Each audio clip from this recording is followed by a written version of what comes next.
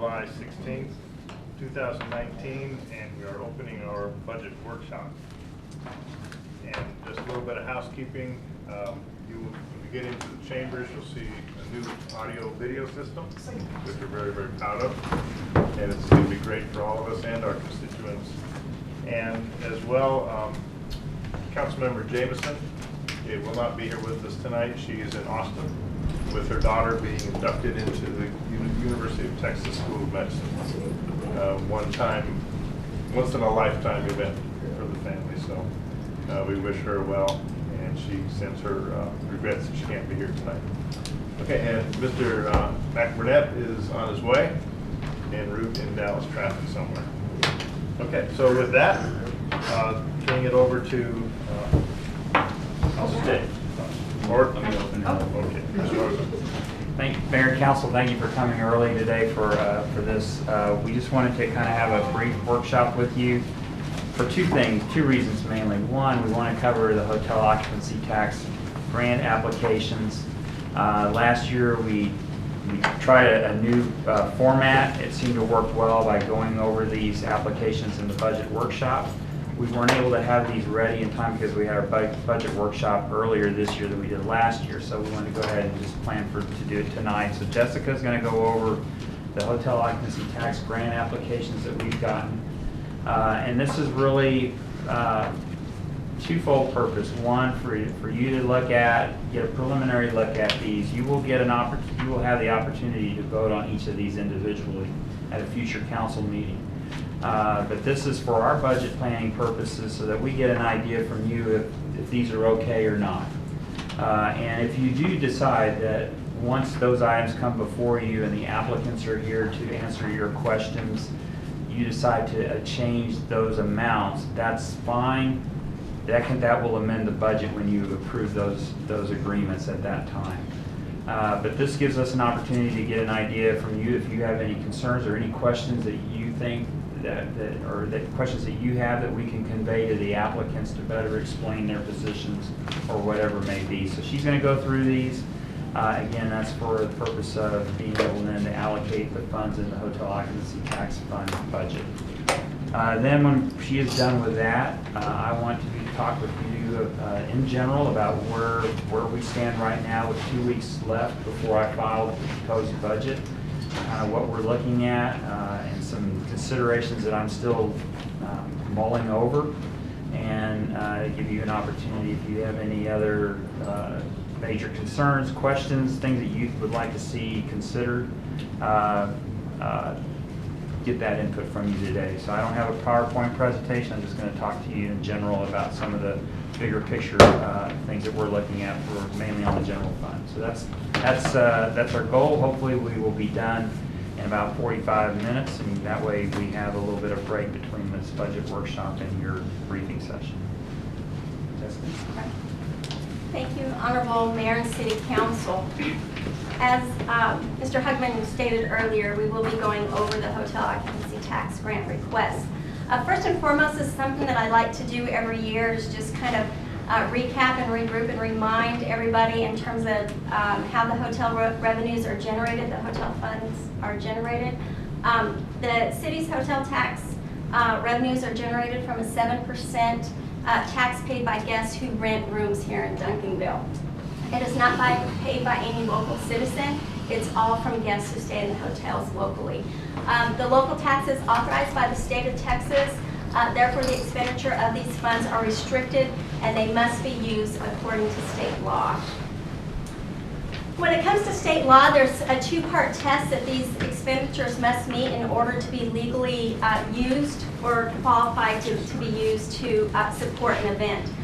First and foremost, really the first rule is putting heads in beds. Every expenditure must directly enhance and promote tourism and the convention and hotel industry, and that's really what that's talking about. Under the tax code, every event, program, or facility funded with the hotel tax revenues must likely do two things. And again, that's just a summation of putting heads in beds. Criteria 2, once it meets the first test, then it must also meet the second part of the test, and it must fit into one of the 9 different categories that have been provided by the state of Texas for it to legally qualify for an expenditure. How does the state of Texas define tourism and a direct promotion? Tourism is defined as individuals who are traveling to a different city, county, state, or country. It's not individuals within the community. They have to come from outside of the community to be considered. A direct promotion of the convention hotel industry has consistently been interpreted by the Attorney General if it is likely to cause increased hotel or convention activity. So what's important is that we must understand how we meet criteria 1, and basically the Texas Hotel Lodging Association is the body who the state of Texas has really relied on in terms of kind of the watchdog for the expenditure of these funds. And so their opinion is stated, and really that's what the state of Texas follows. And we work with, obviously, our local attorney as well, and he follows that as well. So the big takeaways from this is that when expenditures are provided to an applicant, basically it's not a one-for-one. It doesn't have to be a dollar for dollar, but it should be proportionate. It should have a proportionate impact on tourism and hotel activity. So if you look at the average room, we get about $8.40. That's about $120 per room. So that's really the revenue that we get back on the average for a rental from the hotel motel taxes. In addition, the entity or the applicant must also indicate how they'll market the event. If they're not going to market the event, the Hotel Lodging Association doesn't feel like that really it's a true public event, and that's what it's aimed at. Also, if it does not add, and so those are really the highlights of that. Criteria 2, as I talked about, every expenditure must fit into one of these 9 categories. Of the 9, there are ones that we see more often here in Duncanville on applications. We'll run through these just real quickly. First is funding the establishment or improvement or maintenance of a convention center or visitor information center. As you all know, the City Council did officially recognize the Chamber of Commerce as the official visitor center for Duncanville a few years past. 2, paying the administrative costs for facilitating convention registration. This is really aimed at large conventions. We're not talking about local little seminars or get-togethers or anything like that. We're talking about large conventions and the staff associated with registering those participants. 3, paying for advertising, solicitations, promotions that attract tourists to the city or its vicinity. And really this is key. This is one of the most important things that we can do to leverage our hotel dollars, is to really gain that recognition and that branding for Duncanville through using these hotel motel tax appropriately. Number 4, expenditures that promote the arts. This has always been a debate for years and years. In terms of arts, we're talking, what would fall underneath here would be your museums, theaters, things like that. They still have to meet both parts of the test. They still have to put heads in beds, and those expenditures have to fall into one of these 9 categories. And that's really the overall hierarchy in terms of what the Hotel Lodging Association in the state of Texas has agreed upon. 5, funding historical restoration or preservation programs. And really what that's aimed at is really protecting our history. So if we have programs, a history program that you can invite people in from outside of the community and talk about the history, or show demonstrations, things like that, that's really what this applies for. It's not necessarily just your everyday functions. It's really focused on that historical nature. 6 is certain expenses, including promotional expenses directly related to sporting events. We do, to some degree, fall into that category. We have been able to use some hotel motel taxes that have been approved by the state because of the use of the field house, and they have to keep all those stats and monitor those for 5 years. 8, funding transportation systems for tourists. And so what this means is basically the transportation possibly either from an airport to the community, from the community to venues within the community. And so really that's what that's aimed at, is really opening up the community for tourists that come in that are not able to drive for whatever reason. 9, signage directing tourists to sites and attractions. This is our wayfinding signage program. And this is something that has been included already in this year's budget, but that's really what that's aimed at. So we've received a number of grants or applications this year, and we're just going to go through those. Oh, I'm sorry, yes, sir. A couple of slides ago, you were talking about the arts. Yes, sir. Is there some type of limitation on what can be provided for that? Yes, Mr. Hager feels very strongly on his interpretation of the law that it can be production expenses, those things that are directly related to putting heads in beds through their events. It does not include your average everyday, let's say, fire extinguisher inspection or something of that nature. It has to still put heads in beds. Isn't there some type of limitation of 15% depending upon the population? Yes, sir, that is correct. That is the maximum that can be used of the total overall hotel motel tax fund or budget. Only 15% of that can be directed or funded to the arts. That is correct. So in the case of the numbers that we're working with now, what would be the limitation given the revenues that we're budgeting to promote the arts? The dollar figure, we only run about between 9%, 7 and 9% in terms of the total budget. And Tia, I don't know that exact number off the top of my head, but that's been about what it's been in the past. There is a potential for future requests from other art associated groups. There would be potential funding available for them in the future if there were other requests. Let me ask this again.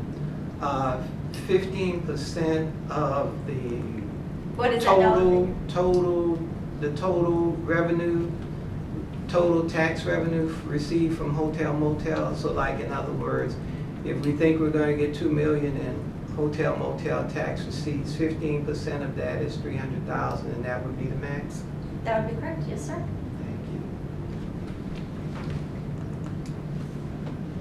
Any other questions? Oh, okay.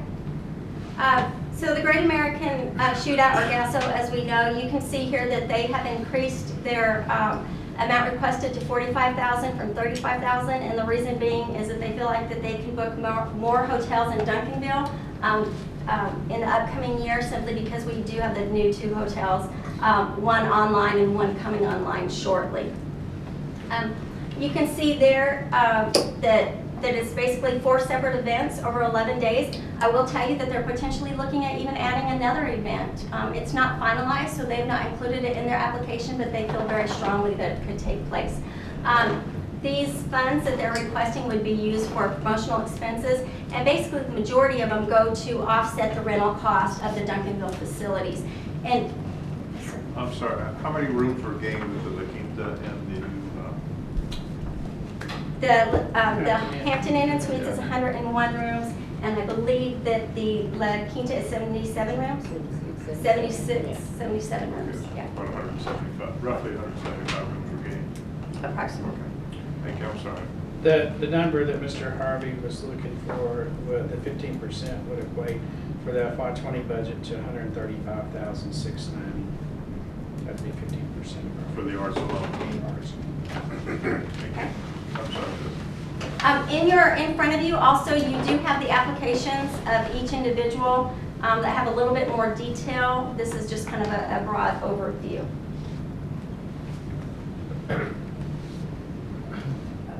I apologize. Okay, the Duncanville Lions Club, they have the Sandra Meadows basketball tournament. Again, they are increasing their request to $42,000 from $40,000, and they do believe that they will be booking more rooms. Again, these funds are used for the rental of the rooms and then also the production of some of the events. I'm sure again for the rental of the room, but you're saying they're going to decrease, I'm trying to remind myself, are they decreasing the price of the rooms, people coming in? You said for the rental of the room, explain that more. For the rental of the rooms?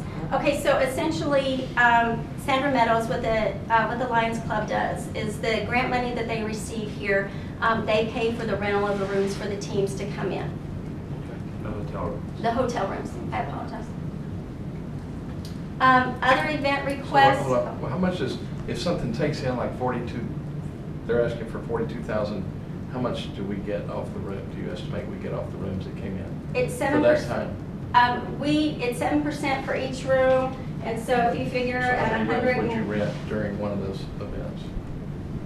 Our max capacity is what, over 500? Yeah, they rent about 400 rooms, So they rent 400 rooms and that's approximately, at what per room? at 7%. So about what's So that? 400 rooms About times, 120 a night. yeah, times 7%. So that equates to about $3,300, $3,360 approximately. We give away, we grant 42,000, but we get 3,300, is that? That is correct. Okay. Now, Monty, just for information, and talking to the hotel proprietors, they're saying that particular event is their Christmas for us, for them. Which means you can't find a hotel room anywhere else in Duncanville, then it goes outside. So that's a big event for them, for the hotels. And I'm saying you're trying to match the But they dollars. use the money to buy the hotel room rates down. No, they use them to pay for the hotel room. They pay for the hotel rooms. So we have a high demand for hotel rooms, but we're giving money away. Not during that time period. That time period is a fairly low demand in terms of the overall year, and that's in your application in terms of the overall year. But because of the events here, we have a high demand. During that they book. Now, dollar-wise, is what I think, what I'm hearing her saying, it's not gonna, you're not gonna get, it's not gonna be apples to No, apples. it's You're gonna not. match. You're not going to You're recoup not. the cost of what you put out in the hotel room, in the hotel occupancy tax back. But what you're also considering is bringing in business to the city. For those businesses, you're bringing in business that are going to use our restaurants Right. and local eating establishments and other retail, hopefully. And they're bringing in, besides, they're using it to pay for hotels. So what do you- Rooms for the teams, but you're also, a lot of those teams are bringing in parents as well, who are then renting rooms. So with what's the families. total estimated gain from all sales, would you estimate? For When you have an event like that, what's the city total estimated gain? we used to run scenarios like that, Mr. Anderson, but there were council members that Just curious if there's such a high demand. Wanted us to look at it in a different How come we're having to way. give away money? I will say that there are some communities that do have thresholds and that give lower amounts than Duncanville has. I've seen that many times based on the number of rooms rented and the amount of money that it generates. It's just separate, it's just different from community to community in terms of how they I handle it. guess from a business perspective, you really crank it down to ROI. That's right. That's We have correct. done. And when you work it down to ROI, there's hard money and there's soft money. And the hard money isn't there in terms of giving us an ROI if we were to do an actual So calculation. what is the soft, It's what is, The soft money is the promotion of the city and getting more and more teams to come back to the tournament as we continue on. And this may be not help, I want to ask Richard, during the sales, during the month when we have these tournaments, have you seen the trend of the sales tax revenue spiking during those months? Well,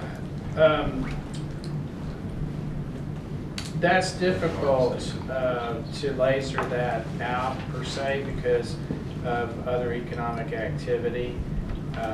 But we could look at that again and see if we can see any kind of trend that, So if you really want to measure, that would be another way to look at it. You should be able to chart that out to say January, February, then you should spike, you should come back down, you should keep it, then you should either keep it low or keep it the same, but but looking at the trend, we should be able to see yeah, something. well, we have a lot of your taxpayers, your big taxpayers, only may pay quarterly, whereas some of your smaller taxpayers may pay monthly.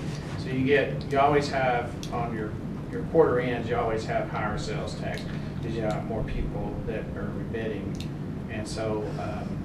Two, you would be comparing to previous years when you had that same kind of activity. So it's somewhat difficult to measure. It wouldn't be exact, but it would be something to look at for sure. I thought. When you take a look at it, I don't, and I think what Richard's trying to say is, we can't say that they're going to see a change, that it may not be defined enough to see any effect. So we'll look at it and see if we see something that we can attribute to it and to the other tournaments. The Gasso is a big one, but we can't promise that that's there. Oh, no, because no, no. there's so many other variations in the sales tax. Commissioner Cooks, as you, as well as the mayor knows, we do the analysis on the EDC board of each grant to measure the ROI. So the same company that does that also can do the impact analysis for us on the hotel motel taxes and has in the past. Council hasn't previously really had an appetite for that, but if that's something that council would like to see again, that's a third-party objective point of view. They do it for many, many cities that give us kind of an overall view of the hard numbers as well as the soft numbers. We definitely can do that and bring those back to you when we have the individual items for consideration. But that's something that the council. I'm just curious if there's a better way to spend that money. I mean, for instance, if you had a concert in the park and you had to pay a band, bigger amount of money to be here or something. I'm just curious if we're just doing it because we've always done it that way for the last many years, and I'm not against supporting something that's here and that the numbers don't always work. I understand the numbers don't always work, but it just doesn't. If there's a high demand and they're going to be here anyway, are we getting more tournaments or are we getting the same tournament every year? Are we getting, is it a trend that we get more things? It's my understanding that we're getting more teams. And with more teams, we're also seeing more and more college coaches coming to our city. And even that's one of the, to me, it's one of the most tangible, soft piece of money, is that many, and I don't have the numbers, but Steve Martin can tell us that the number of college coaches that come to our city to watch these players.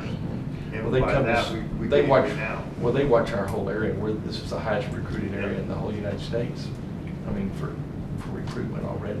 Yeah, but this particular time of year for the Great American Shootout, we become a magnet for those coaches. That's It's good for our city. Go ahead. As to your question about a concert, it's not to say that we can't, but just because we have a concert doesn't mean we can use these funds either. Because again, it has to meet that first criteria, which is bringing tourists into the city with a likelihood they're going to stay in a hotel overnight. So I have direct experience with that, which I've seen that direct, because I used to run a concert series with a hotel. So I used to measure how many, we had a partnership So if with you have that KXT. information and you can show that, then that helps us justify that. So I just don't know enough. I mean, so I'm not trying to kill some deals or anything. I just want. Well, we just have wondering if we're- flexibility within the budget to do more things. I would like to see us be using that money to have more creative, higher end, higher, concerts, higher, art shows, higher events. Not that the shootout is not an important event, because I think it is. I mean, I wouldn't want to see it go away, for sure. So, just my comment. Okay. Kevin's point, though, there's such great restriction on what the funds can be used for that it almost becomes difficult to find enough qualified uses to actually use the money. I understand that. And money. And part of it's the way you book the event, how it's booked. Right. And you set it up where, it is a night event where somebody would want to stay here in the town instead of go back home. So we used to have, they call them staycations. Okay, it's people from, Plano or Grapevine or somewhere else coming here to stay for the night. So you got to have a good enough reason for them to stay here. Quick question, do we zero balance the hot fund at the end of each fiscal year? No. No, it continues to Carries build over. anything that we don't spend. So going to Monty's point, then we could look for other major events in the city to spend more of the hot funds on that are not being expended even with these, even with the number, the big dollars of the grants that we have. We get an event that brings in, how many we have the other night, July 4, 12,000 you said, or 10,000? I think the actual count was just around 9,000. 9,000. So if you have an event, which you could easily have a concert that had 9,000 people come to town, that's very possible. And I promise you, out of that 9,000 people, there's going to be people say, I'm going to come here, I'm going to party, I'm gonna do whatever, I'm gonna stay the night. It's a valid point too, because of the hundreds of people that my wife and I walked around and talked to, they're not all from Duncanville. No. A lot were from Grand Prairie, many from Cedar Hill, as far as way as Midlothian and Waxahachie. Right. So it's a, it's a good point, where we could use that amphitheater for other events. And the community theater, and you have many places that you do. Yeah. Okay. So as you transition to this next one, I'll tell you, for those that don't know it, when you look at the resume of ALW Entertainment, these guys know how to bring entertainment to our city. That's Al Washington, right? Yes, it's Al Wash. But these guys know money about, just, I'm not sure if you know, but Al is the one that does the Fair Park Gremlin and Gremlin game. But way beyond that, when you look at the resume, I guarantee you, after hopefully this They're a event promoter, is they're a an event, he's a concert. big time promoter. So for him to have this event here in Duncanville, I'm hoping we'll see more in our city, and we'll bring So it he to us. puts on the to look Smoky at. Blues? No, he does not. Oh, that's a separate one. This is, Yeah. So what do they put on here? you'll see it in your packet, and just packet. Yeah, that one is actually, so these that we're talking about are applications for 2020 budget. ALW Entertainment was already approved by council earlier this year, but the event is in October, so it's already what do planned they for do? the 2020 budget, but you have an agenda item tonight's council meeting. They're coming in with a revision or an amendment to their request. For the Duncanville Football Classic. Oh, that's what that is. Yeah.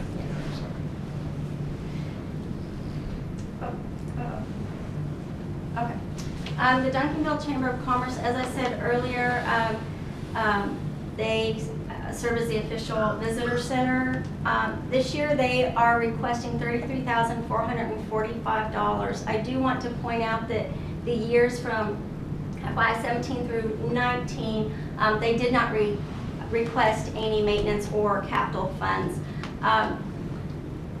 You can see down there below in terms of what the funds they're requesting will be used for.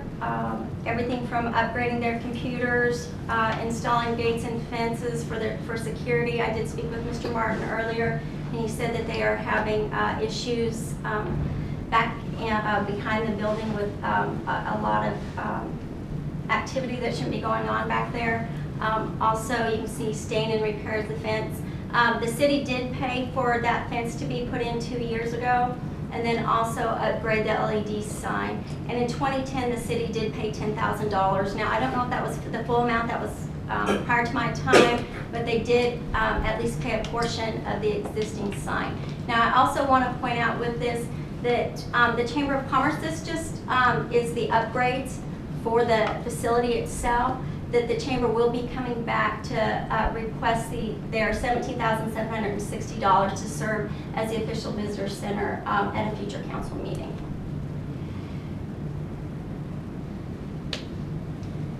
The Duncanville Community Theater, their request has remained consistent at $30,000. You can see there in terms of the summary, the number of rooms rented as well as the attendees. And again, this does qualify. It does because they do put heads in beds. So from a legal standpoint, it does qualify for funding. The majority of theirs is used for advertising and production costs. So that's everything to put on the place. How many nights a year do they actually use that theater? Do you know? I think they're using, as far as Putting on shows, how many nights a year do they put on for shows? I think they have about Six six or seven productions, season. 6 shows per production. But I also know that they use that theater and that building for a lot of their rehearsals, their stage setup and construction. So they're using the building a lot more than just the nights that they have actual Right. shows in. So, I mean, I get a bird's eye view of that building every day of the year, so, but to me, it's so underutilized.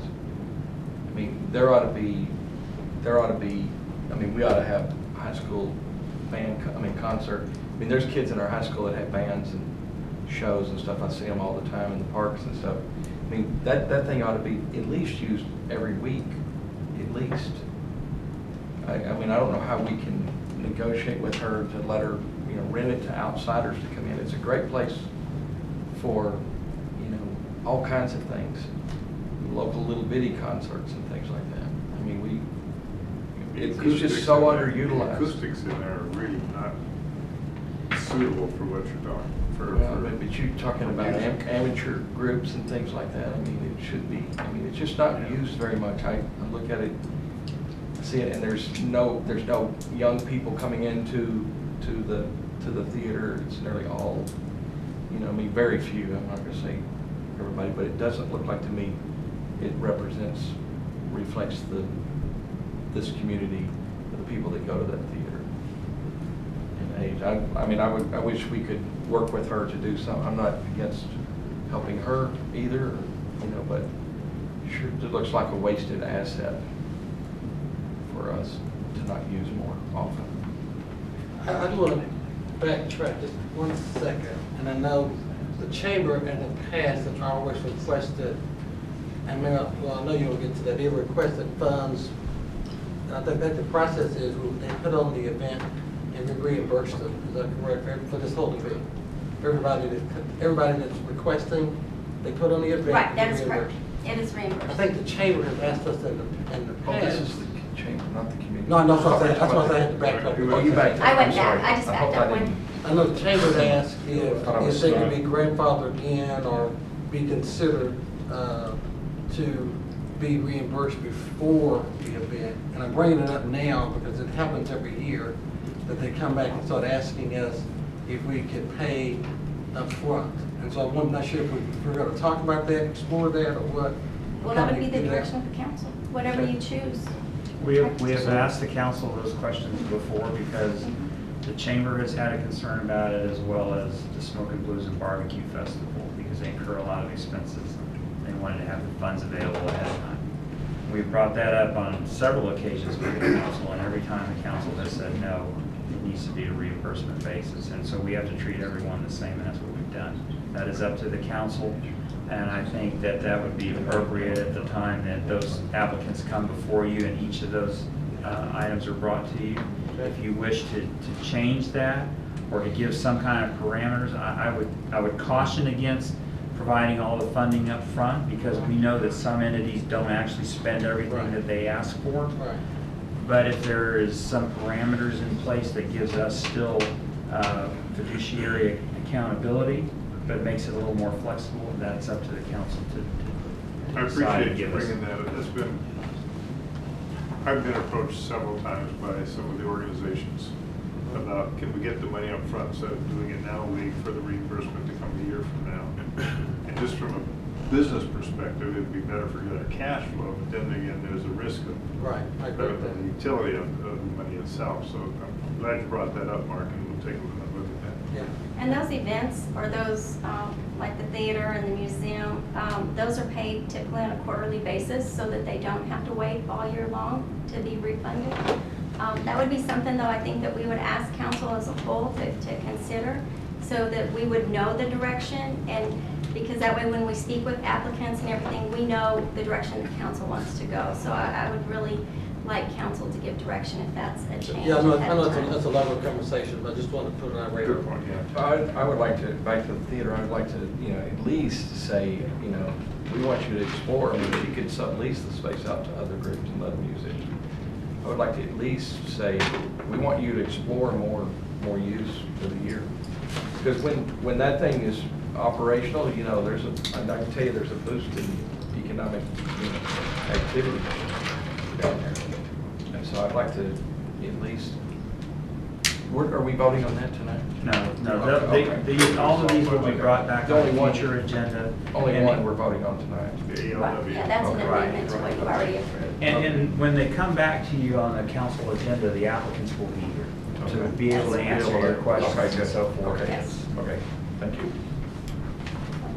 The Museum of International Cultures, they are requesting $40,000. They have changed the request for this year. You can see the different amounts below. They are requesting $15,000 to serve as the visitor center, $2,000 for registration of the convention and convention delegates, $15,000 for advertising, $7,000 for basically production costs, and $1,000 for historical restoration and preservation. So I just want you all to keep in mind what we went over earlier and what those categories were, and what they're asking for. You can see there the total number of rooms that they lined out that they've utilized this year, and that is a decrease from last year. We did do some air conditioning upgrades for their building last year, and then the prior year we did some a sign for them, a full sign. We have yet to resolve the issue of Chamber of Commerce building being the official visitor center of the city, and them asking to be a visitor center. That is Well, correct. they ask every year, Every and year. every year the council has said the chamber is the designated visitor center, but they still bring that request back every year. And this is something that we try to do. I've really tried in the past to work with the different applicants and tried to provide guidance for them to be able to fully utilize the money that they're going to receive, the funds to the maximum for their benefit. Unfortunately, every year we do have a couple applicants that kind of keep reverting back when necessarily they don't qualify for what they're asking for. And so that's something, however, last year, there were some council members that kind of frowned about that, but that's really what we try to do, is really try to help them. And so not these things that they're asking for, they don't, on this specifically, they don't qualify for. You do have to figure out, councilman needs to kind of make a decision on, again, I guess, on the visitor center. And so these are just some concerns in terms of trying to really help the applicant maximize their usage of their funds. And what I'll say is, on these requests, these are the applicant's requests. These are not our recommendations, and I will tell you that there are some of the applications that the requests we do not feel meet the criteria. But these are the applicant's requests. You gotta tell us that. We will tell you that one at the time. So something needs to be done to resolve which entity is the visitor center? Is that an open question that needs to be resolved? It's been resolved. It has been, there is a contract with the Chamber of Commerce for the visitor center. That's what Jessica was alluding to. That $17,760 is a separate agreement that the council approves annually with the chamber as a visitor center. And that, now, if the council wishes to revisit that, that's your call every year. That has been since the last 3 years, that has been the way it's been set. It is important, though, in the community to have one visitor center. Being in tourism for almost 20 years, it's very important so that visitors know exactly where to go to get the information that they're looking for. So, and I don't know what council feels like in terms of staff working with these applicants to try to provide them guidance and maximize the usage of their funds. Like I said, we've done that, and then last year that was really not a desire for council. So that would be something that we would ask for guidance on as well. You know, it's a shame with these museums, the two that we have, the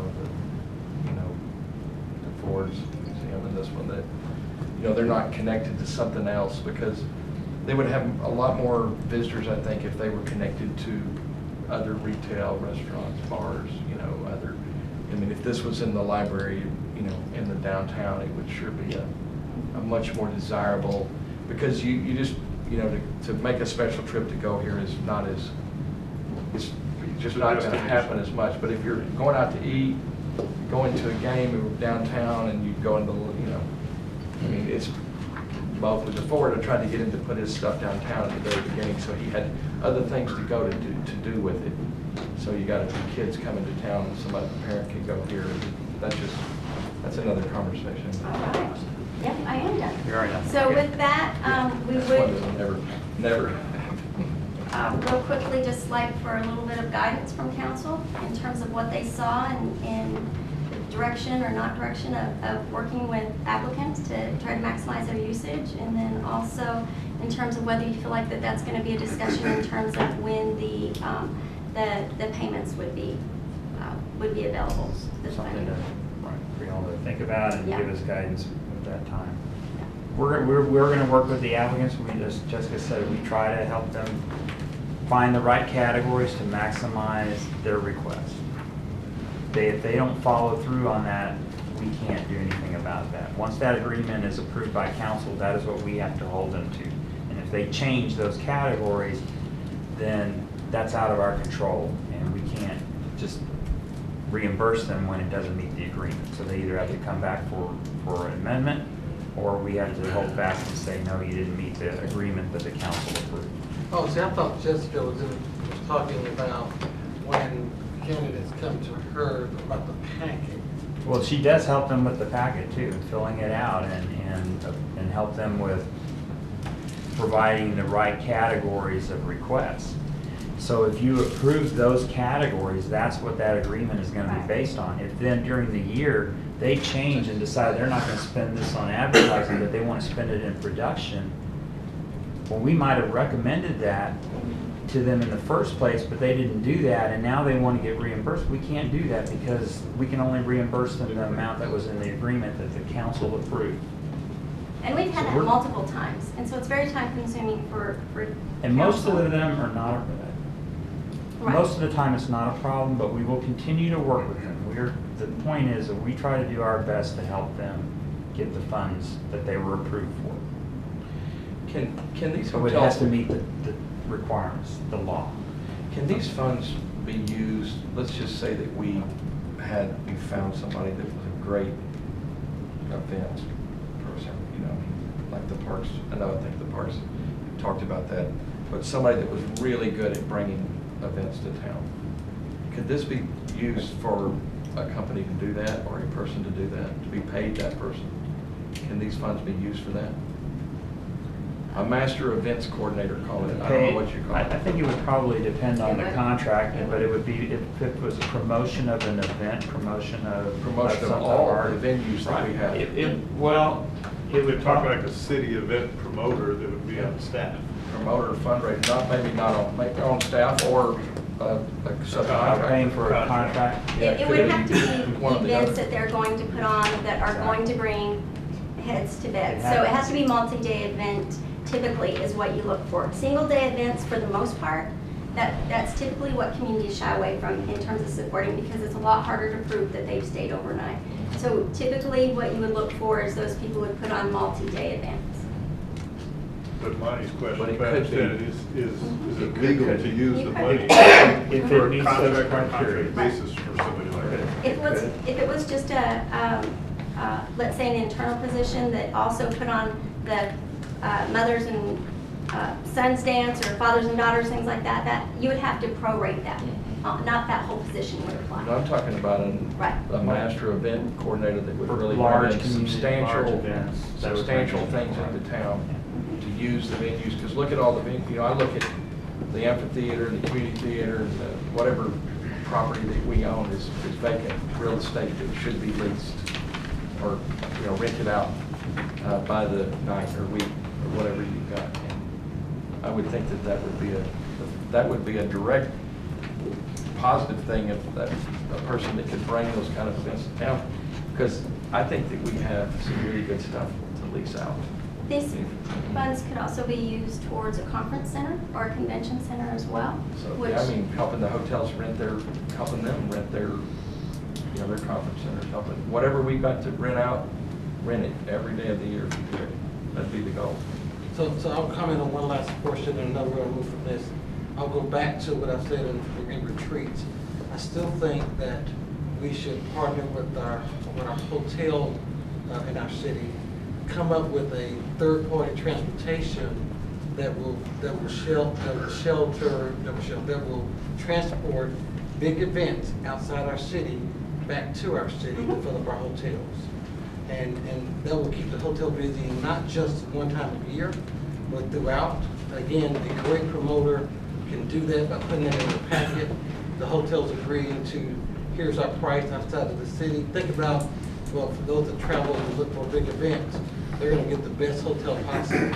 If they have to travel 15 minutes to get back to it, that's fine, as long as they have transportation. So I still think that we need to consider getting back with the hotel owners, letting them come up with something, tell them we have an opportunity based upon the hot funds for transportation from one event to the other, whether it's Dallas, whether it's the Cowboy Stadium, whether it's whatever, to help with that. So, Mr. Cooks, after the planning session, we reached out to about 10 different promoters in actually the Dallas area, and I did not find one promoter that was interested in their event partnering with Duncanville. And the reason being, not because of anything because of Duncanville, but because they like to keep their events next to their hotels. Yeah. And so they do not, because there's too many variables that can happen, and it's their name on the line when they're promoting their event. And so, I spoke with a few of them that were very, very strongly opinionated about that. And so, yes, we'll continue to look for those opportunities by all means, but I'll just say that the ones that we've reached out to after you brought that up, those were their concerns about utilizing Duncanville hotels for an event that was taking place outside of Duncanville. Check with Mr. Wash, since Mr. Wash has a lot, and then I'll also send you others if I find out. Right. So the key to filling up heads and beds here is to have fun events in this town. That's participant. That is the key. And we need to have stuff that's unique and fun, and they will come and stay in our town. So, just to make sure I understand, we could use hotel motel tax funds to hire an event planning firm as long as the deliverables conform to the tenets of the hotel motel act. That's good. Okay. If there aren't any other questions about the hotel occupancy tax fund, I want to go over just again some of the broad points of the general fund and what we're looking at as we get within 2 weeks of filing the budget. As a reminder, by the city charter, I have to file a proposed budget by July 31st.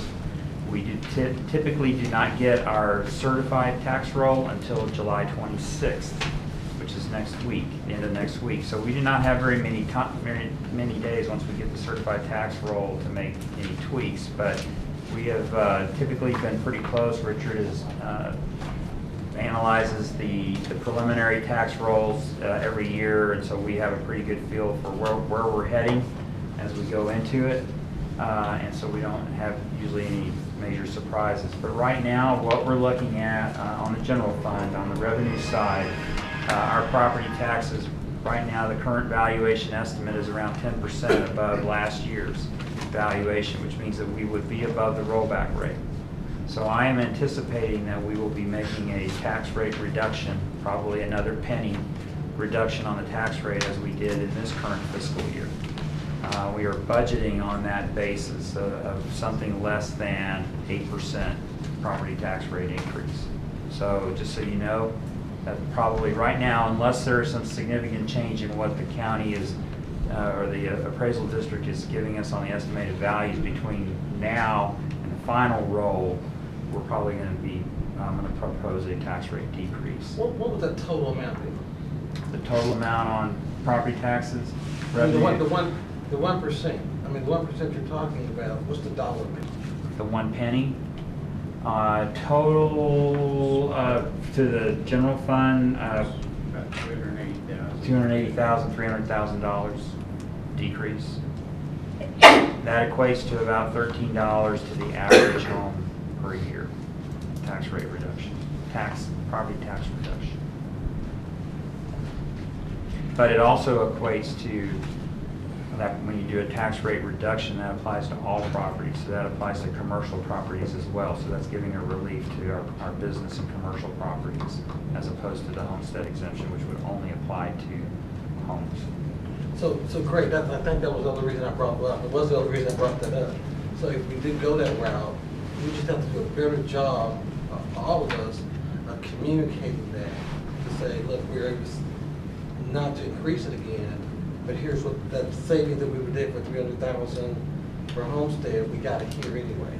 And so I think it's just a better job of us telling that story. I mean, does that really help anybody decrease $13 per household? I mean, is there not something that you would put that money back for capital, I mean, I don't know, in reserves or into something. I mean, you have to have the discipline to save it, or not use it, just waste it. But So is there- well, the downside to that is that if you are above that 8% rollback, under the current law, citizens can petition for a rollback election. Now, with the new legislation, which will take effect next year, that 8% now is 2.5%, and it's an automatic rollback. So Trying to after get this that. year, so we're trying to stay under the rollback, but still maximize our tax revenue, because next year we will be seeing a significant impact. And so I do not recommend I do not recommend a tax rate above the rollback for this year. Yeah, the key operative is that 8% rollback. We have to stay under that, or it's gonna end up in a citizen referendum. Okay.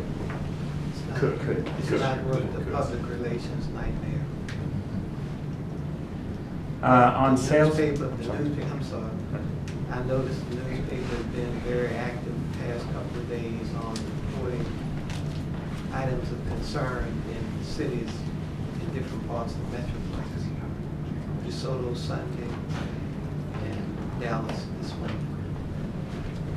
So I don't think we want to do that. It's not a good idea.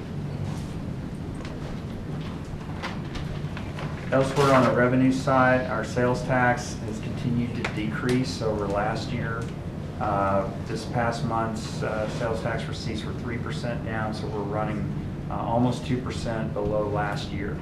So we're going to decrease our sales tax projections for next year a little more decrease than what we had originally told you in the budget workshop. So that will have a little bit of an impact on our revenues as well.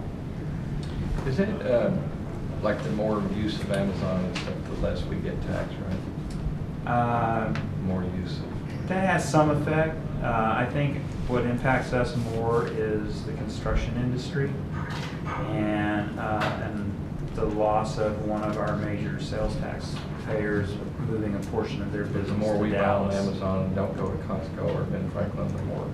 There's some of that. Where's the bottom? Although there have been some changes in the sales tax on Amazon too. But is it not paid? We don't get any of that though. We do get some.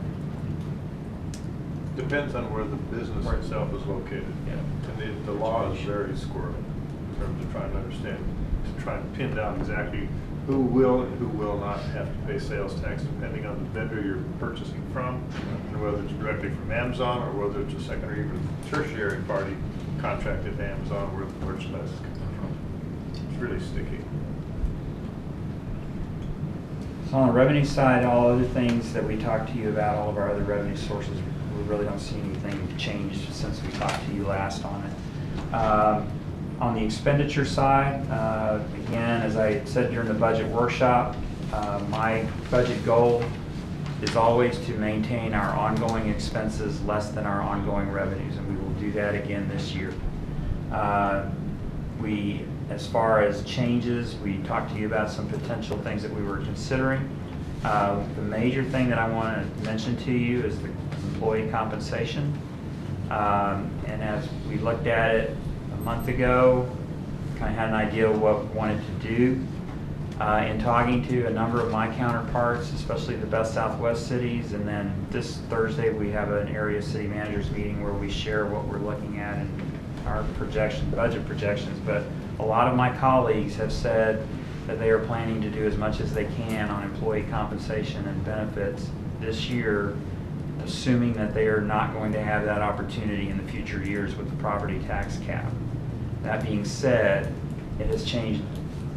I am continuing to look at that. We are continuing to look at our employee compensation, and it will be one of our primary goals to do as much as we can while still maintaining within the parameters of those ongoing expenses. But we do want to we want to be able to do as much as we can, because we know that we're competing with the other cities, but more than that, we're competing in a very, very tight labor market right now. And we're having trouble maintaining positions and hiring positions in a number of areas, not just public safety, but also in skilled maintenance. And so if we do not make our steps now to still at least remain as competitive as we can be, we will just be farther behind, and that will impact us. So I tell you that to let you know that employee compensation will be one of the highest priorities as we go forward and what I propose in the budget. Also then, as far as the one-time projects, taking excess fund balance, as I mentioned to you before, we'll take fund balance that's above our 75-day target and use that for one-time expenditures, one-time projects. We're looking at those projects. We feel we can do the projects that we talked to you about before. I also want to make a one-time transfer to the medical insurance fund. As I mentioned to you before, that insurance fund has been significantly hit over the past 2 years. Right now, we're looking at very favorable rates from our insurance carrier on medical insurance, but we also need to make changes in our insurance plan. We need to continue to push on that for future savings, and we need to make a one-time infusion into that fund because it is in a negative balance. Also, when we talked to you before, we talked to you about the P25 radio compliance and the cost of that in FY21 or later. We have some funds available. I want to set aside probably about $250,000 in FY20 to get ahead of that project as well while we have funds available. So we'll be making that in the proposed budget as well. And then, as I mentioned, the one-time projects that we talked about before. And all of those things right now we believe we can do within the current framework of the budget. So I just wanted to also let you know that. Again, this is a big picture, but if there's anything else that you have concerns about or want to see added or taken out, I would appreciate your input now. The automated water metering system is in there as well? Yes, sir. The automated metering infrastructure is in the utility fund. We have reserved that additional amount that we talked about, allocating $5 million for the automated metering infrastructure out of that fund balance, and that is in there as well. So you said you'd appreciate our feedback now, so you're saying feedback on what you just mentioned or feedback on the entire budget? What are you saying? Yes.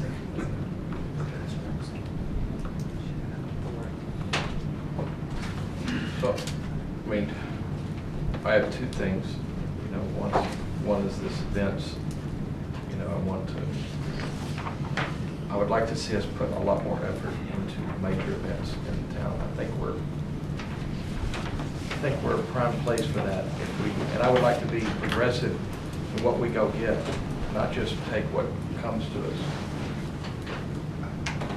I have experience partnering with radio stations and things like that for concerts, for different things, different events, whether it be a bicycle race or, you know, I'm not making anything specific, but I would just like to see us put a lot more focused effort on that. And the second thing is, you know, the trash. I don't know if this is the right time. Is this the right time to talk about the budget of the trash? You know, well, is that In regards to the solid waste contract? Yes. Or just the To budget? the solid waste contract, yes. Probably more appropriate to talk about it during that item. It's in an agenda item. Okay. So But wait unless till there's the something No, as just far as wanted- the budget for next year, I mean. Well, the budget, I mean, yeah, it has to do with the budget, because I want to talk more about recycling more, not less. And the more I've thought about it, the more I've talked to people, and there's lots of people out there that want that. We have a lot of people in the city that want more, not less. And, you know, I mean, I'll talk more about the contract in a minute when we get to that, because I've got some concerns with that too. Let's hold it With our, for the agenda item going forward. but on the budget side, I just want to say that while we're, get that on the record, budget. Question mine, on that events person, I'll say, are you looking more for, you know, I mentioned it would be, I think, would it be better to have someone on staff or just have a contract with the corporation or somebody that does that? Yeah, I think it would be better to have, I'm not for adding usually more staff these days, Right. because you know, if somebody, if you don't like what, on an events company that would come in as a master events, you know, fund, and I think that this kind of person could actually pay for their stuff in the future with sponsorships and ticket sales, gate sales, things like that. I think that you could, eventually they could pay their own. And I mean, when I bid, I was one of the finalists on Fair Park, if you remember. And we had, when we were bidding Fair Park, we had a system that started off getting subsidy from the government, but over time, it carried itself. And I think, I mean, you gotta have the right kind of events here, and we're suited for, you know, there's several different things that we're suited for. It would work in our location, our size, and things like that. I just want to get clarification. And I think if you have a master planner, a master events coordinator, then you would reach out and get the specialist, say if the specialist in a concert, or the specialist in a bike race, or the specialist in a basketball event. You don't try to be everything. And that's the problem with an employee, is you've got to be everything, and I don't think that that's a good thing. I think, and then if you don't like them, they're gone. You know, if it doesn't work, they're gone. I think sponsorships, I mean, I told you before, I would be willing to help with sponsorships and things like that. In fact, I'd start contributing myself for the first, you know, to that, you know, that type of program. But I mean, I think that that's the future. I mean, I think in economic development and visitor development, tourism, heads and beds, I mean, the whole thing. I mean, people are moving their business to cities that are fun, you know, because they're moving them where the people want to move. The businesses no longer lead where the city, you know, where the people go. It's the businesses follow where the people are having fun. And I think that it's a position that I think that we could start off spending some money on it, and then it could carry itself.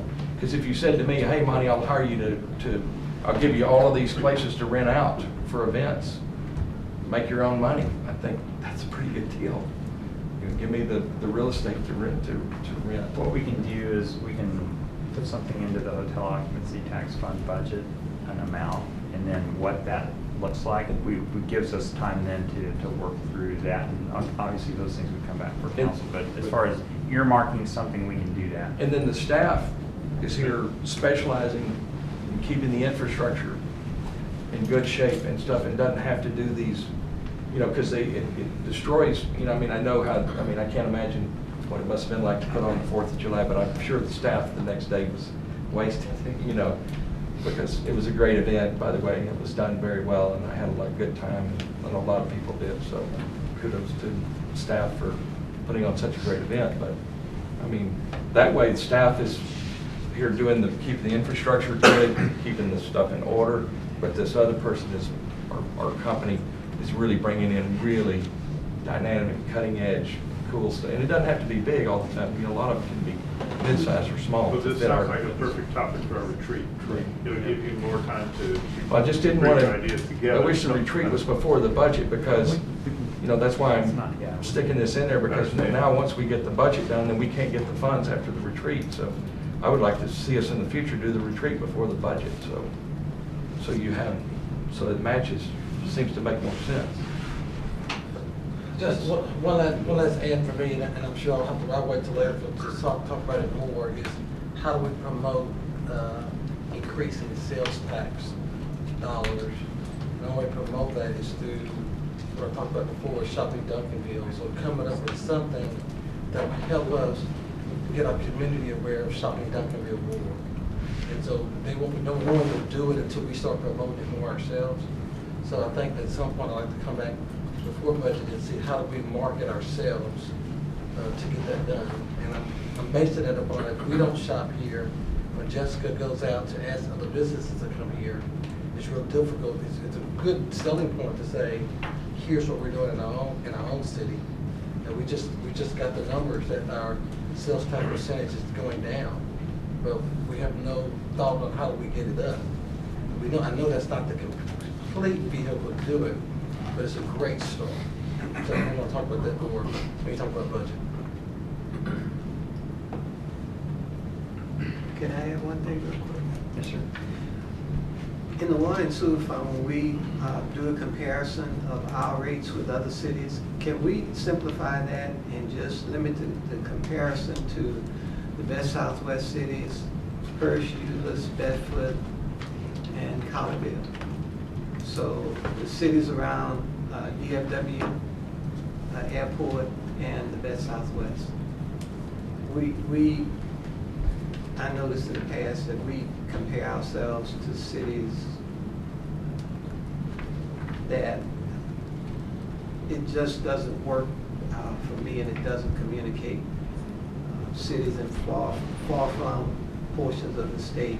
Let's keep it right around here, because at the end of the day, we touched on this. We're competing, and those are the cities, in my opinion, that we most likely will be competing with. Why are the cities surrounding DFW Airport a key competitive area in your opinion? Because they are very similar to us in terms of age, in terms of demographics in some areas, and in terms of their revenues. I think that they are similar to us more or less in populations and revenues. Like, for example, Bedford is pretty much a bedroom community. So I would think we compare a whole lot more to Bedford as opposed to Taos Cove. You know, it's a totally, completely different part of the state. So.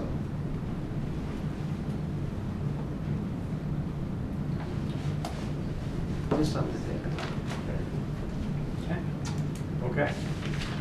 Thank you, Council. We are into our time factor for the briefing presentations. Adjourn the budget workshop. Yeah. Okay, open the council. All right, during the budget workshop at 6:12. Part of our process by lining our manholes, it helps to prevent excessive infiltration of stormwater into our sewer system. As we've talked about before, when we have leaks in our sewer system and we have a heavy rain event, it can draw more stormwater into that sewer system, and then it can cause overflows, which are a problem. But even if it doesn't cause overflows, it's more flowage going to our wastewater treatment plants, and we get charged for that flowage. So it's rainwater that's being treated that we're paying a charge for, but was not realized on the revenue side because it wasn't water that was sold to the customer and going through the normal sewer system, sanitary sewer. So this manhole rehabilitation program is one part of our sanitary sewer overflow mitigation. And then we have $65,000 allocated for that in the utility fund. So we can either pay the maintenance now or pay the TRA later. Yes, sir. And we have reduced our TRA cost over the last few years because we've been able to reduce our inflow and infiltration into the sanitary sewer system. And that also, a lot of that as well is our pipe bursting, replacing old sewer pipe with new sewer pipe. So that's another major component of this program. Item 4D is a resolution approving terms and conditions of a third amendment to the project-specific agreement with Dallas County.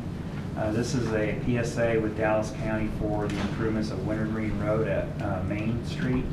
The previous two amendments were allocated funding from the city for this project. This third amendment does not change the city of Duncanville's portion of funding, but it does reflect the higher cost of the project.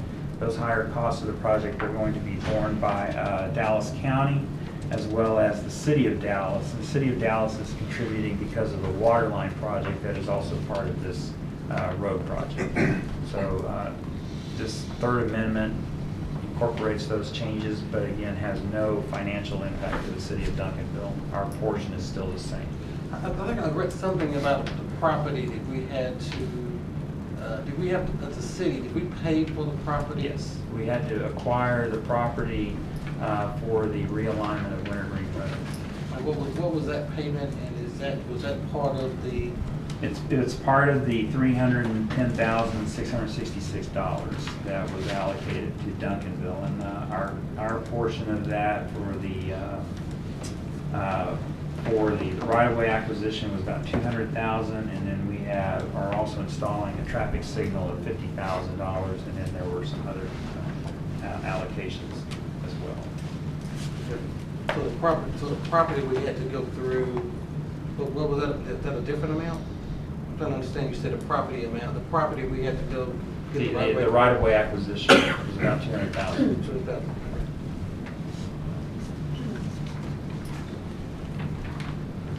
Had we not acquired it, Dallas County would have, but it would have still been part of the project cost that we would have ended up paying.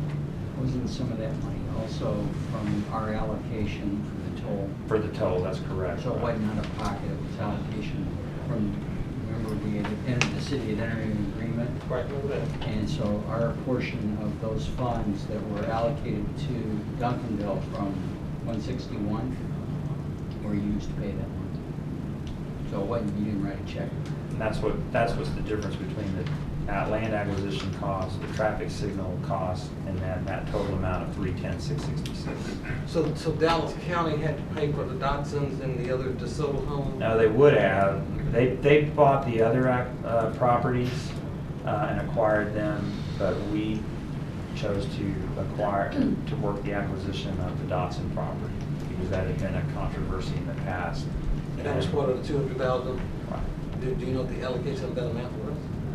We need Was to- that 200,000, the total amount that we paid for that? Yes. property? Yes.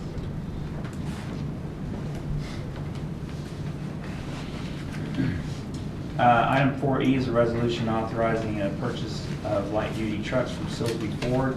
Again, we went through the different buy boards, Texas Procurement, HCAC, and Tarrant County Purchasing Cooperative to get the best pricing available. And this is to purchase 2 light-duty pickup trucks that were at end of life. You might note in the agenda memo that these vehicles were actually scheduled for replacement in FY 17-18. They were budgeted for replacement because, as we have said before, we always look at all of our vehicles and determine whether they are due for replacement or need to be replaced. We were able to extend those vehicles another year. That adds to our savings in our fleet replacement fund and helps with our fund balance, and why we have a healthier fund balance and have been able to absorb some of the additional costs on other items, which we will talk about in another thing.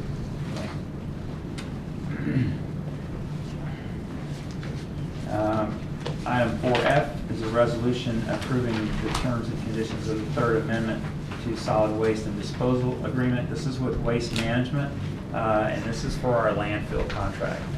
Waste Management handles the landfill, and in 2007, the council approved the Second Amendment, which established a year-to-year renewal with Waste Management, but it also had a 90-day termination clause. We have talked with Waste Management. They were not willing to do anything more than a year-to-year renewal, but they did agree to extend that termination clause from 90 days to 180 days. That gives us more time, should they decide to terminate it, it gives us a little more time to react to that. So that's what this Third Amendment is. On items for individual consideration, item 5A is a public hearing and ordinance abandoning a portion of Tower Crest Drive. This has been out there for a while. It has been tabled for several months while the developer tried to research the concerns about whether there are still bodies buried on the property or not. As we've stated before, the court had ruled on that. With the documentation that they had available, that there were no longer any bodies, and that was a court ruling to remove the cemetery designation. The item that is before you is not the development of the property, but is an abandonment of right-of-way. So what happens if the court was wrong? Mr. Hager, do you want to kind of expand? I think it just removes the designation of the cemetery. If there's anybody buried on any piece of property in the city, whether it used to be a cemetery or not, someone goes and digs it up and runs into it, they have to stop and they have to contact the Texas Antiquities Commission. The court having attended the hearing, I didn't see the court was wrong. The court can only act on the evidence that's presented. There was no evidence presented that anybody was buried out there except for the 3 members of the Halstead family that were removed to 5 Mile Creek Cemetery. So the court can only react to the evidence that's presented in the court. Time for appeal of that decision has passed. Also, it's important to note too that the property is zoned, has zoning on it by right of neighborhood retail, so there are a number of uses that can be done on the property that would not require a developer to come before council at all. From a planning perspective, though, you know, I'm totally against ending streets. That's a bad decision, and everywhere you've seen people take on these streets and break up these neighborhoods, you know, it's like streets are like your blood vessels in your body. I mean, that's how the neighborhood works, and it's bad planning. It's bad planning. And any planner that looks at this will tell you that to cut that street off is a bad plan. I don't see that. I don't agree with it unless there's got to be some reason we're going to cut that street off. Notwithstanding the fact of the burial or the cemetery things, but. Well, I think when we give the presentation, the Public Works Director will be able to show you what portion of it is being abandoned and it's not really used. There's very little traffic on that piece. Yeah, I understand that, but it's still it's totally in disagreement myself with that. So from what I've seen, it's a bad plan. And I don't think we should just take bad plans just to get economic development. Council's decision. Item 5B is a resolution recognizing and supporting the United States Census Bureau and establishing a complete count committee. Those of you that were on council in December will remember that this came before you. The motion to approve it failed on a 3-3 vote. It has been requested to be brought back for reconsideration. One thing that I do want to point out again, that the census is very important to the city of Duncanville, and making sure that we have an accurate count because, and we've listed in the agenda the benefits from an economic development standpoint. Businesses use that information to make business decisions. Real estate developers may use census data as well. But for the city of Duncanville, our grants, a number of our grants are based on our census, our CDBG grant allocation, the amount we receive. Some of our public safety grants are based on census data. And our 911 fees are also based on census data. So it is extremely important from a monetary standpoint that we get an accurate count of the citizens in Duncanville. City staff alone cannot help promote the census. And so it is important that we have citizens who help promote the census, encourage people to fill out their census information, and that is what a complete census count, complete count committee would do. That would be citizens in the community. So let's go back just a second. What I recall on this, because I remember making the motion to carry it as it stated, it wasn't a 3-3, it was. You were gone. For the census I was here. Oh, okay, I thought it was that item. It was a different item, yes, sir. I'm The sorry. census I was here, and I stated that we needed to go ahead and move the census as stated and have a representative to work with our staff to go census. Thank you. There was an amendment to the motion, that's why, yeah, I make the motion. There was an amendment to the motion saying that we did not want staff to help. And so those were the 2 amendments, so it didn't fail. We made a couple of amendments to change it that diluted the information. What passed was the language in a resolution, but what failed was the establishment of a complete count committee. That's correct. Okay. That's correct. And what we're bringing back now is a request for council to reconsider that decision to establish a complete count committee. That's on target. Sorry. My memory gets. That's right. Item 5C is a resolution approving an amendment to the term $25,000 hot fund grant for ALW. This is what we had talked about earlier. They are requesting to amend their amount and use less funding for advertising in the Washington, D.C. area and spend more of that in the local area. Well, let me rewind, excuse me, Mr. Hubbard. Rewinding back to the census item. Some of the discussion was based on how much time was going to be involved with city staff having to be with the complete count committee. And the establishment of the complete count committee in terms of what is going to be necessary as a committee. And the key operative in this is that there's going to be a minimum amount of interface between the complete count committee and city staff. And city staff is primarily our city planner. And I've had some education since, and I'm going to discuss this out in council as well. But the key issue here is that the complete count committee is not going to be a commission established by our council, which means when it gets together, it has to have a forum and all the rest of the intricacies going along with that. So please keep in mind that the complete count committee is established under the Census Bureau. And all we do is say that we're going to have one, and we can appoint a chair to that committee. And then the chair to that committee, either with or without our assistance, can go find individuals that wish to participate on the complete count committee. And the complete count committee is legs on ground. When the census comes out and they find out that there's a certain amount of inactivity, those individuals begin knocking on doors, at specific doors that have been identified. And that's the whole purpose of the complete count committee. So I just want to make sure you understand this is not something that would be established that has the requirements of a forum. Okay? Thank you. I'm sorry I didn't interrupt the start. Thank you very much. Thank you. On the amendment from ALW Entertainment, just one thing to note too, again, going back to the criteria that we discussed earlier with hotel occupancy tax law, their amended request, we do have some concerns about the amount of funding being used for local promotion and whether that complies with state law, because it is not bringing heads into beds. So what is staff's recommendation on that? I think the portion that they are asking for the out of the area advertising is certainly in compliance with the law. The amount that they are asking for local promotion, we have concerns about that amount that it meets the criteria. Unless they can show that it is bringing people and meeting that first criteria of the 50 years. I think they asked for 10,000 for the Washington D.C. area. Originally, the full amount I think was in the Washington D.C. area. Now is that correct? That is correct, yes. And now they've changed it to.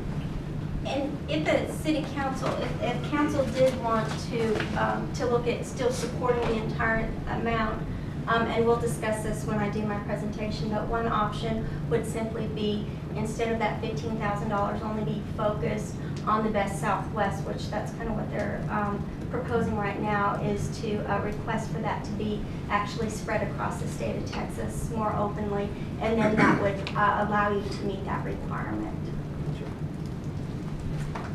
Is that going to be more clearly stated when the presentation is made? Yes, it will. We see here? Yes, sir. It Because the will. recommendation here is approval of 25. Yes, sir, that is correct. Okay, It will be good clearly point. stated. Yeah, that'll come out when we hear the presentation. Yes. The next item on your agenda is a resolution authorizing the purchase of police patrol vehicles from Freedom Chevrolet. Again, this is through a Tarrant County cooperative purchase, but it is for a local dealership, Freedom Chevrolet in Dallas. This would replace the remaining 4 Explorers, Patrol Explorers, and 1 Supervisor Tahoe that is a 2014 model. Again, we went over during the budget workshop the information on why we feel it is important to replace our patrol vehicles, especially the Explorers, on the 2-year intervals. And as we get experience with the Tahoes, we can look at extending the life of those out a little farther. We're going to cover that information again tonight, but again, we want to be able to show, our patrol vehicles, the amount of vehicles that we have in our fleet is less than our neighboring cities who have longer lives on their vehicles, but that's because we're using our vehicles more. Kevin, there's a Dallas Freedom Chevrolet, and there's also a Duncanville Freedom Chevrolet. I noticed we're buying this out of Dallas. Why not the Duncanville store? The Dallas one is the one that was on the board bid list that did the competitive bidding. So I don't know if the Duncanville location, it's sure it's still the same dealership. I just don't know that they have the vehicles. They're Jeeps. I'm sorry? They're other vehicles. You said there's other vehicles? They're a different type of dealership. The one I looked up said Duncanville and it had a location in Dallas as well. So when I saw the invoice said Dallas, that's what I Yeah, was is it a Chevrolet dealership in Duncanville, or is it a different, No. do they carry different lines? I'm just gonna look it up again, but I was bringing that question up. I saw Duncanville and then I saw Dallas location. The one in Duncanville is a Dodge dealership. It is the same company that owns both of those dealerships. But the Chevrolet brand is sold to the one at 67, and the one in Duncanville is strictly Dodge, Jeep, and Chrysler. Tell them we want to buy from their Duncanville location. Say that again? Tell them we like to buy from their Duncanville location. They can switch it over. Well, it has to do with their franchise through the manufacturer. All right. I like Duncanville. The next item on your agenda is a resolution approving the terms and Can conditions. you make of- them give the tax to Duncanville instead of Dallas? Say again? Can you make them give the sales tax to Duncanville instead of Dallas? We don't pay the You tax. have to Oh, pay that's any right. tax on No it. tax, you pay I nothing. look for that too. I'm Okay, looking for never that mind. for sure. Forgot. Thought I was at the office. Yeah, I know. The next item on your agenda is a resolution approving the terms and conditions of a solid waste contract with Republic Services. As you know, we've had multiple workshops with the council. With this council, we had a workshop with you in June to again go over the options with Republic, and we provided those different levels of service and the costs associated with those levels based on the consensus of the council at that time. You directed us to go ahead and move forward with a contract for twice a week trash pickup in bags. Recyclables would be picked up twice per month or every other week using the current bins. And that bulky item and brush pickup would be limited, to the 4 cubic yards. And based on that, the contract that is before you includes the pricing for that. We will, in our presentation tonight, again show you the different levels of service that were discussed. If there's anything that you wish to change now, but we really need to get this contract approved. So if there are changes to the level, I think we would need a motion to reflect those changes and that associated cost based on those levels. Did we get other bids on this? Because, you know, I've got real problems with Republic on commercial trash personally. And I'm just curious, most of it's response, you know, I'm having some serious issues here. And most other cities that I work in, we get to choose, you know, we can choose different commercial carriers. And here, you know, it's got a monopoly on commercial business here. We have no choice. And so I'm just curious, why is that? I mean, why do we? So first of all, I'd say that most cities that I know. And this is have- stuff I'm learning since we've talked before. First of all, I would say that most cities that I've worked with, the solid waste provider has a monopoly that provides them. They are the franchise service provider for the city for commercial and residential. And a lot of times your commercial is offsetting your residential rates. We did discuss with the council beginning of the workshop in October, going forward with the need for a new contract. We discussed with them the pros and cons of bidding it out versus renegotiating or negotiating a new contract with our current provider. We provided the council with information from other cities. The old council or this council, not this council. That was the previous council. And we discussed with the council, we provided information of other area cities and the rates that they were paying, the providers, and what the levels of service are. And there's a lot of variation in levels of service between cities. But I will say that Duncanville's current level of service is very high compared to a lot of other cities, especially mainly with the bulk pickup. We talked about with the council that in providing those costs and what we thought Republic would be at. They provided us some initial cost estimates of what they thought it would be, comparing that to what we were seeing with other cities. And as well as the uncertainty of going with a new contractor. Some cities have had issues with when they have changed providers because of the inability of a new provider to ramp up, provide service immediately. There's sometimes issues. Based on the levels of service that we've had in this community with Republic, there did not seem to be high levels of complaints. In fact, most people seem to have been satisfied with the level of service, and the council seemed to be satisfied. And then lastly, the fact that we felt that a number of other providers, if they bid it, would bid it on carts. And we know that right now, the city of Duncanville has not historically used carts, and there still seems to be a large margin of people who are opposed to carts. So the council, based on all of that input, leave it to the ones who were there at the time, but I think the council decided that it was probably more advantageous to negotiate a contract with Republic, knowing what we had in the service provided. So that was why we did not go out to competitive bids. So I can see that it's easier, but I don't think I can support this contract without competitive bids, because I'm just hearing too many things. Yeah. And Well, so I don't know enough, and this is a big deal, and I think I can't imagine doing a contract this size and not going out for bids. Well, I will speak as part of the past council. I'm a strong advocate of competitive solicitation. Part of my history of my business is contracting and doing competitive bids. And in fact, I seriously question why we were not even looking at some other contractors to do this. And I will say that the staff came back with a multitude of very strong arguments in terms of why we should stay with who we are. And that's what Mr. Huckman just articulated very well. And there was overwhelming support for Republic by our residential consumers. In terms of their support, when they called in for help was given, help came quickly, and there was very strong citizenry support for remaining with Republic.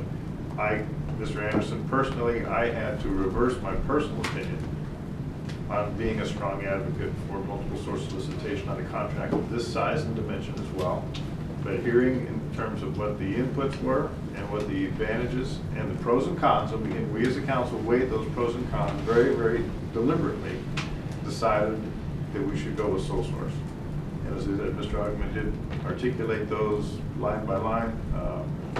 That is what we did decide, and we as the past council felt it was the best way to go. And I appreciate your opinion as well. And when it comes time for our position to be taken out there in council for a vote, you will have the most ample opportunity to express it. Yeah, and I'd say, not only did I look into it and consider it, and like everyone else, normally would not just to renew it just because we're renewing it. Put some thought into it, put some business thought into it as well.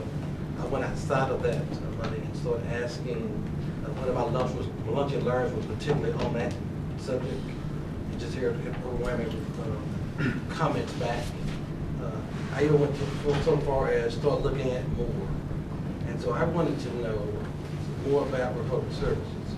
So the question I asked was, how many people worked for Republic Services that lived in Duncanville? They have 12, I know it's a large company, but thinking about our city, there were 12 individuals that lived in Duncanville that worked for Republic Services. There are 7 of those 12 that pick up on the streets of Duncanville. And so after further looking at that even more so, it helped me make the decisions. So I want to applaud the Public Service for hiring Duncanville folks. Yeah. Well, and as I said, it's a full agenda item. We will have ample time to express all of our opinions out there. I just wanted to give some observations at this time. So, Mr. Next item on your agenda, item 5A, is 5F, is a resolution approving terms and conditions conditions of professional engineering services. This is to study bike facilities on Daniel Dale Road.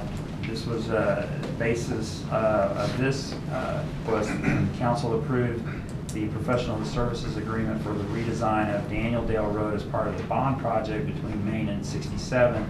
Council asked about doing bike lanes, and you asked us to bring back something to look at bike lanes along the entire length of Daniel Dale Road from city limit to city limit. That is what this item would do, and just look at the feasibility and recommendations for doing that. And it would also then include the engineering design for that segment that is part of the bond project.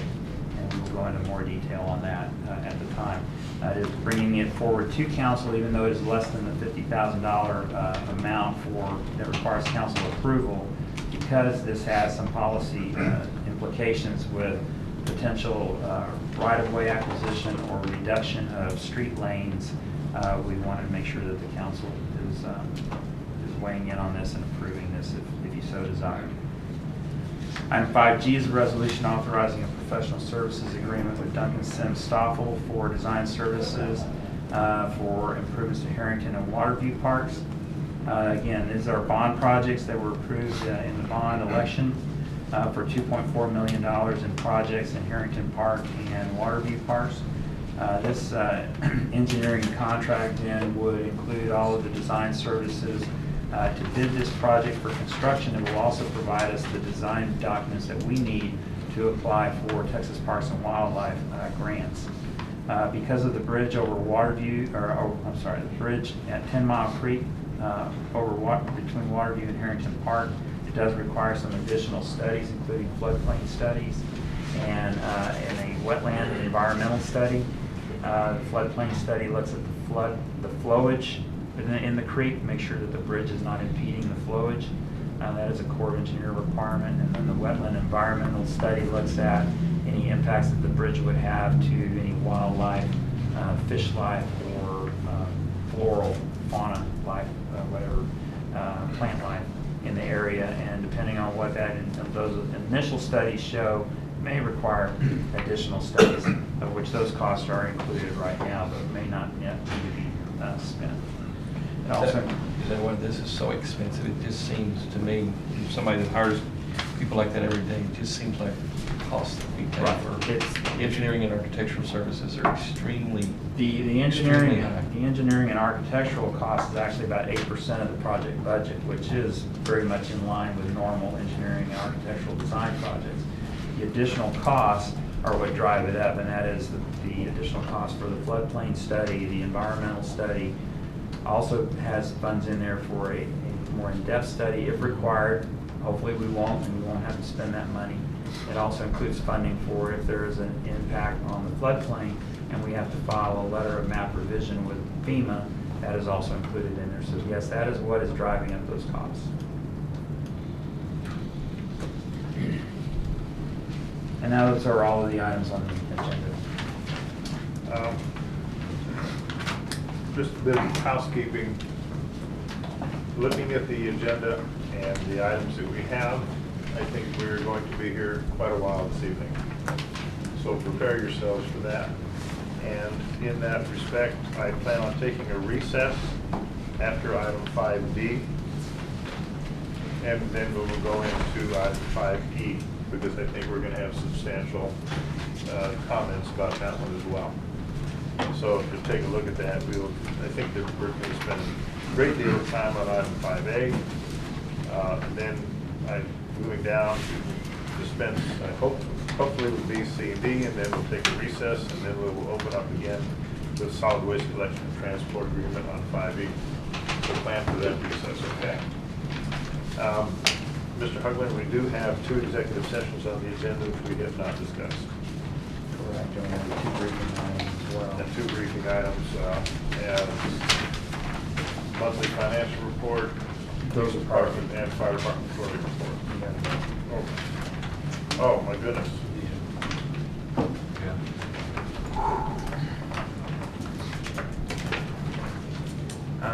I think we need to dispense with the annual retreat. I think we can talk about that later tonight Yeah. or next meeting. Yeah. perhaps later tonight. I think the executive session can be done at the end of the meeting. Well, let me also ask, staff reports, is that something that we need to do, and this, since the meeting is so long, the staff report, something we need to add to this meeting, or We don't, we can push those to the next meeting. Because I hate to get to it, and we I think- just rush through it. I'd rather know If we now. want to accommodate that, Mark, we need to decide now so that the chiefs and the departments can be excused, not have to wait till whatever hour we're gonna go to. Well, I don't. No, I'm kidding, you're right. You know, I I'm think we just should. being accommodating to our staff. If we're going to not cover those items tonight, then let them go. That's just my recommendation. Yeah, I think, you all right with that, Chief? Yes, sir. Yeah. That's the only way to speak all night. Are you gonna stay here with Officer Luna as well? I don't Yes, sir, know. I'll be here anyway, but Okay. Okay, so, You want to, where's Chief, Chief Chase? monthly financial report as well? I practiced all day, but I'll. No reports then? No reports, including No monthly report. financial Yes, report? and I think, How fast can you zoom through the financial? no, report? that's another reason I wanted to pause, because I'm thinking we're speeding too quickly through the financials. We spend an hour and 30 minutes on items that we could speed through, but the financials, we need to start slowing down. Okay, so we'll keep the financial and we will postpone the. No, you're saying you're keeping first financials for responder. tonight? Pardon me? You're keeping the financials for? No, he's saying not to keep them, just don't speed through them. Either don't speak through them, or let's postpone it to our next meeting. Wait a minute. One or two things. I'm saying- Postpone the first responders reports, fire and Yes. police, Yes. but still keep financials, what I'm saying. If we're going to speak through it, no. If we're going to take our time through it and have questions, Well, then let's postpone that as well, because I Okay. think we're gonna be here for quite some time. I agree. Okay, so all three of those reports are gonna be delayed for another meeting, I agree. okay? Yes. All right. As long as Richard stays. All right, so the problem is, we're gonna dispense with the city council retreat. We'll do that at another meeting. The Village Tech traffic flow briefing, we have got, what, 7 minutes to take care of that. That ain't That work? gonna work either way. I don't think so, because I've got some personal input I would like to provide on that one as well. Could that not be moved, could Now, that not be moved to now, agenda? item? recognizing, you know, this particular item, we have to work on it before school starts. Right.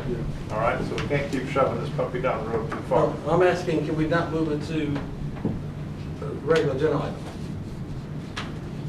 No, but you can recess the briefing session and come back to it later.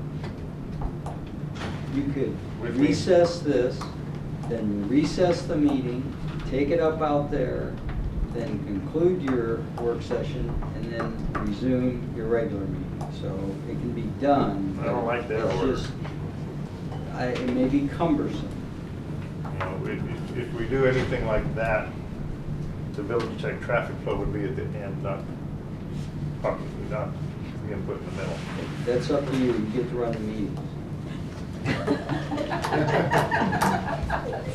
So,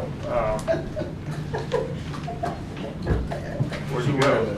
We're gonna learn. Where'd Greg go? Oh, I mean, I read the document, I mean, the briefing with it, but I still don't understand it, so I'm just trying to, we're gonna understand. Well, it. we're gonna need time on it, I think. Okay. We'll see if we can handle it tonight. If we can't handle it tonight, we'll make it the first meeting in August, because we have to finish it before. We do have representatives here from Village Tech, so Oh. it'd be nice to let So, them know. I know your face was familiar. Yes, sir. All right, then we will take care of it tonight. You may be here till 11 or 12 o'clock. I will, not currently, I have a sick wife at home, but I will be back if that's necessary. If there's some way to contact you, we can do that. That'd be great. If it's necessary, let me put it this way. Do you feel it's necessary we work on this tonight, or work on it on the next city council meeting, which is the first Tuesday in August? That is contingent on how this was brought to the table. We're here as observers at this stage with input if needed for questions. This was not brought to the council by Village Tech. I understand that. I think it's a deep enough issue that we're gonna need some time to work it out. So And I think I would- tonight we could. Say again? I think tonight would be great if we could.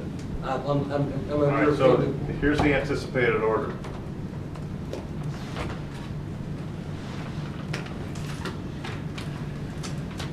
We're gonna have to move, is executive session number 2 still on the plate? We can continue. Okay. Executive session number 2 is tabled. Is that the right term? Removed. Removed. Executive session number 1 is going to go to the end of the meeting. We will open the meeting and take care of the, okay, here's another point on citizens input. Those individuals, I believe there's probably several out there that want to speak on item 5A. I'm going to ask them to withhold their comments until we actually get to the agenda item. So we're going to put those together as it fits. Rather than have them talk now, then we go through a bunch of work, and then we get to it as disjointed. I'm going to ask them to stay with us through that. So And then, the length of their comments will be, pardon me? the length of their comments will be? By city charter, I am permitted to limit their comments by 5 time. minutes. 5 minutes. 10. That's not what it says. Maybe I heard it wrong, Bruce. Does it say 5? That's- Rules- No, they didn't say, I don't know what, I don't, Well, Rules of procedure, let's see. I think it's up to the chair, but well, it's not. Okay, all right.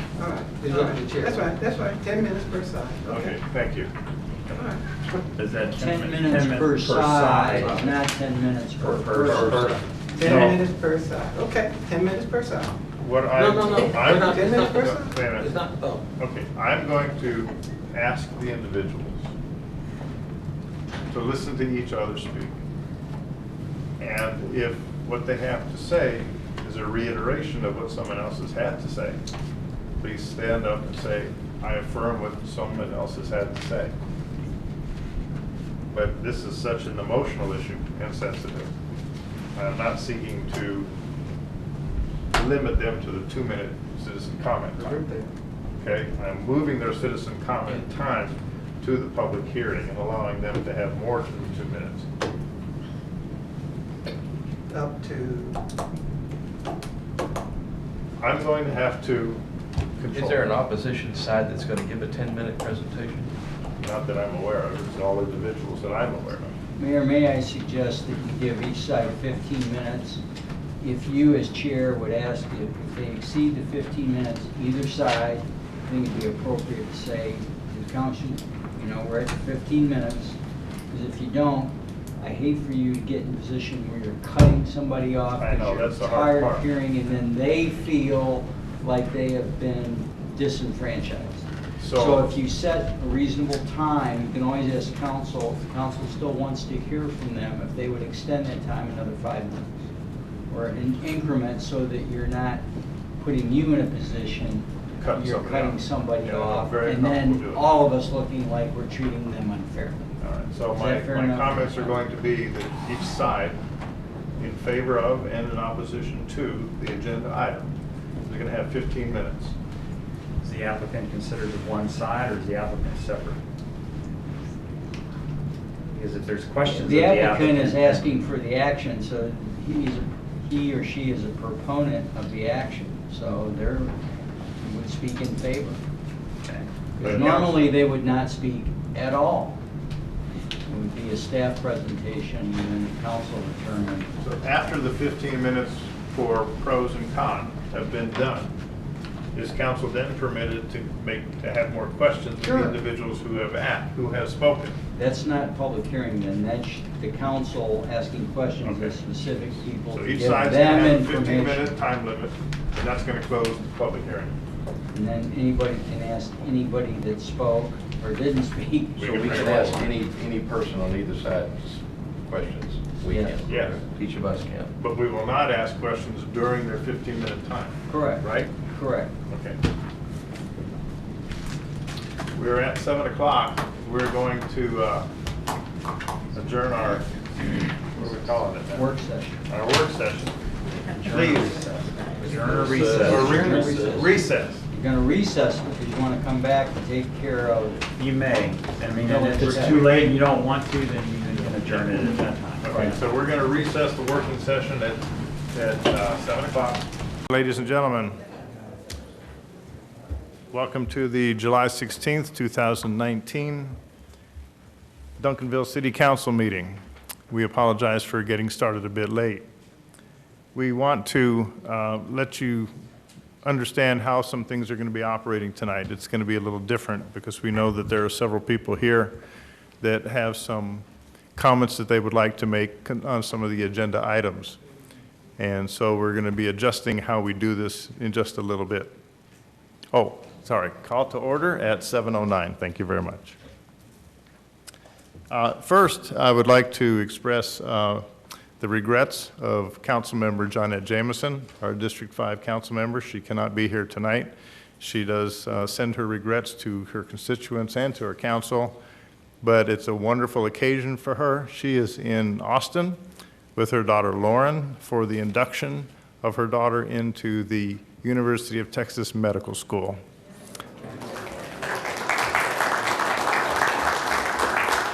So I told Johnette it's a once-in-a-lifetime experience, and we're very happy for her and proud of her daughter Lauren for achieving that. Okay, so here's what we're going to be doing.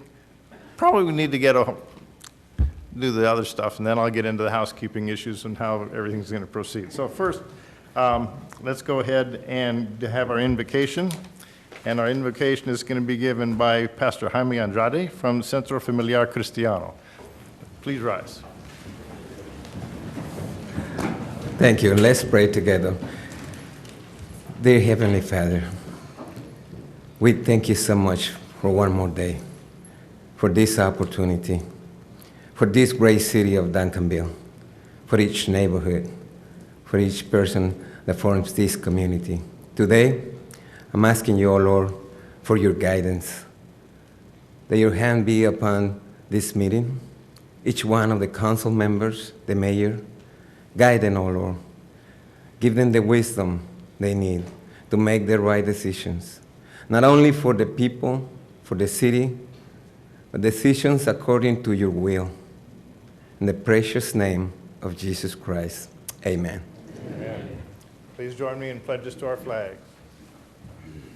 I pledge allegiance to the flag of the United States of America and to the republic for which it stands, one nation, under God, indivisible, with liberty and justice for all. Honor the Texas flag. I pledge allegiance to thee, Texas, one state, under God, one indivisible. Thank you. Please be seated.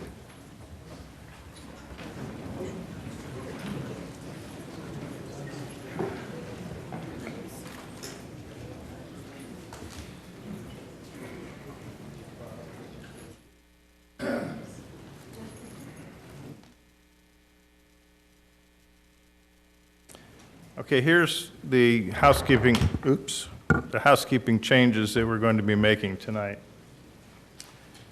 We will go ahead and proceed through the agenda in order in terms of taking the mayor's report, council members' report, city manager's report. Well, what's going to change is when we get to the part about citizens' input. And I know there are several individuals here who wish to speak on items 5A and item 5E. So those individuals will have an opportunity. What I'm doing is trying to put it together so it's a cohesive process of explanation for you to express your words and for us to hear as well, so it's not disjointed. So there's not citizens' comments at the beginning, and then those comments we have to remember them by the time we get to the agenda item itself. So if you'll stand by with us as you want to participate with our city council meeting tonight, just understand that's when it's going to be happening. I also understand that we have run out of citizens' public comment cards. How are we doing on getting more?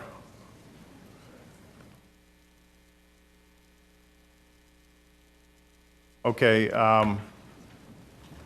If any individuals wanted to fill out a citizen's comment card and have not had an opportunity, I want to please ask you now to go ahead and get out of your seat and go back and fill, or Chief Chase, okay, Chief Chase is going to bring something around. If you'd raise your hand and you did not have an opportunity to fill out a card, please take a piece of paper, fill it out, and then raise your hand again when you're done. Chief Chase will bring it back up to me.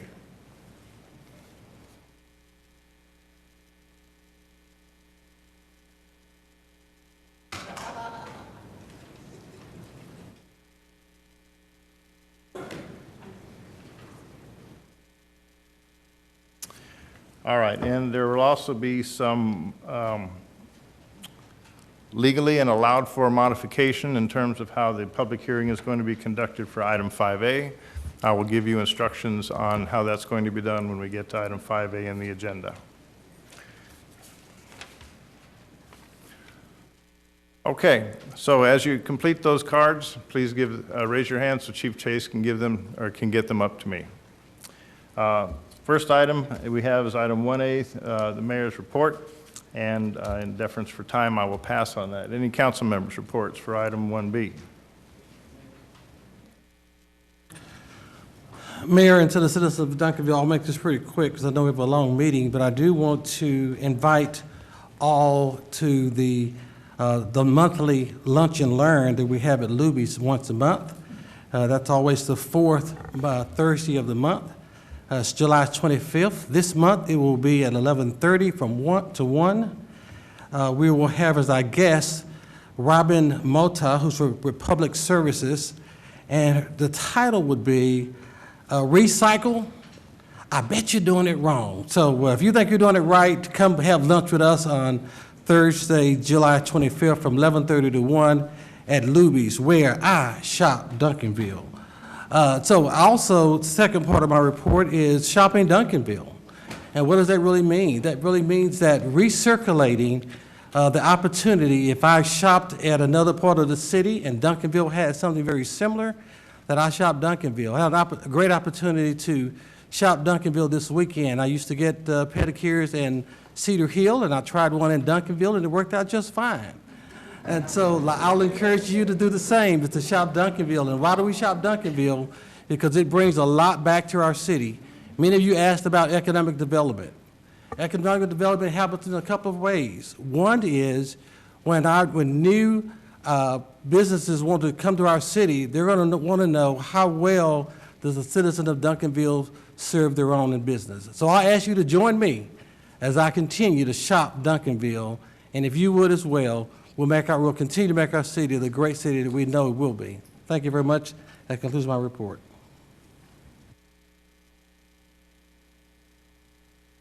Any other council members' reports? Seeing none, city manager's report, please. I have no report.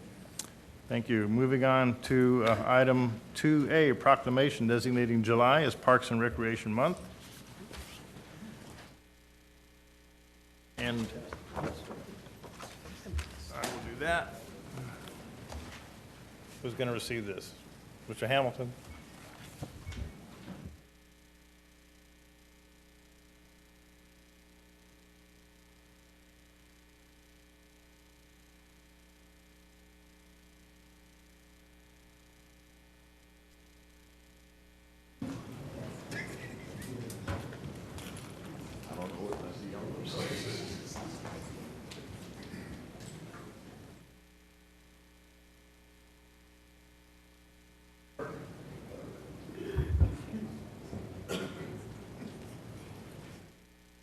These beautiful faces up here, it's the first thing I want to do is have them introduce themselves, because you might think that all these people work for the city, but they don't.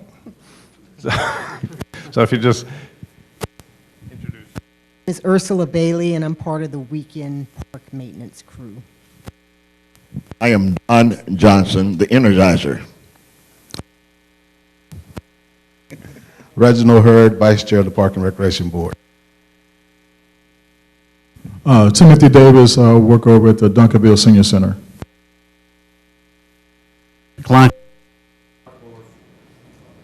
Noel Garcia, Senior Center.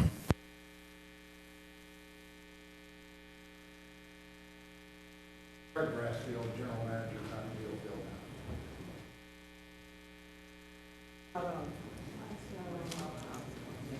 Anthony Quinones, Recreation Coordinator, Rec Center. Elijah Pettis, lead attendant. Front desk.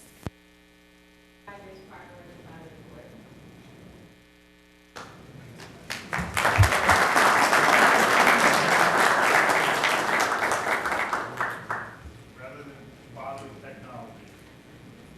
Whereas parks and recreation programs are an integral part of communities throughout this country, including the city of Duncanville. And whereas our parks and recreation are vitally important to establishing and maintaining the quality of life in our communities, ensuring the health of all citizens, and contributing to the economic and environmental well-being of the community and region. And whereas parks and recreation programs build healthy, active communities that aid in the prevention, provide therapeutic recreation services for those who are mentally or physically disabled, and also improve the mental and emotional health of all citizens. And whereas parks and recreation programs increase the community's economic prosperity through increased property values, expansion of the local tax base, increased tourism, the attraction and retention of businesses, and crime reduction. And whereas parks and recreation areas are fundamental to the environmental well-being of our community. And whereas parks and natural recreation areas improve water quality, protect groundwater, prevent flooding, improve the quality of the air we breathe, provide vegetative buffers to development, and produce habitat for wildlife. And whereas our parks and natural recreation areas ensure the ecological beauty of our community and provide a place for children and adults to connect with nature and recreate outdoors. And whereas the U.S. House of Representatives has designated July as Parks and Recreation Month, and whereas the city of Duncanville recognizes the benefits derived from parks and recreation resources, now therefore, I, Barry L. Gordon, Mayor of the city of Duncanville, Texas, do hereby proclaim the month of July 2019 as Parks and Recreation Month. Congratulations to all of our staff and to all of our Parks and Recreation board members. Thank you for your volunteer efforts and everything that you do to keep our city in a great place. And as this said, ecological, environmental, economic, health, prosperity for our city, and the beauty of our city. I thank you for all that you do. Thank you.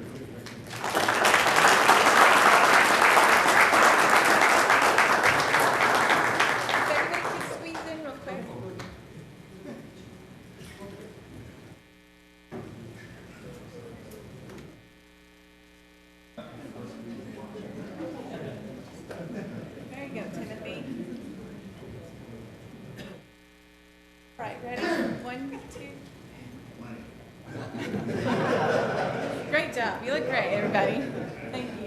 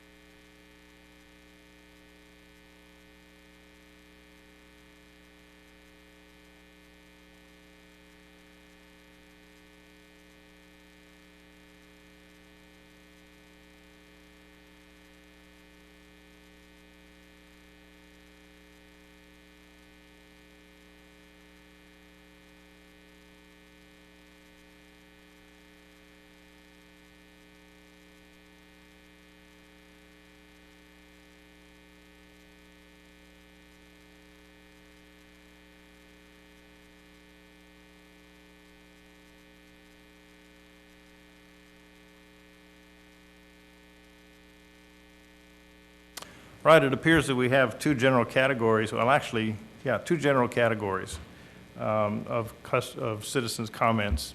One category is the Tower Crest property abandonment, and the other is the Republic trash waste removal contract. So what I'm going to try and do, some of you have indicated both of those topics.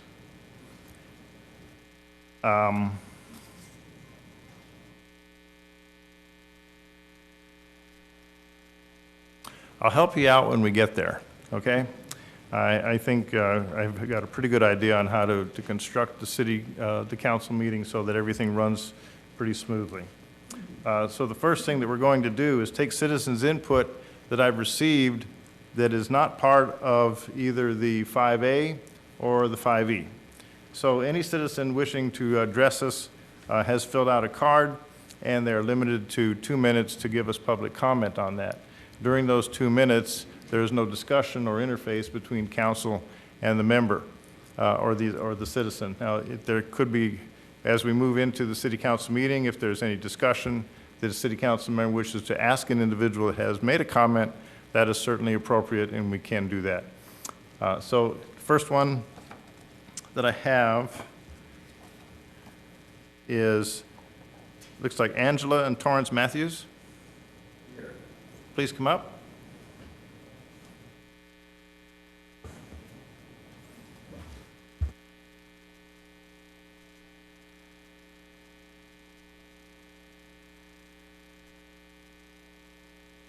Okay, please give us your name and address. Torrance Matthews at 231 Whippoorwill Plaza, Duncanville, Texas. And I came to this is my first meeting. I lived here for 15 years now. And we're on next door, and this has been a big thing about the trash collection, concerns about the rate increase. So we just want to discuss that, and you can expound on that for us. That is an item on our agenda. That is not what was indicated on your card that you wanted to speak about. Not from what I understood. So if you want to change the subject of your card, you can come up at a time when we have that item 5E on the agenda. Is that what you wish to do? Yes. All right.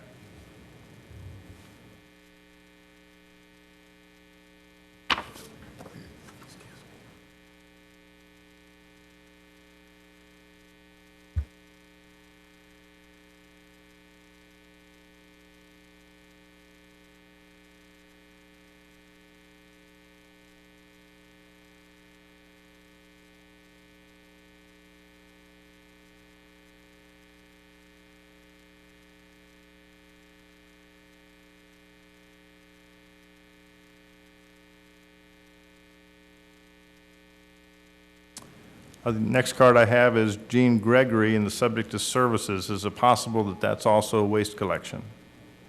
We will move that to item 5E also as well, okay? Unless you wish to speak now, otherwise I will move this to item 5E.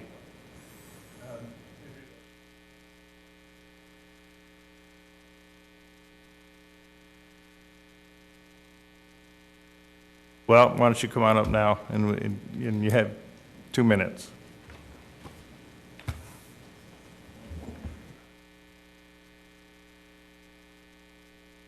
And please give us your name and address for the record. I am Gene Gregory, 643 East Cherry. Just want to take a second to say good evening to the council and Mayor Garden, and I appreciate you all. I've lived in Duncanville for over 46 years, and always been proud to say that I am a citizen of Duncanville, a great place to live. Like some others, though, we have concerns, and as you representatives, we need to talk to you about it, and we hope that everyone will be civil and respectful because you have a difficult job, and I understand that. But we know that over the years, our services have continued to gradually go higher and higher, especially when you think of the time I've been here, almost 50 years. I guess I want to maybe ask questions more than, complain, which I'm not doing. Have you all considered a lot of other options, or asked the community for options such as in the waste and brush pickup and such? There's a lot of small things that, and maybe, not near all of them have occurred to me, but such as in a lot of areas where you have alley pickup, there is the houses and driveways are staggered. So if you could notify the residents to, or ask them to, say if you live across from someone, put the trash across from each other. That would eliminate a lot of stops, save a lot of gas for the vendor.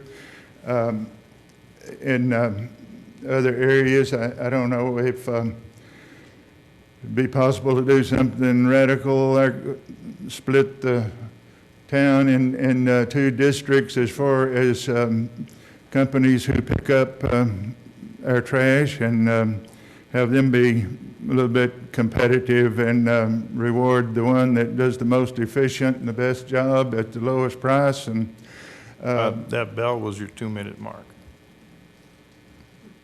That's a short 2 minutes.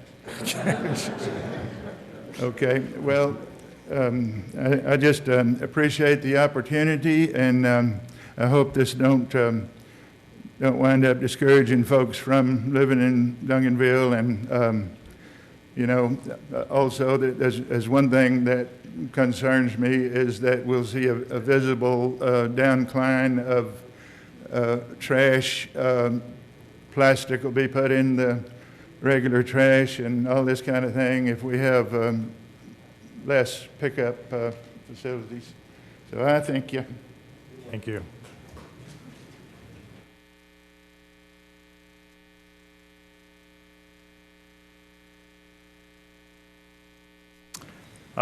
Next card that I have, not associated with those two agenda items specifically, is Mr. John Rakestraw.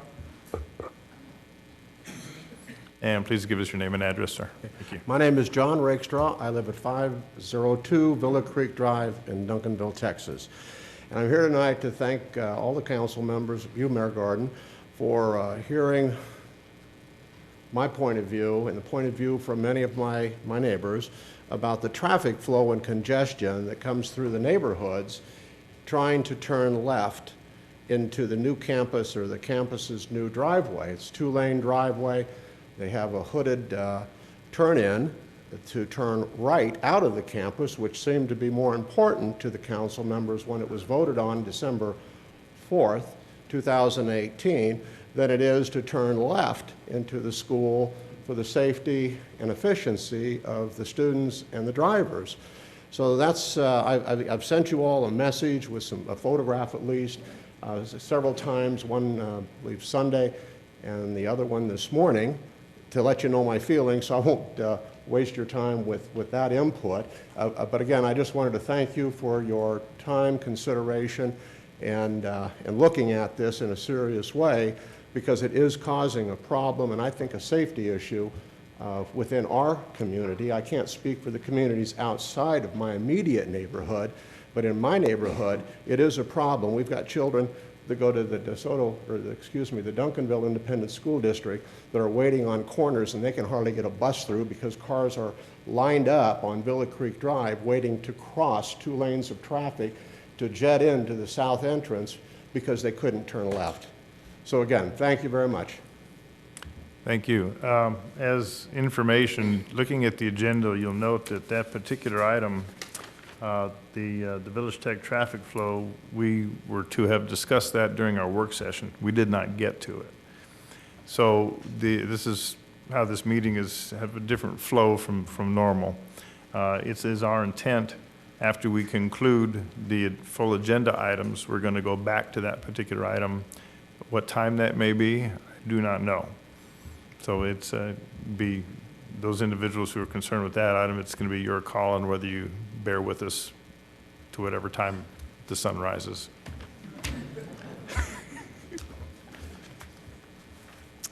The next item I have is Madeline Kelly Schwalk.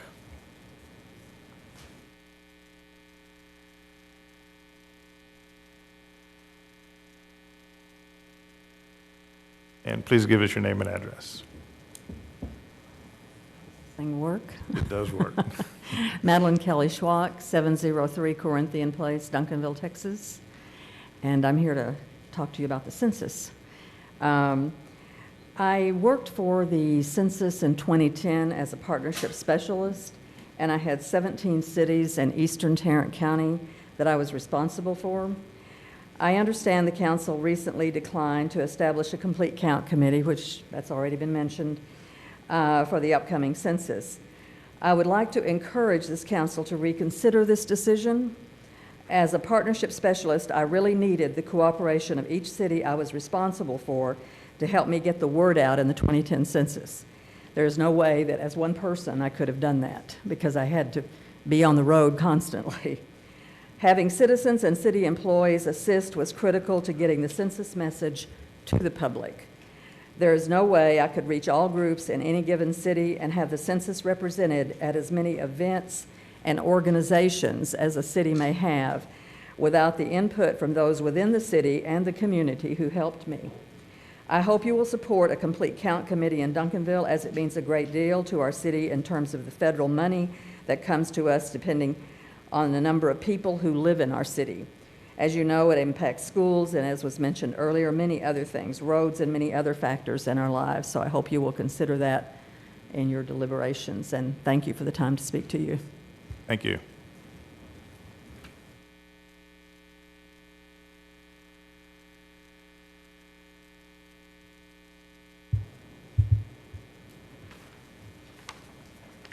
The rest of the citizen comment cards I have relate to either item 5A or item 5E. And so what we'll do is entertain those comments when we get to that particular point in time. Note, please, that item 5E is a normal agenda item. It is not a public hearing. So the 2-minute time limit is going to be working for item 5E. For item 5A, it is a public hearing, and there will be some new instructions coming forward on that when we get to it.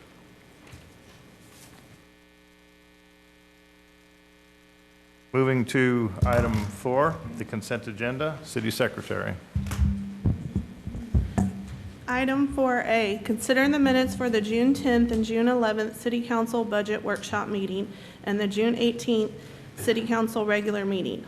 Item 4B, consider a resolution approving the first renewal of the term contract for IFB number 18-052 Street Sweeping Services from Sweeping Services of Texas Operating LP of Hurst, Texas, with an estimated expenditure amount of $85,976.54. Item 4C, consider a resolution authorizing the purchase of manhole rehabilitation services from In Situ Form Technologies, LLC through buy board contract number 555-18, renewal number 1 for the unit prices bid with an estimated expenditure amount of $65,000. 4D, consider a resolution approving the terms and conditions of a third amendment to the project-specific agreement with Dallas County for proposed improvements to Wintergreen Road, MCIP project number 47302. Item 4E, consider a resolution authorizing purchase number 19-064 of light-duty trucks from Silsby Ford, Inc. through the State of Texas T-Pass Corporate Purchase Contract Number 072-A1 for the unit amounts shown for a total expenditure of $56,040. Item 4F, consider a resolution approving the terms and conditions of the Third Amendment to Solid Waste and Disposable Agreement with Waste Management of Texas, Inc. to extend the required notice of termination. Thank you. The chair will entertain a motion to approve. Move to approve. Second. Motions, there a second? Second. We have a second. Please vote.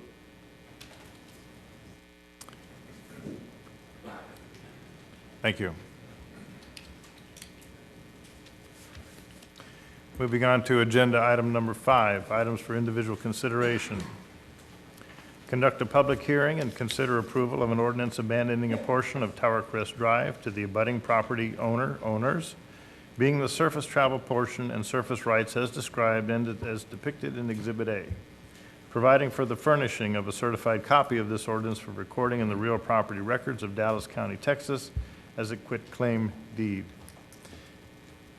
Before I open the public hearing, we're going to have a presentation by Mr. Greg Ramey, our Director of Public Works. Mr. Ramey. Good evening, Mayor and Council. Again, tonight is to talk about the right-of-way abandonment for Tower Crest. Just to orient you on your monitors and the public looking at these larger monitors, I just want to orient you to the site.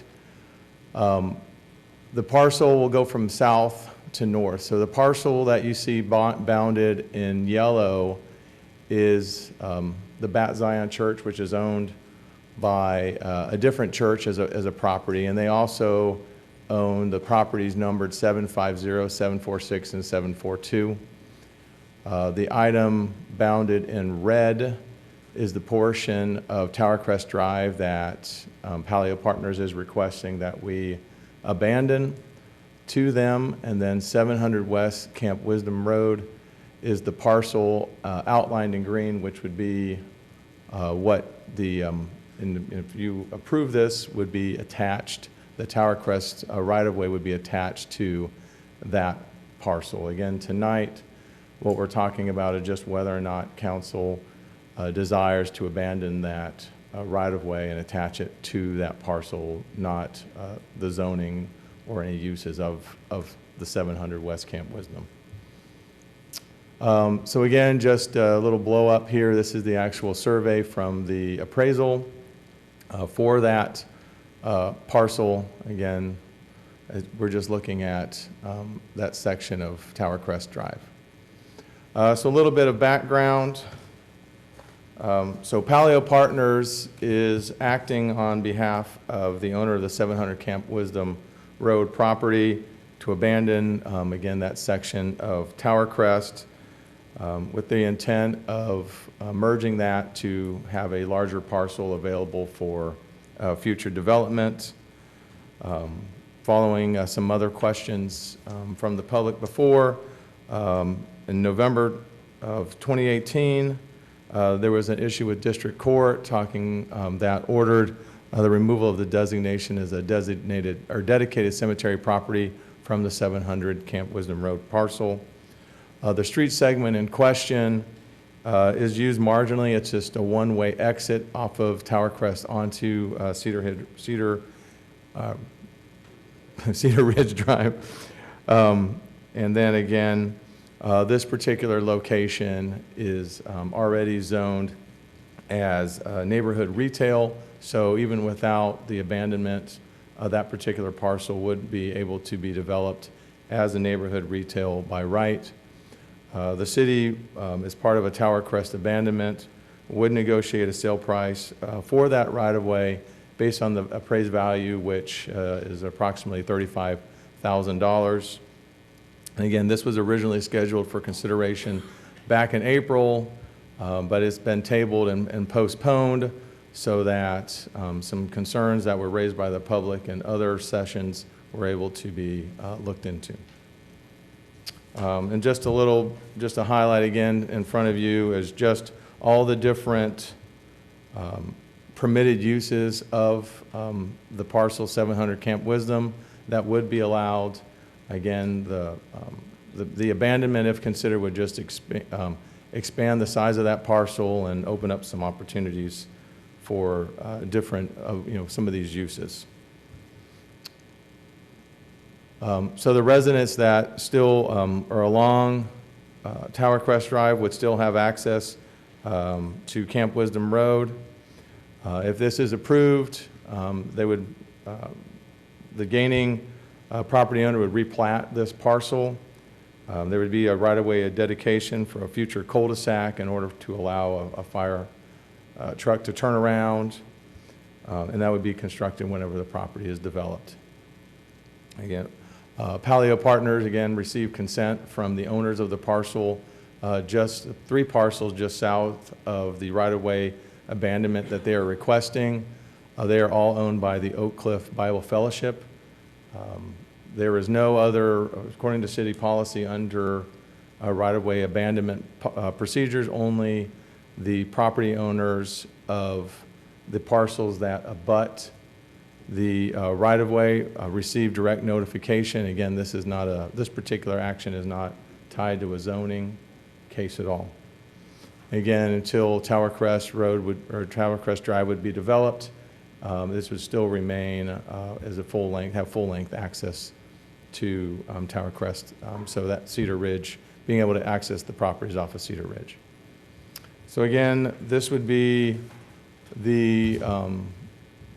for the parcel, if this was approved, this would be just a recommendation on how the ingress and egress to this parcel would look. Just again, to orient you to the slides, the dark black that you see dividing Cedar Ridge Drive and Camp Wisdom Road represent the medians that cannot, where they cannot pass. And so what you're looking at in both circumstances, this parcel or any parcel along 700 Camp Wisdom would be a right-in, right-out situation, both from Cedar Ridge and Camp Wisdom Road. Again, the staff recommendation is to abandon the abutting property, which is the portion of Tower Crest Drive. The representative from Palio Partners is here tonight if you have any questions for him. So any questions from council or you, Mayor? Okay, I think the order that we will take this in now is to open up the public hearing. And so the public hearing is officially opened at 7:46. Now, the conditions of the public hearing are going to be as such. Because of the number of individuals that desire to speak, we want to hear everyone's opinions, but we also need to understand that in the accommodation of time for everyone, if someone has spoken and you affirm what they have said, you simply agree with what they have said, it will be strong enough and weigh enough to say you agree with what someone has said before you. It will not be necessary to reiterate what we've already heard. So I hope you understand and can understand our accommodation for time. Secondly, because of the number of individuals that wish to speak on this, and because this has been such a sensitive item for our city for the past 3 months, what we are going to do is break the public hearing into 2 sections. The first part of the public hearing will be for those individuals who wish to speak in favor of the right-of-way being abandoned by the city and being sold to the property owner or the developer. The second half of the public hearing is going to be those who oppose that particular action. Each of the actions or each of the sections are going to be accommodated at 15 minutes. So what we'll do is I have the cards here. Now, some of you, as I've said, are asking to speak both for this item and the second item, which is the waste disposal. So what I'm going to do is go through these that have individuals that are speaking for, well, this show for 5A and call you forward. And remember, what we have working on this is a total 15-minute time limit. So be very cognizant of that. I ask that you express yourself succinctly and very carefully in terms of what you have to say. Mr. Mayor?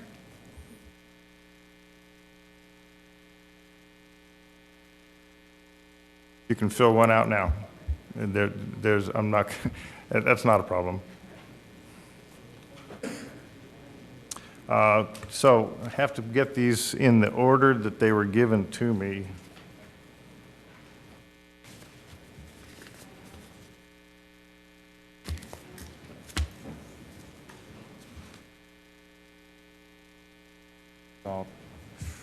This is all trash, right? Yeah, 5E. Yeah, all trash. Right lane, so there's triangle, okay. All right. Okay, the first individual that I have is Misty Bain. I'm sorry? Oh, okay. Right, yeah, it'd be in the second F. The next card I have is Felicia Lopez. Please indicate if you're in favor or opposed. I'm sorry? Opposed? Help me out. Judy Richards. Judy Richards? Favor or opposed? Opposed. Fernando Soto.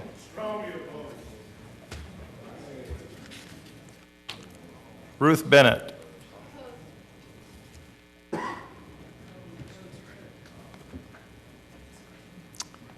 This is a double. Joanne, is it Sandoval?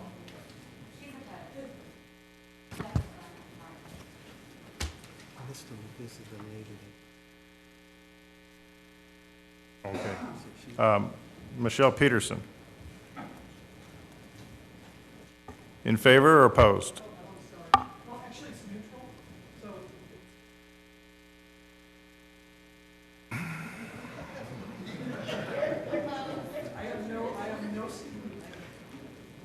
I will take you after. If, I mean, you have the option of telling me whether you're in favor or opposed. If you're fully, totally neutral, then I will take you afterwards. Okay. What do we have? Okay. Teresa Bryant? Opposed? Oh, I'm sorry, neutral.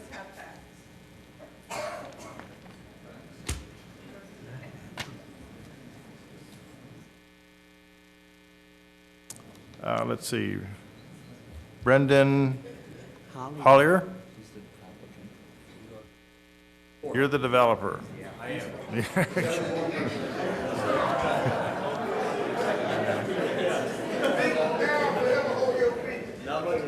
He's full. Can I come up?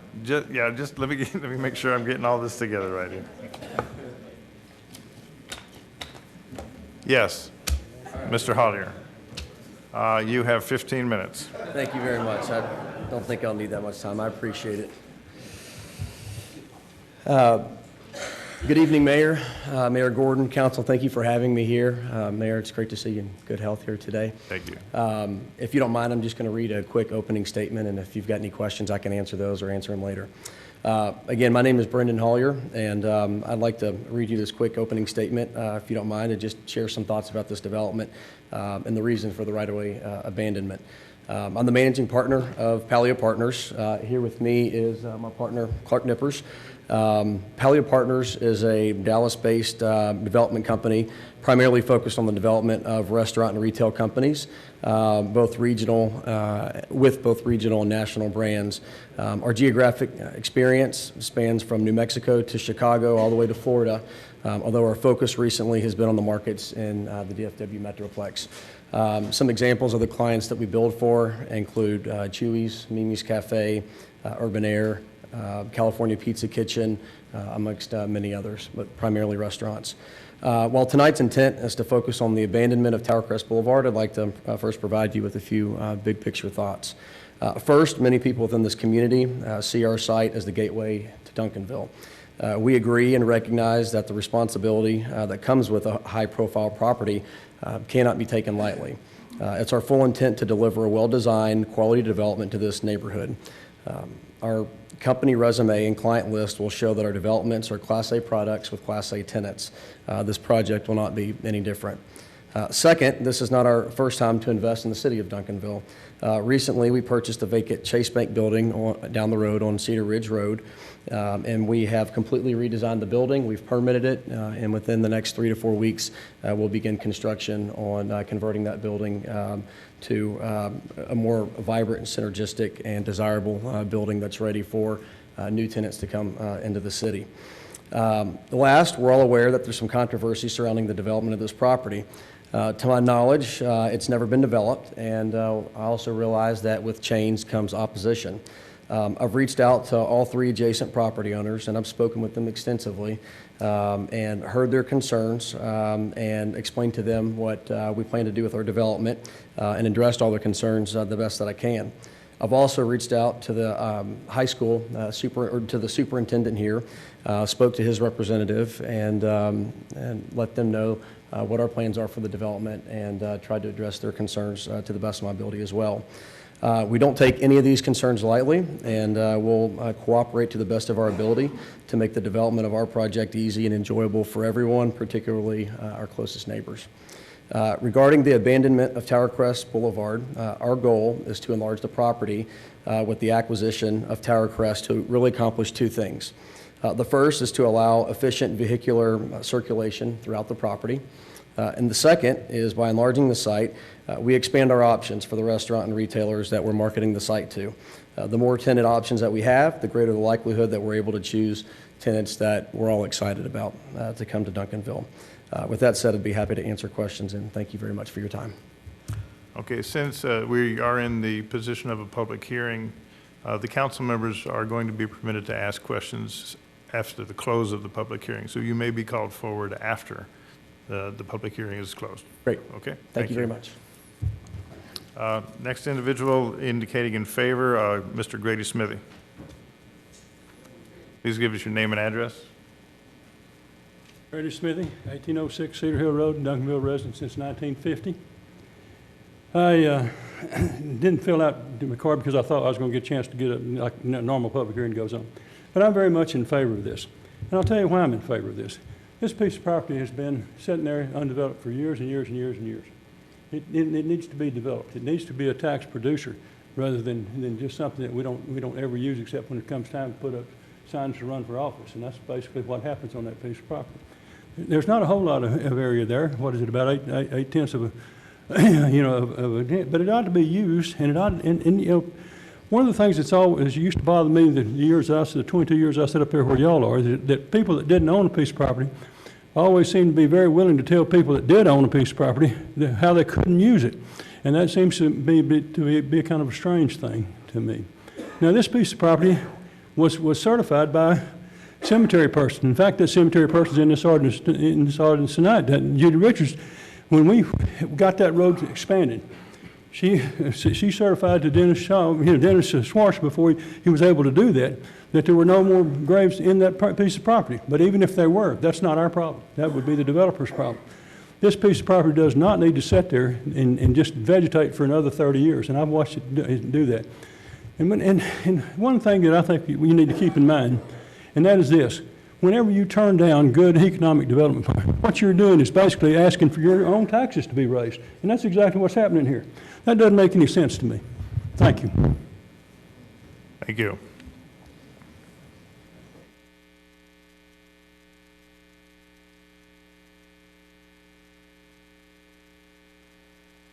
Okay, that ends. If there's no other individuals in favor, if you are, please raise your hand so I can recognize you. You are in favor? Would you mind coming forward and giving us your name and address, please?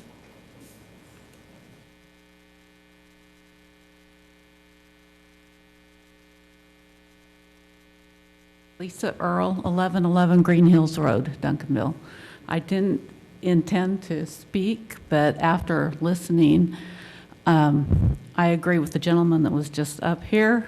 We complain and complain and complain that our taxes go up, and we keep getting higher fees and higher costs for everything, but yet we keep declining to allow the development to come in that would be tax producing revenue for our city. And so I think we need to really look at what we're saying when we say no, and that we're saying we do want to pay more taxes. And I see that all over our city, in that we say no to development, but yet we complain when we have to pay more for what we're getting.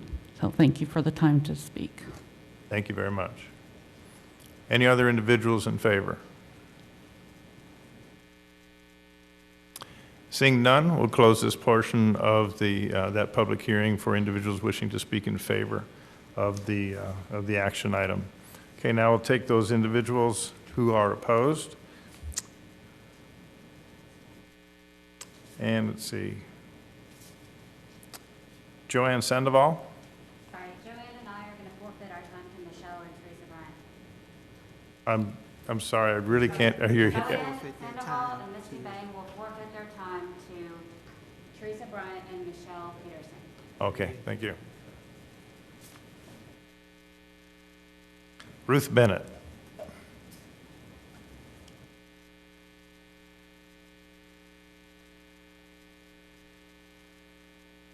Ruth Bennett. I live at 902 Middle Run.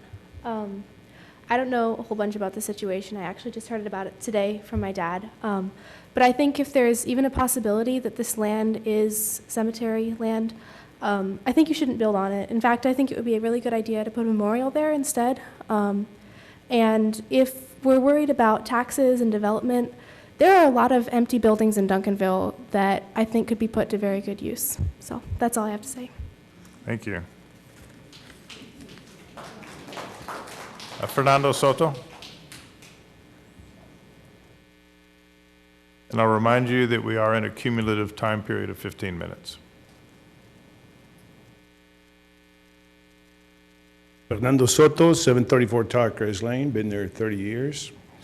I'm very much opposed to this. I think there's a lot of questions that have not been answered. Rumors of eminent domain, us losing half the yard. They haven't really stated clearly where the cul-de-sac is going to take place. The picture on the screen was kind of vague. I can't see where. I would like to see where the cul-de-sac, if it affects the Gutowskis at 730. Does it start there at the west end of his property? And I'm very much opposed to this. It affects my land value. It's going to be right in front of me. And I'm very much opposed with prejudice. Thank you. Thank you. Judy Richards.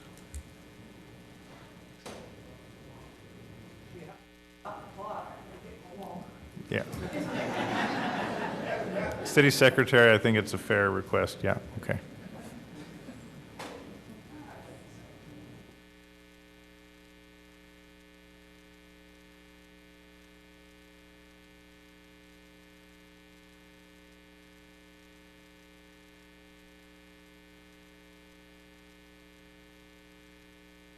Hi. I'm Judy Richards, 407 North Horn Street, Duncanville, Texas. I sat up there for 6 years where y'all are sitting today.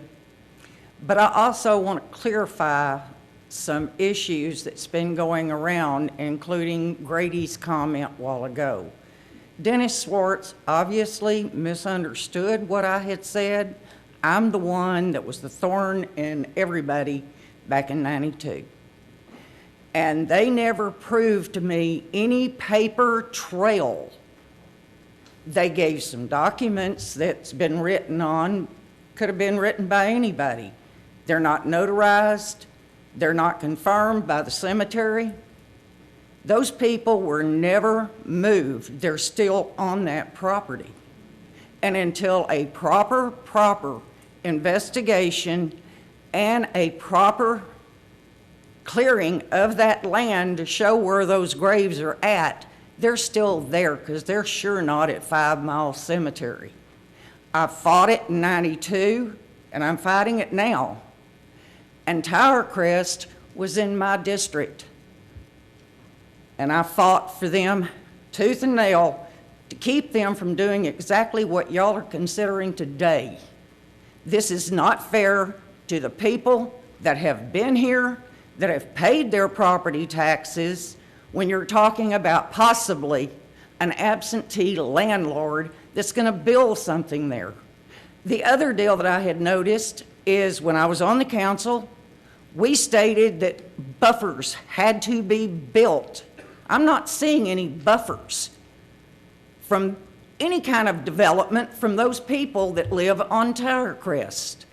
And that cul-de-sac y'all are talking about, that is in the general vicinity of where that cemetery is supposed to be. It was never moved. It wasn't moved in '72. All that was moved over to 5 Mile Cemetery was the headstones. In 1992, They couldn't produce anything.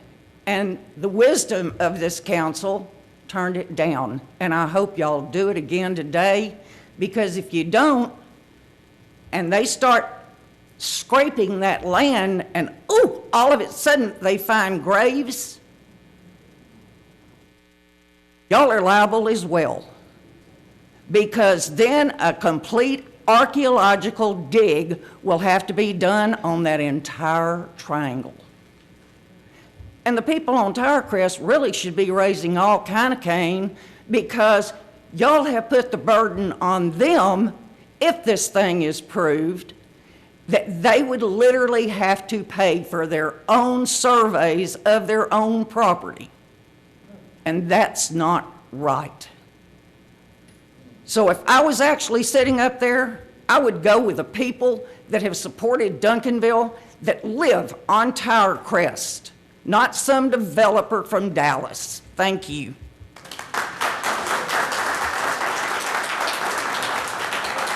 Thank you. Felicia Lopez.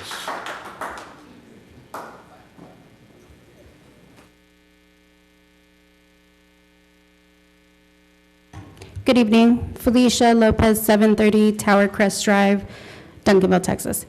So my family has owned the house since the early 80s, and we've been there ever since, from generation to generation. I just want to let you guys how it directly affects if you do approve this. A piece of our property will be taken to use to make wide enough to have a turnaround, because as it sits right now, 2 cars can't fit comfortably. Also, the property value, on the list I noticed that there's smoke shops, cigar shops. Those who are for this, in favor, I would ask them how they would feel if there was a possibility of a smoke shop to be built in their front yard. The picture that the developer showed also depicted that there was a 2-way street that heads to, or a 2-way entrance off of Cedar Ridge, and then a 2-way off of Camp Wisdom, which is false. There's a median that runs between the 2 streets, forcing everybody to make a right, then forcing everyone to block our only exit if you approve this.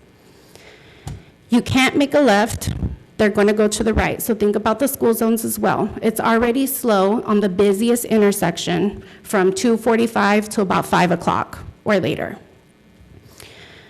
I just want you guys to just put into perspective, I've been living here my entire life. In a 5-mile radius from where my house sits, how many abandoned buildings do we have? So now, I don't know that not developing that land is raising our taxes, but for sure all the sitting ones are. Thank you.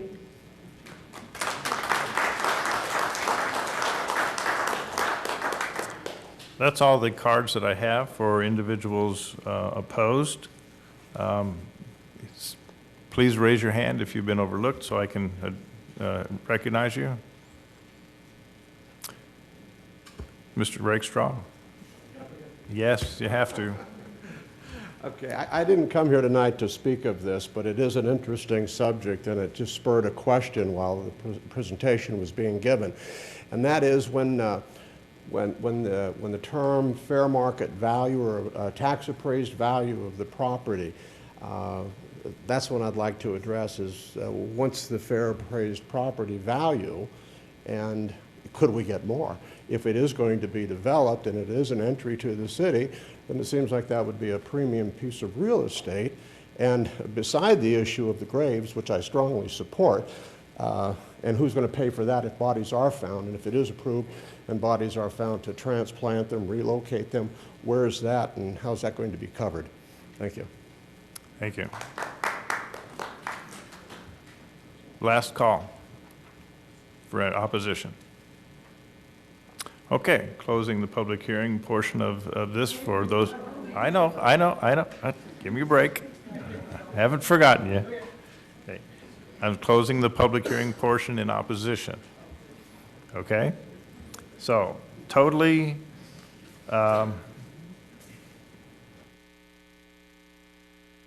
new in terms of my having to figure this out on the fly. What I'm going to do is then offer a public hearing for neutrality given the same 15-minute time period. Get our extra minutes. Pardon me? We should get our extra minutes since we passed our minutes to her.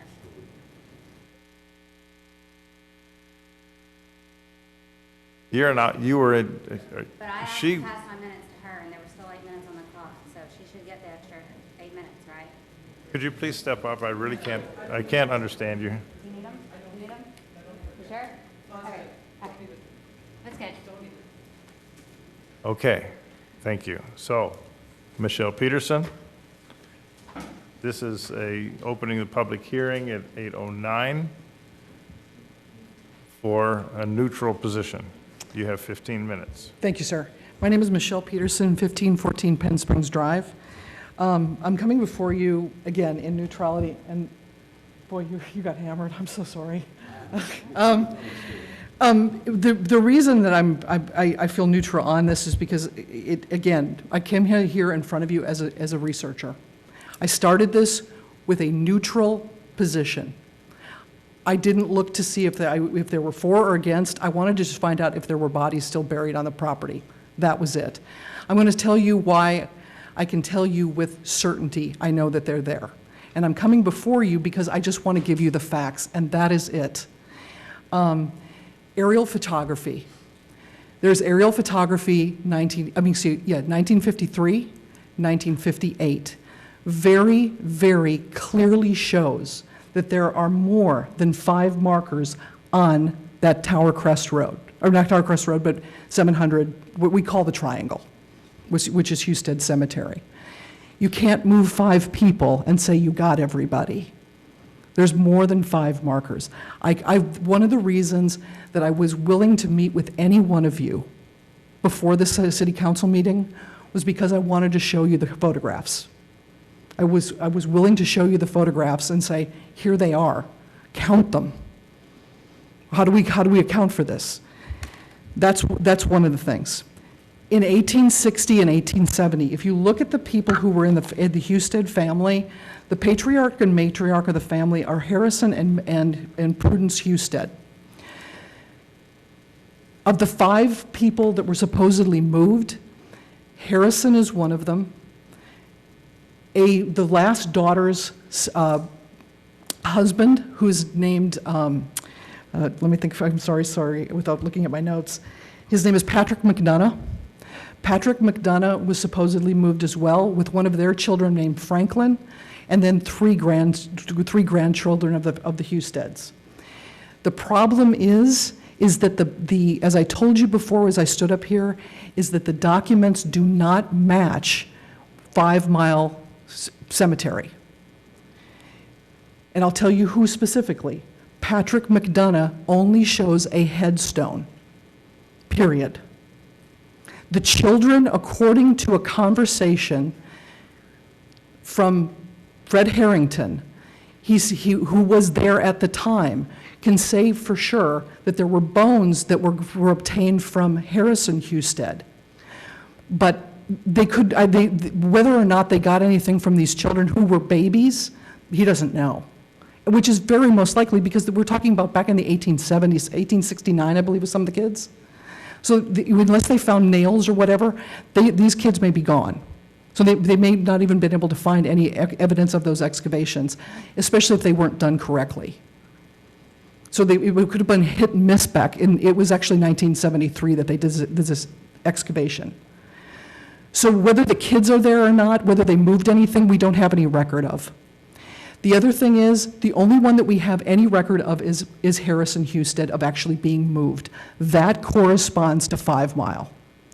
Prudence Hewstead was buried, all the records show that she was actually buried at the Hewstead Cemetery, and sometime between 1900 when she died, and the time that they moved everybody else, her headstone got moved, but she has not been moved according to the records at 5 Mile. These documents are there. You can't refute these documents. These are the documents that I could present. These are the documents that I could have showed you. I can't give them to you, but I could have showed them to you. There's also records you could go to the Dallas Public Library and see them. Some are in books, some of you have to go on microfiche. You got to go on a hunt. You can go to Austin. I went down and found archives in Austin. Then there are numerous other people. You can go to the 1860 and 1870 Texas mortality schedules and find out that John C. Husted, which was one of the sons, died in 1860. He was 19 years old. He died of liver failure. All the records show him living on the property up until that time. He was never married. He never owned any other property. It was 1860, people. Where are they going to bury him? They're not going to bury him on somebody else's land.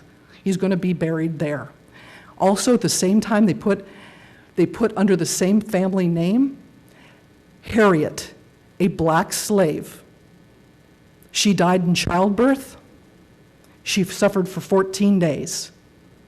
I can put a black slave on the property and most likely buried on that grave from the 1860 mortality schedule. So now I can put somebody actually there. Another person, 1870, Mary A. Husted. She was 2 months old. I can't find her, who she belongs to. She's got to be a grandchild. She's nowhere in the record. She died of what now is known as crib death. There are numerous people that I have found record after record after record. I've gone to the probate records. I've got over 1,000 pieces of documentation that I can show you. 1,000 pieces of documentation in all of this. I am not standing up here as somebody with years of education, and I'm going to stand with my reputation up here and soil that with a maybe. I am certain that there are still bodies on that property. The problem is, and the reason that I wanted to come forward is because, again, there are some simple ways that we can start to figure this out. The Texas Historical Commission gave the landowner a way to move forward. There are some ways to start checking out the property. They sent them, you can do radar, you can do coring. You could, in fact, you could start with, if you wanted to just do the cheapest thing possible and find out if anything I'm saying is true, do radar over at 5 Mile. You don't need the family's permission, and find out if Prudence and Patrick McDonough have any remains there.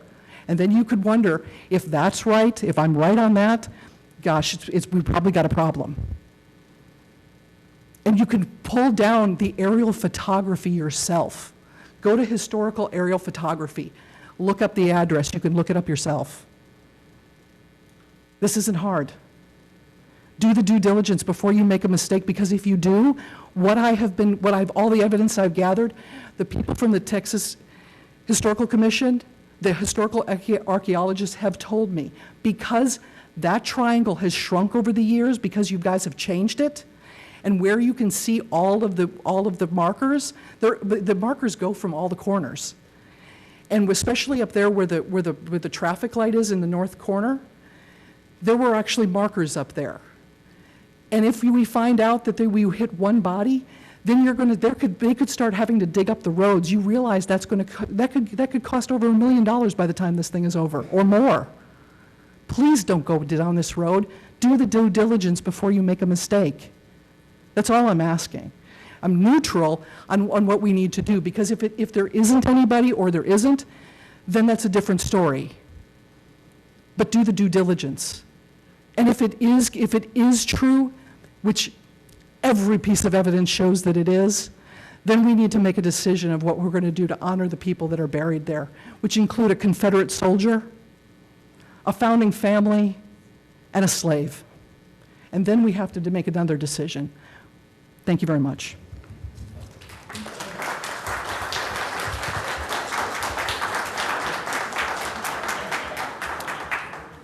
Thank you. Any other individuals who wish to speak in a portion of neutrality? Teresa Bryant.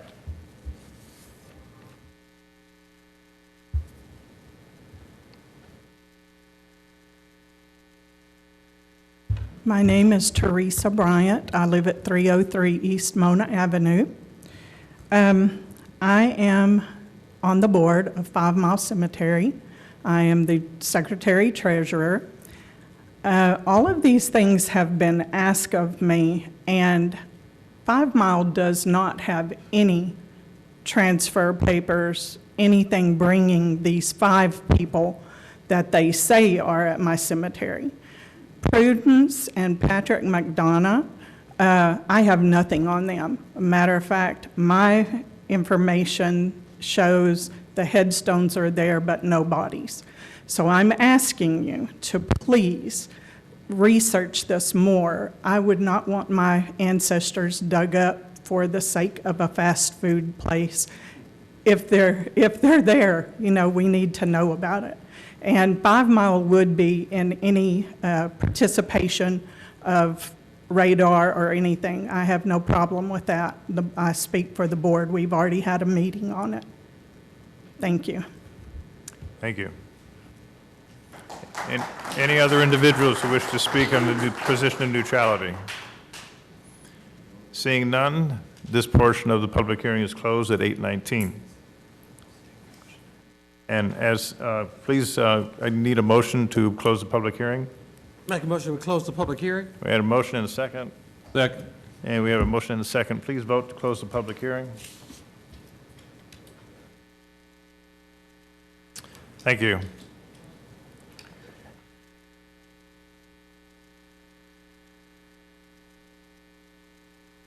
The next order, or the next item that we take in order in this particular situation is to ask for a motion. And I'm going to do that in just a moment. What I want to say first of all is that we are hearing what you say, but I must emphasize clearly and distinctly the issue that is before this council. The issue that is before this council is not the development of the property. While it has been confused and tied the two together, the development of this property is what on the agenda. What is on the agenda very plain and very clearly is the fact of the abandonment of some property owned by the city, a roadway, and whether we should allow this property to be abandoned and then to be sold to the developer or the owner of the property. That is the issue. We are not discounting the emotion. We are not discounting the neutrality of the information that's being put forward to us. But we as a council must act legally. And we cannot act illegally by taking into account information that has nothing to do with what's on the agenda. We have listened to you, we have accommodated you, because we desire to be courteous to you and give you all the due respect that you deserve as citizens of our city. But we as a council have only one duty, and that duty is to act legally on what is before us.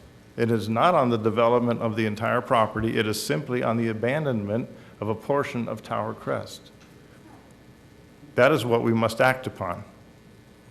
What happens after this particular motion is either approved or disapproved. I do not know which way it will go. Then other issues will come to play, and that will be issues between the developer and the city and the owner of the property. And it is not our position to embark on that kind of a discussion tonight. So please understand, I'm going to ask for a motion. And I'm not going to ask for a motion to approve or disapprove. That is not my place. I'm going to open it to council. Whoever does so will make a motion and we will proceed forward with that. And it will be the motion. I will read it again for the record. Conduct a public hearing and consider approval of an ordinance abandoning a portion of Tower Crest Drive to the abutting property owner or owners, being the surface travel portion and surface rights as described and depicted in Exhibit A, providing for the furnishing of a certified copy of this ordinance for recording in the real property records of Dallas County, Texas, as a quitclaim deed. That is the item before this council tonight. Chair will entertain a motion. Mayor, I can make a motion if you want, but I have many questions of our staff and the developer both. We can If you'd take, like. we can take those after a motion. Okay, I'll make a motion to deny this right-of-way acquisition or just disposal from the city. We have I'll a make a motion motion. to deny it. We have a motion to deny I'm against item 5A. Is there a second? I'll second. We have a motion and we have a second to deny item 5A. I will now open it up to discussion. Question from the chair. I'm sorry? Okay. There was some confusion amongst your colleagues about yes means no and no means yes because you have a negative motion. To clarify, a motion has been made to deny the abandonment of the Tower Crest property. So if you vote, If you vote yes, you are voting in favor of denying the abandonment of that property. If you vote no, you are opposing the motion that has been made to deny the abandonment of the property. I will say it one more time. If a vote is cast yes, that yes means you are agreeing with the motion that has been made to not abandon the property. A yes means do not abandon.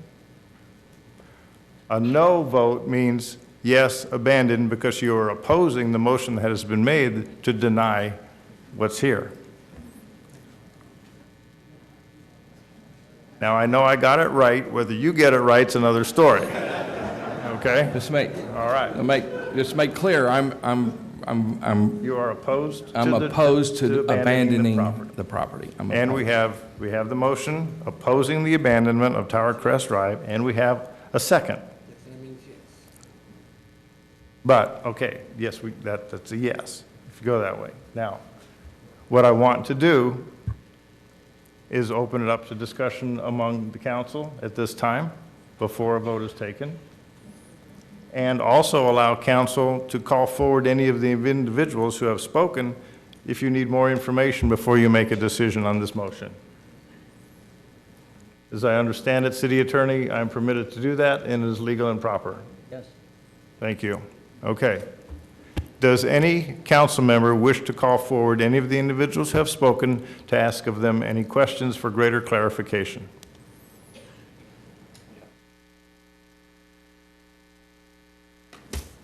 Mr. Anderson. Okay, Mr. Ramey, could you come up? Let me grab the. Can you put the map up on the wall? The map.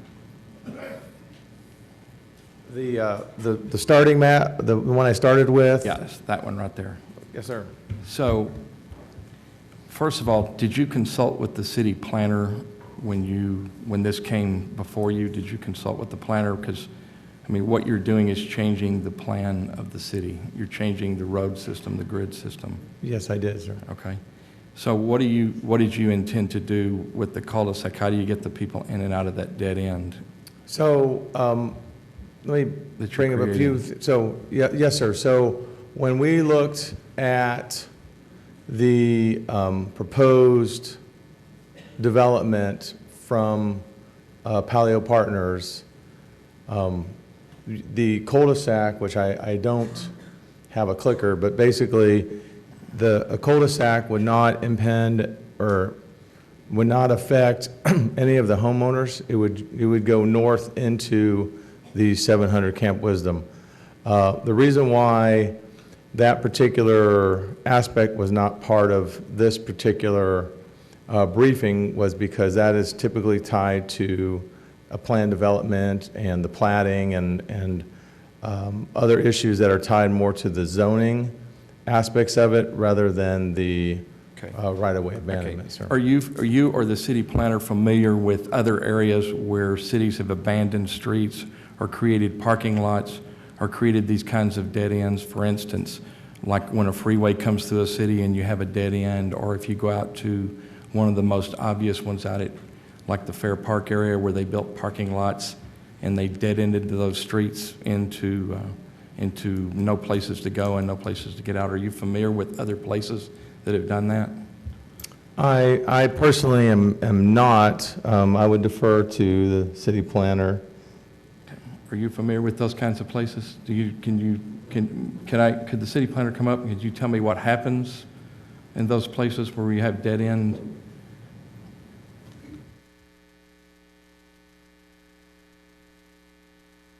For instance, you look at I-45, I-35, you look at, I've got a spot down in Midlothian I know of. What happens to these neighborhoods when these dead ends go nowhere?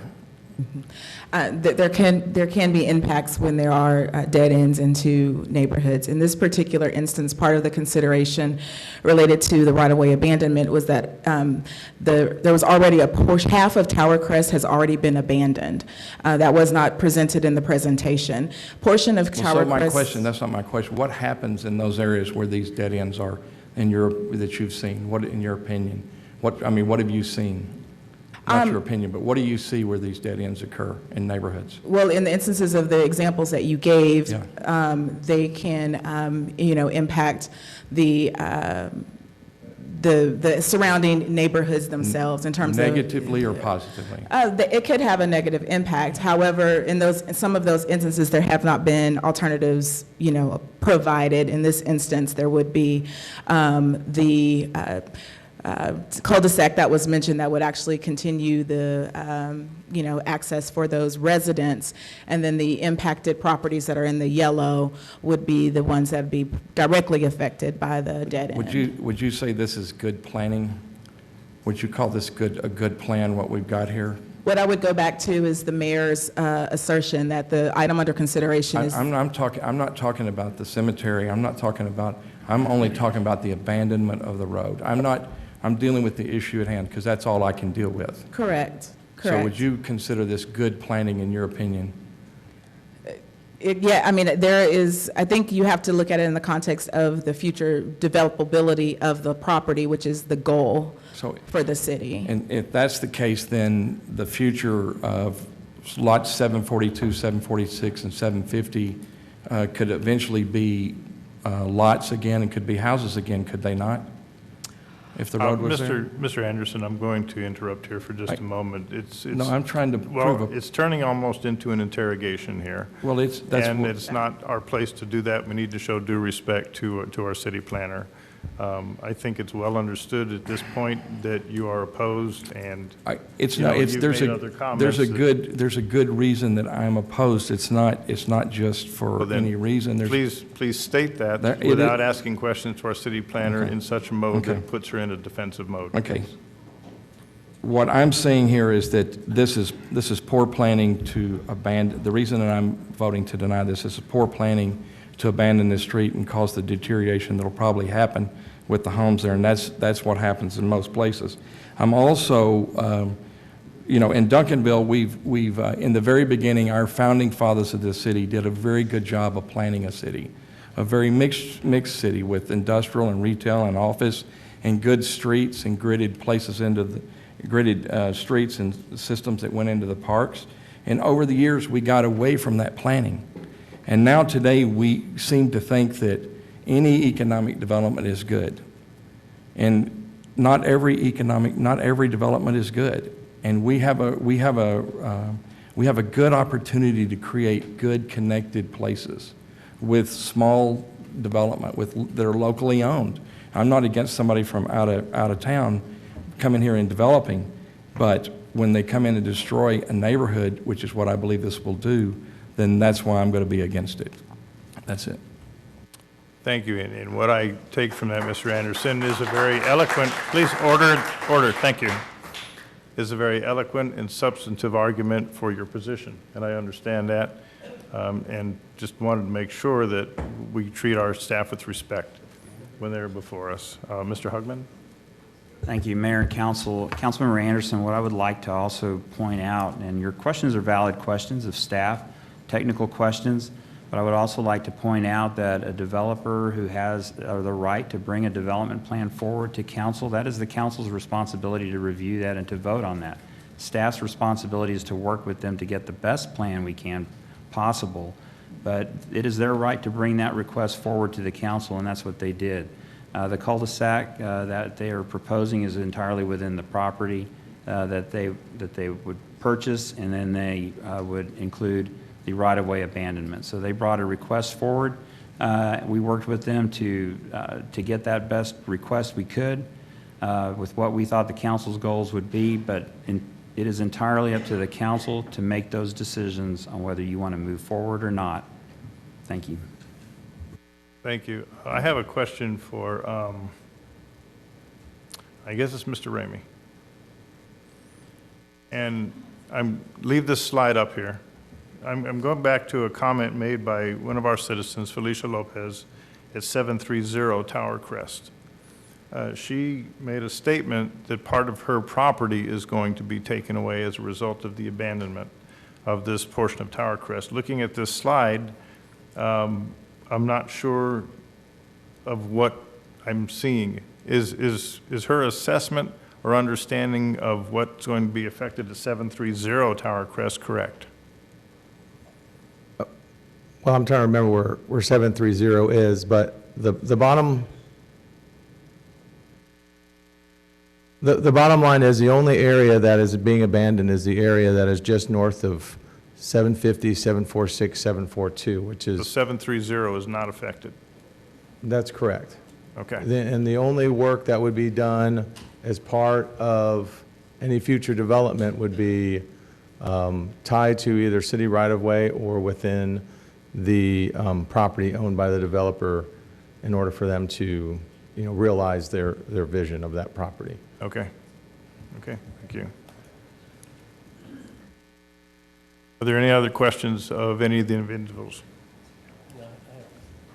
Oh, I'm sorry, Mr. Cooks. Or I'm sorry, Mr. McBurnett was next.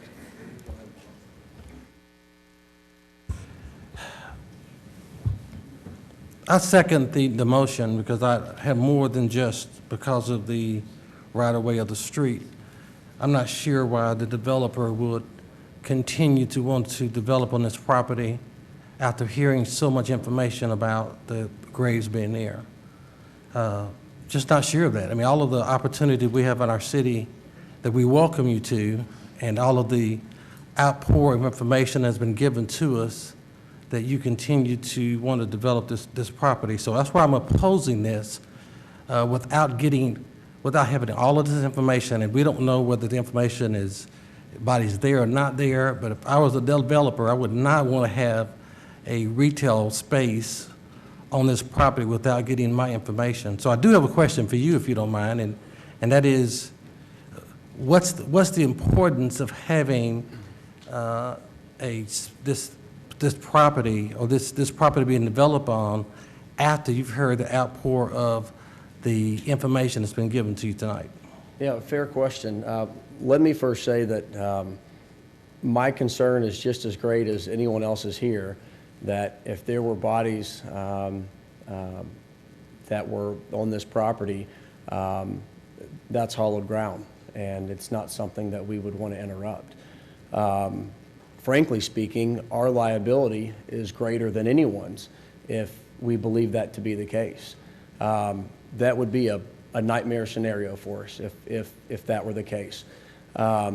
We have gone through and done our due diligence, and I realize there are a lot of people that believe there may be. Some may have some factual evidence, some may have ulterior motives. But we have letters from family members that have watched the bodies be removed. Those have been introduced as evidence to the city. They haven't been spoken about here today. I wish they would have. But two family members, one both of them, this occurred in 1972, watched the bodies be removed and the caskets be removed. And so that's something that I think we should all be paying attention to. The second thing is, of course, that the county has done its due diligence as well. They have liability, and we believe that they would not be removing the cemetery designation without having done their proper due diligence. So that being said, I realize there are people here that are against that, and I from the bottom of my heart, understand that and would have the same concern if I believe there was evidence there that there were still remains in the property. Yeah, I don't know if to my information that you've proved that enough to me, and I know you've mentioned the other two families, but not sure if you're able to reach out to the family that they said it was slaves buried on that property or not. I know you probably were not able to reach out to them, but I was just asking you to, as I second the motion to deny the extension of this, that you would look into other properties outside of this property in Duncanville. Thank you, and we have. Thank you. All right, thank you. Mr. McBurnett? Okay. All right. We are at the decision point, and it is necessary for us to understand exactly what is on the table again.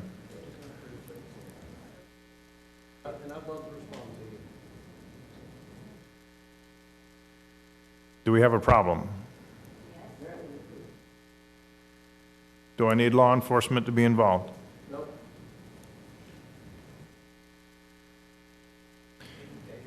Actually, if you don't mind, if I could just get up and say something. I was just told that I don't care about any black folks that may have been on that property. I've got a lot of friends, a lot of people I care about that are African American, that are black, and I will tell you, based on your comment, every person is the same to me. And it is terrible what our past has. But every single person in there, black, white, Hispanic, whatever, is the same. And I would care about any person that was in there. I want y'all to know that.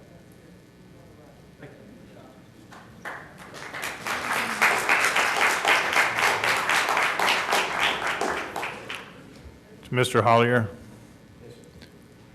on behalf of this council, and on behalf of this citizenry gathered here, I apologize for this individual's accosting you in that manner.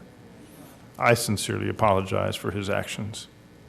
We are a citizenry of diversity. We understand each other and we work together strongly. So I'm sorry that that occurred. I apologize. All right, council, just to reiterate, we have a motion to deny the abandonment of a portion of Tower Crest Drive. We have a second to that. A vote of yes means that you agree to not abandon the Tower Crest property. A vote of no means that you wish to abandon the Tower Crest property. Are there any questions? You're still not clear. I'm clear, Mayor, but you switching that up. All we need to know is for the motion was made to deny the abandonment of the property. And we said yes is the vote to that, right? That's correct. Okay, so if you do not want the property abandoned, you will vote yes.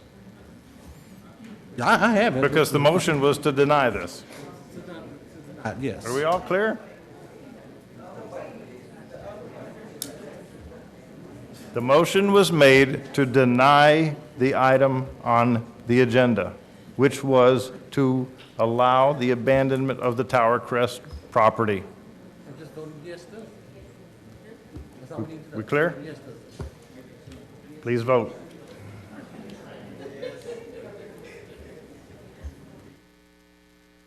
The motion to deny has failed, which means the property will be abandoned.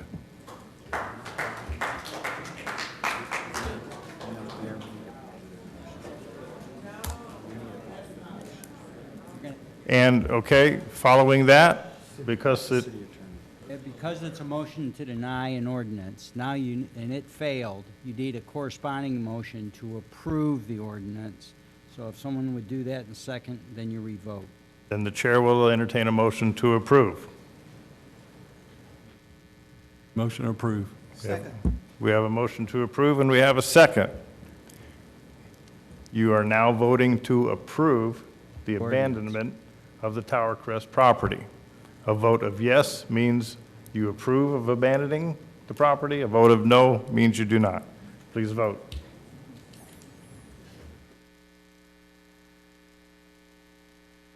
The motion is approved to abandon Tower Crest property. Thank you very much.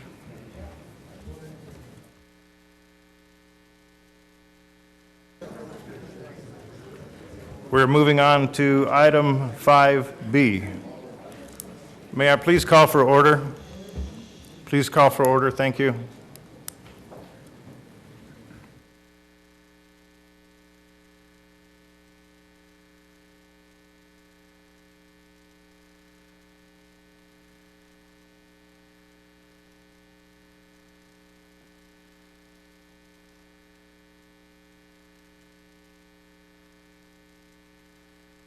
All right, Mr. Hugman, city manager, has made a suggestion that I agree with because we still have several comment cards talking about our waste removal contract.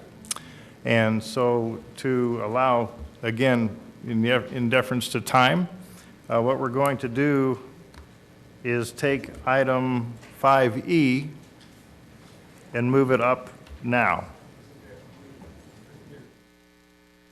So we'll take item 5E now, and then we will take after that item 5B, 5C, and 5D, and then we are going to take a recess.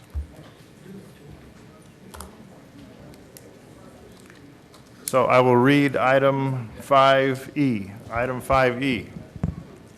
Consider a resolution approving the terms and conditions of a municipal materials management agreement for solid waste, recycling, bulky waste, and brush collection and transport services with Republic Services of Texas, LTD. Please, may I have order? We are continuing our meeting. Thank you. Mr. Ramey. Yes, sir. Again, good evening, Mayor and Council. As talked about for the consideration, just for this, the agenda, you'll see here, background timeline. We'll hit some highlights and then talk about the future implementation. So for the background, so again, we are finishing a 20-year contract for solid waste removal. It's traded hands a few times over the 20-year period, but Republic is the one that's been taking care of us for the last several years, and the current contract expires on 20 September of 2019. Again, the current, you'll see the, the fees under the current contract were adjusted based on the Consumer Price Index, which, as you know, was something that was done many years ago, and nowadays, you'll see later on, we've adjusted the indexes, but I think the fact that you notice it was just tied to the Consumer Price Index only is why I think there's some concerns about the pricing. As you know, for the existing contract, you'll see there up there, I'm sure everybody is very aware of the current level of service. Just a timeline, again, staff and has been working with council since the fall of 2018 about this contract. The initial briefing to council was during our council retreat. We've talked about what other cities have been doing, their levels of service, their pricing associated with their levels of service. That was the first time we presented the options to council in terms of a procurement course of action. Following up in the winter, a few months later, we presented to council the pros and cons of both courses of action for procurement, whether we elected to go full and open competition or to sole source to our current contractor, Republic. As the city manager mentioned in the briefing session, all the considerations were tied to, one was if there was a consolidated market for the different solid waste contractors. The pricing is competitive amongst all of them. We were considering the level of customer service that we received through Republic. I know, as you mentioned, Mayor, in the briefing session, that you have heard and that collectively others have heard in support of Republic. We also talked about, the pricing in terms of the other winning contracts, and really the market was tight, and so given some other challenges with mobilization, et cetera, council gave us the instruction to pursue a sole source with Republic, and gave us the initial guidance on the different service options that you wanted us to present to you. We moved out and negotiated and have been working with Republic since, again, that decision from council. So in April, at the council briefing session, we presented an initial pricing and levels of service for your consideration. At that time, I was also directed to research a recycling center in lieu of curbside recycling pickup.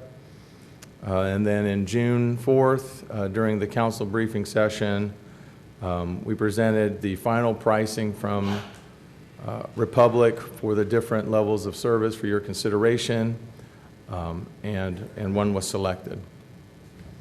So again, just the highlights for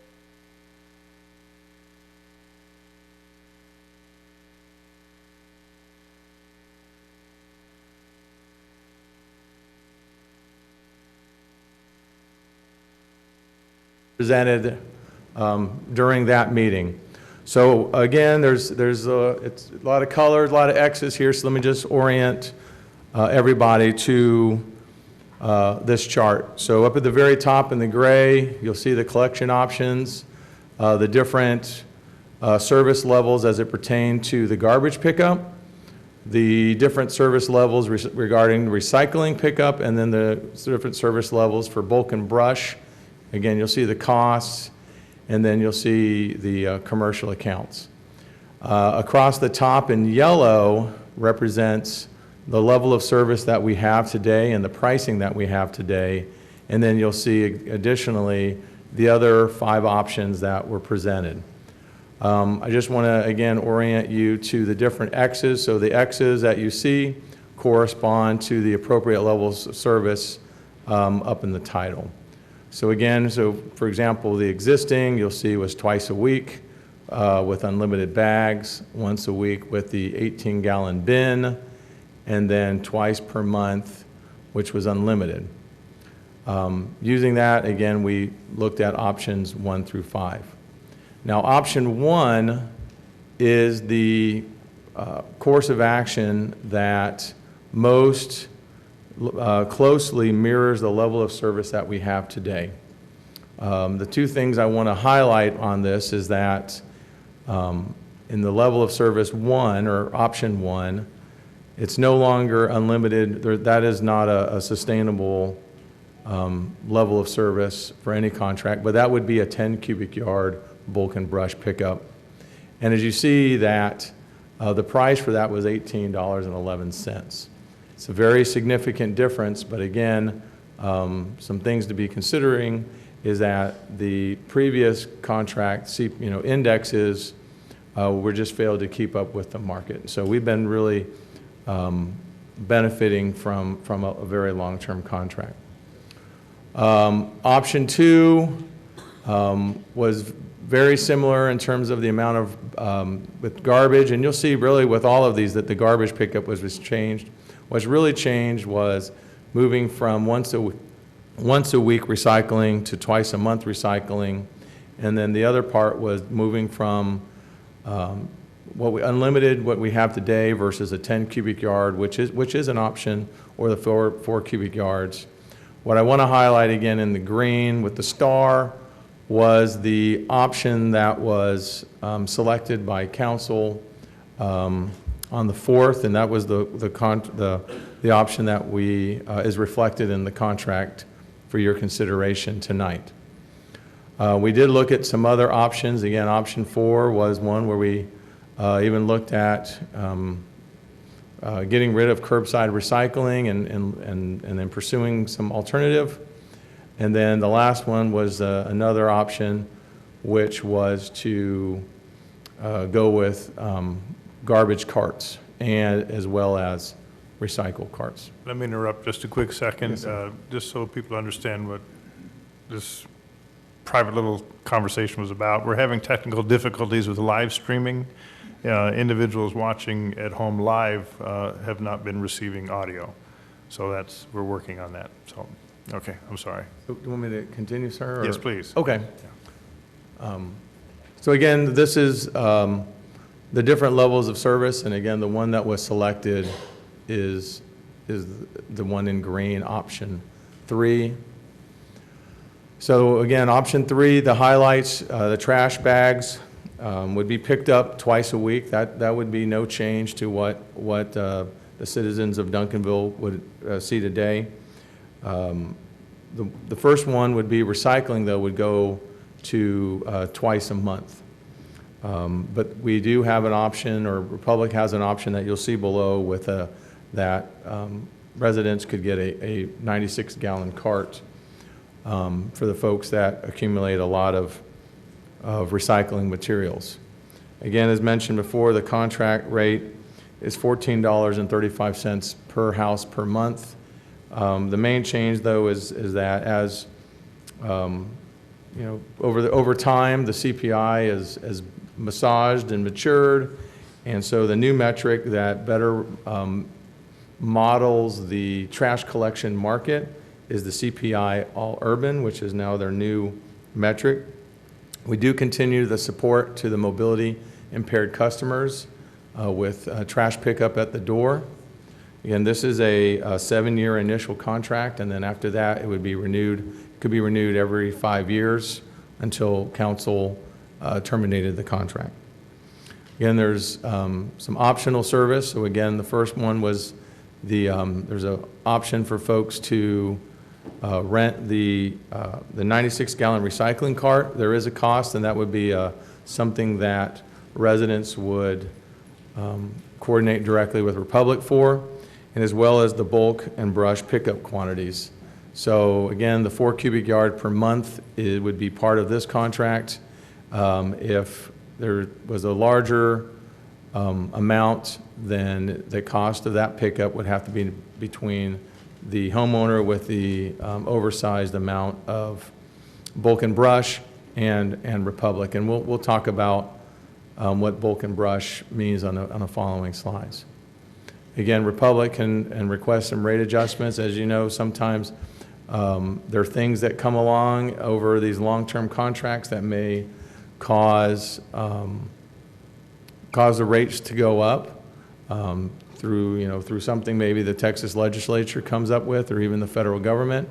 And again, Republic negotiates directly with the commercial industrial customers, and the city gets a 10% franchise fee for those bills. So just talking about what does the 4 cubic yard bulk and brush mean? Basically, we've got a lot of different pictures here, and I don't want to confuse anybody, but 4 cubic yards is roughly what will fit in a pickup truck. So this picture up front is not, all of it is not 4 cubic yards, it's a selection. So 4 cubic yards could be your sofa, an old sofa. It could be a washer and dryer set. It could be some bags of leaf clipping, grass clippings and leaves. It could be a few pieces of furniture.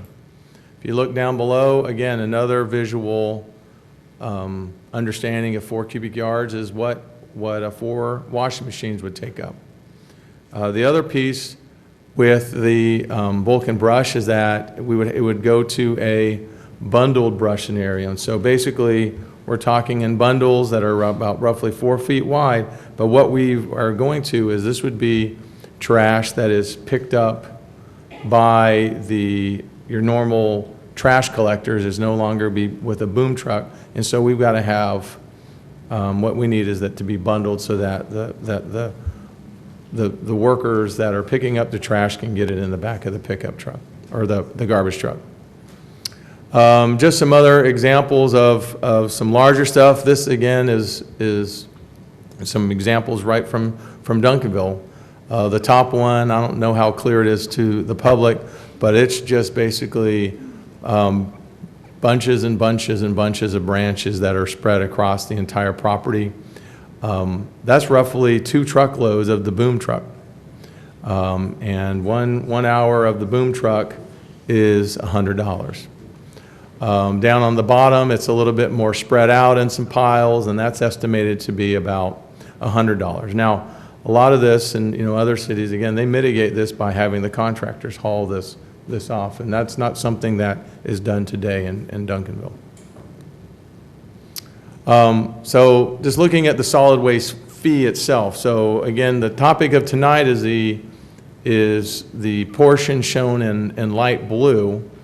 But what I do want to highlight, though, is that what the customers see on their utility bill, or the bill that they get from the city for the city services, is a little bit higher. And so what you'll see in the first two columns represent the curbside pickup, what it is today, and what in the increase that you would see under the new contract.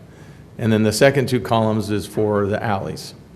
And what you'll see with the red is the other costs that are tied to the fully functioning sanitation fund, which is the cost that we pay to the landfill, Skyline. It's the cost that we pay for our litter crew, who keeps the rights of way and the major arterials in our parks and in other areas clear of trash and in other areas. And it also pays for the alley CIP program. And so again, that's why you see that there's a different price for alley customers versus the curbside customers, is that we use those funds to help pay for alley rebuilds. And again, this is before tax prices here. So again, the future activities, subject to your input tonight, starting tomorrow would be the public awareness and education campaign, where we would start update the website, send out social media updates, remind everybody in weekly newsletter notifications that the contract is changing in September. We'll be sending out water bill inserts as well, to let, again, as another method of informing the public about this contract change. And again, this is a contract that's been in place for 20 years, so we've got to inform everybody. We'll be doing public service announcements. We'll be working with the Duncanville ISD to talk about recycling. Depending on, subject to your approval, we'll also be coming back to you on the 6th or the 20th with some potential ordinance revisions, especially if we have the recycle carts. That's not something that we account for today. Again, the bulk and brush reduction to 4 cubic yards is also something that's not in there today, and there's a few other revisions that we would have to do once this contract is approved. On the 29th of August, we're going to have a town hall meeting focused on solid waste, and I believe water as well. And then just the last milestone on here is the 21st of September is the start of our new contract. So again, the staff is recommending approval of the contract that is tied to Resolution 2019-061, which has the levels of service that were selected back in June. Subject to your questions. Let me interrupt, and this is, it's out of order, but something just occurred to me that I forgot to say when we were discussing item 5A on the agenda, and I apologize, but I need to make this public on the record.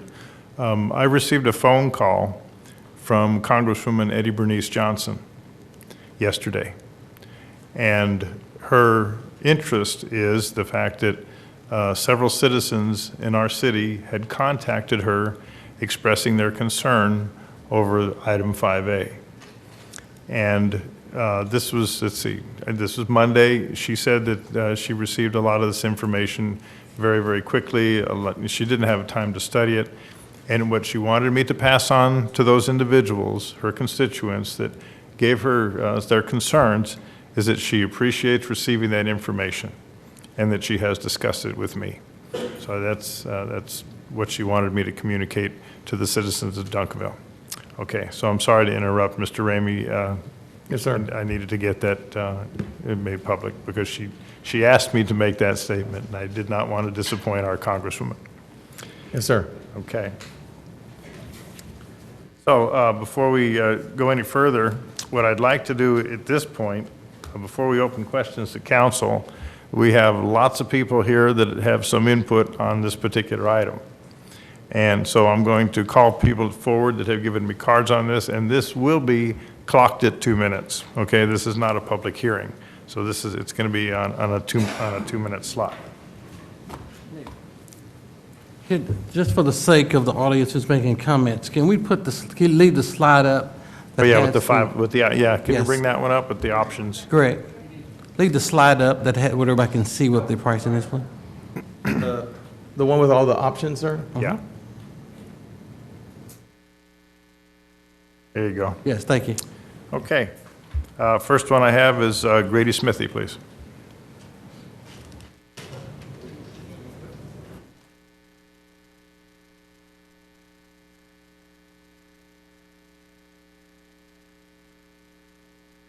Please state your name and address for us, please.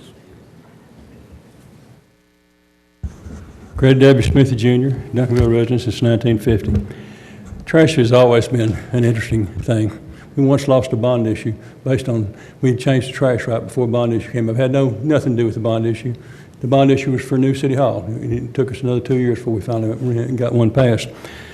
I think, gentlemen, the best thing for y'all to do would be to keep what we've got mostly. But make the one change, and let's go to the smaller brush pickup. I suspect that probably 90% of the citizens of Duncanville don't use the bigger brush pickup that's going on now. So should the 90% that don't use it have to pay another $5 a month for the few people that do use it? And also, I think I've seen a lot of people out here that contracted somebody to cut their brush, and then they just stacked it in front of their house instead of the contractor hauling it off. To me, that should be something that the contractor should do. And so, my suggestion to you, would you leave the twice a week pickup, leave the recycle the way it is, or maybe if you make recycle once every 2 weeks, wouldn't make me a difference. But I think for what you're probably going to hear tonight, of course, what I've heard by a lot of phone calls, everybody wants to keep the basic services pretty much the same. But I think we ought to be able to save that an extra $5 a month on that huge brush pickup that we provide for a very few of our citizens right now. Thank you for the opportunity to speak. Thank you. The next card I have is Misty Bain. Is Misty Bain still here? Is she out in the lobby by any chance?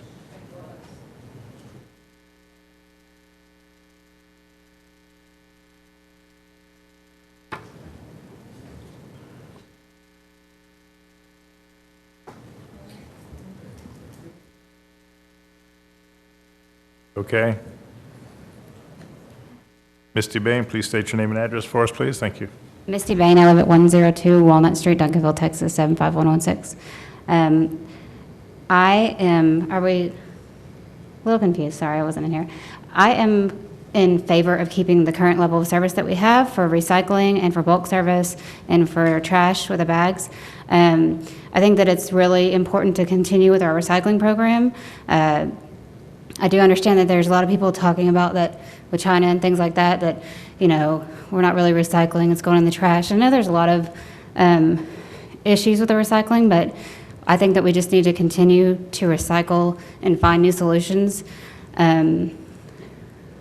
Also with the bulk service, I know that a lot of people have been concerned about with the bulk service, if it was reduced, that with a reduction, people are just going to put it out at the curb. I know that in my neighborhood that people are just going to set their stuff out and it's just going to sit there until it gets picked up. It's not going to be on the right date. I think it's going to create a lot of, just make the city look less favorable in my opinion. That's it. Thank you. Charles Robertson.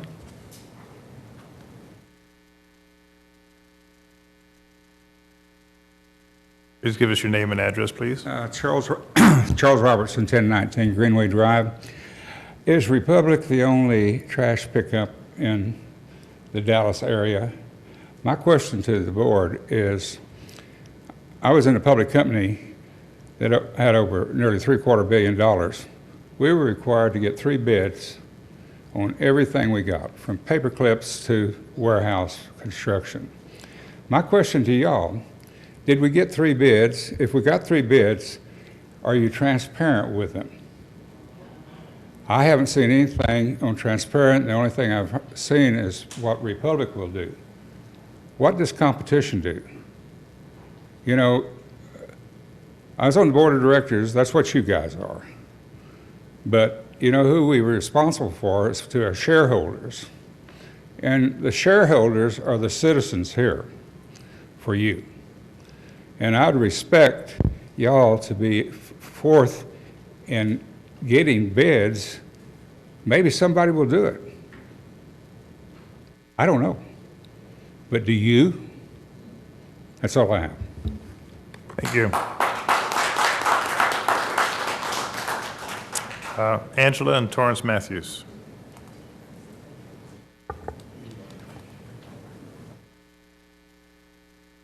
Okay.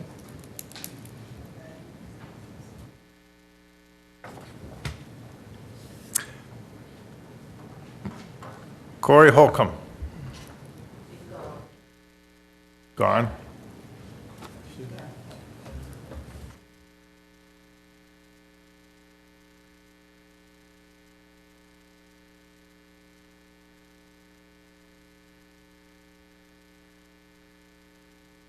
I can read the address. I'm not clear on the name. 422 Oleander. It looks like Betty Taylor? Tate or Taylor? Taylor? 422 Holcomb? Is that you? No. I mean, not Holcomb, 422 Oleander.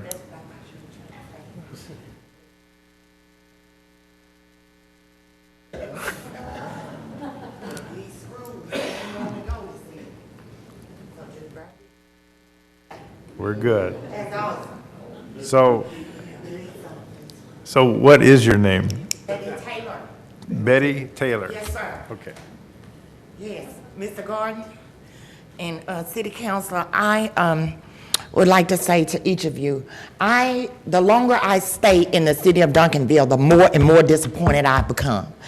It is utterly ridiculous to me that you all, he just sat here and said you've been in a 20-year contract. Within 20 years, ever since I've lived here, my property taxes has gone up. Ever since I've lived here, the water bill and sanitation has gone up. And then I turned on the water the other night, here comes a black film from out of the faucet. So what's being improved? Where is the money going? I want a better understanding because I'm not understanding.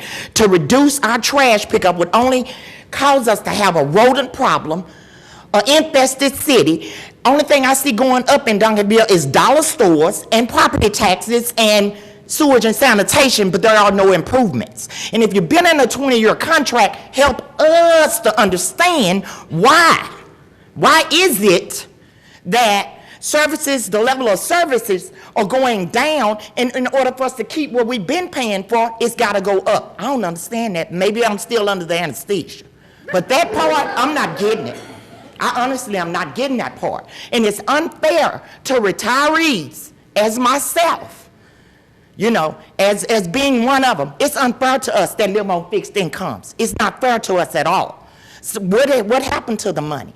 Make us understand as citizens, I just would like a better understanding because I don't see anything else going up out here other than property taxes and dollar stores. That's it.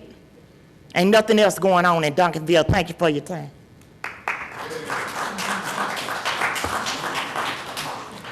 Jason Douglas.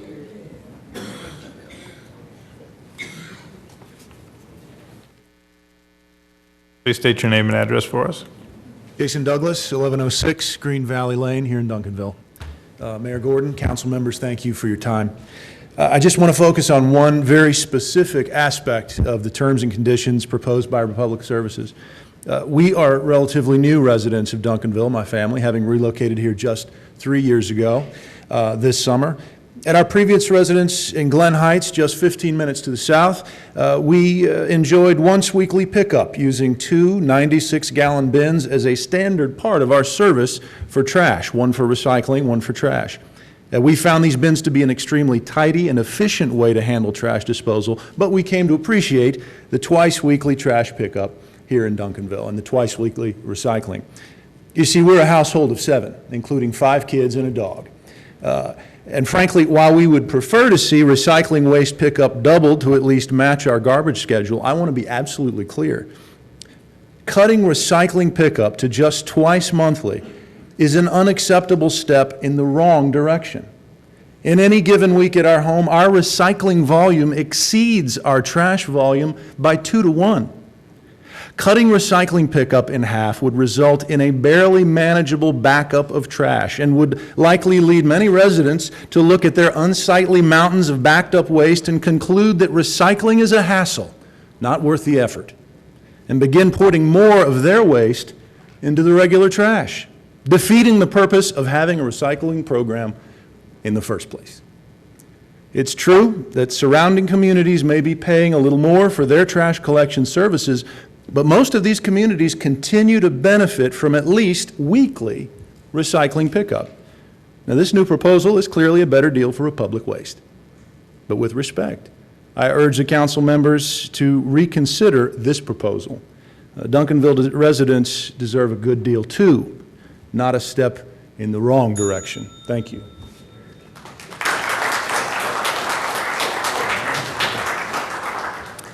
Nancy Fears.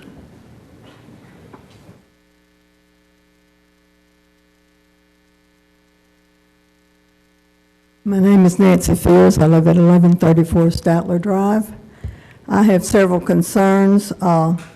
One, the document I read on the website said we would be deleting glass items from recycling, and I was disturbed by that. That's one of our most recyclable materials, and I would hate to see us go backwards with that. If I understand correctly, we would have the choice of one 18-gallon bin per household or pay the extra for a 96-gallon receptacle, and there's nothing in between. The last item I'm concerned about is no mention has been made of what's going to happen with the storm debris, because citizens on fixed incomes are not going to be able to pay the fee for a large amount of debris caused by storms. And I can't remember the year, but my entire front of my house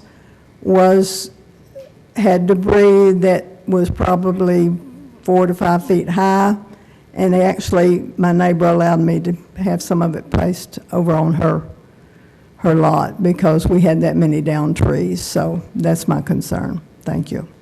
Thank you. And the final card I have is Angela Jones.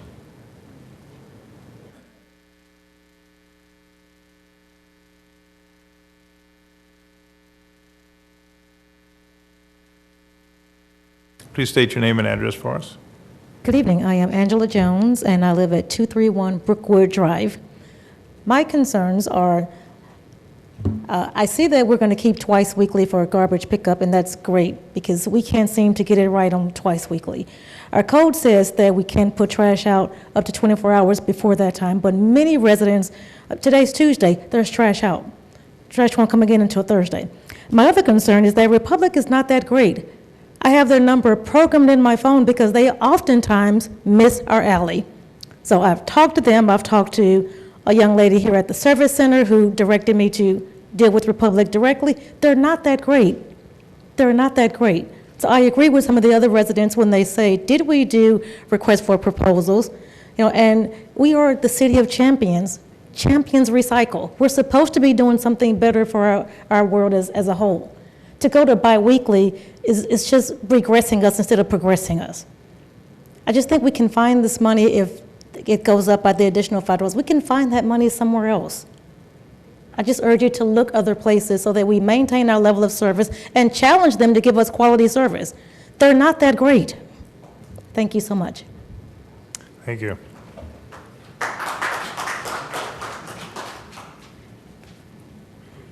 We have several oh, yes, ma'am. I filled out to speak on Oh, please. but I didn't, in the name of time. I would like We need to hear you on the mic. Just give us your name and address. Joanne Sandoval, 523 Husted. And I just want to reiterate what everyone else has said, and especially the glass.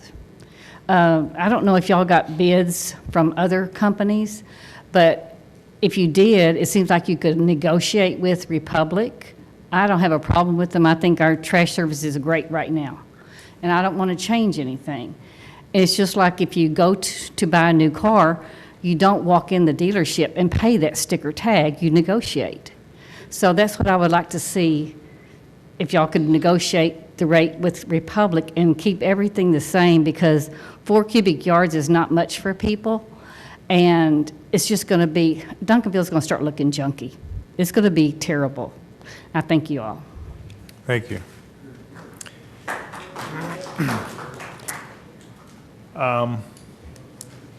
I've written down, you know, under the provisions of the 2-minute citizen comment rule, we don't respond to you directly during that time. I've written down several of your concerns, and I think it'd be prudent to ask Mr. Ramey and possibly Robin Moda, who is our representative with Republic, to assist in some of the answers to these questions. But before doing that, I want to say that several of us here on this council have received input from you. I personally have received somewhere, I think it's around 18 or 19 emails from individuals expressing their concerns about the future contract, and I know that other members of the council have received inputs as well. What I find really interesting is that several of the comments kind of echo what I'm hearing here tonight in person as well, is that leave it as it is, and I'm willing to pay more.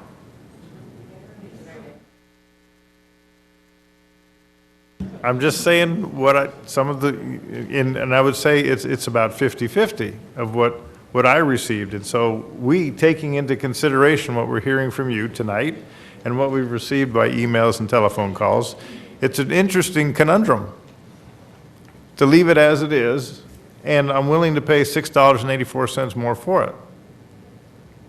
So where we go from there is to try and find what's best. Now, I want to go back in time just a little bit. I may be taking some of Mr. Ramey's comments, but a lot of the individuals several of the individuals that emailed me had the question about competition.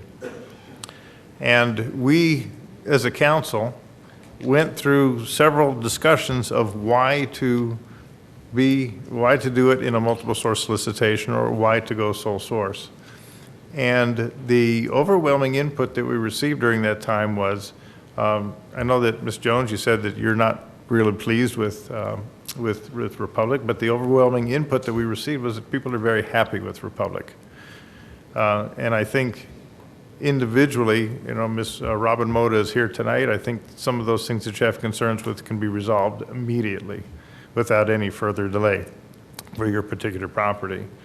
What we as a council attempted to do as well, looking at option number 3 up here, was to have the least financial impact on you, our citizens. It all came down to what can we afford to do, what should we do for our citizens, how can we give them the best service possible at the least cost. Cost is going to go up.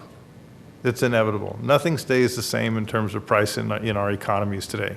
That's what capitalism is all about, like it or not. So what we as a council tried to do was replicate as much of our current service at the least possible cost for you.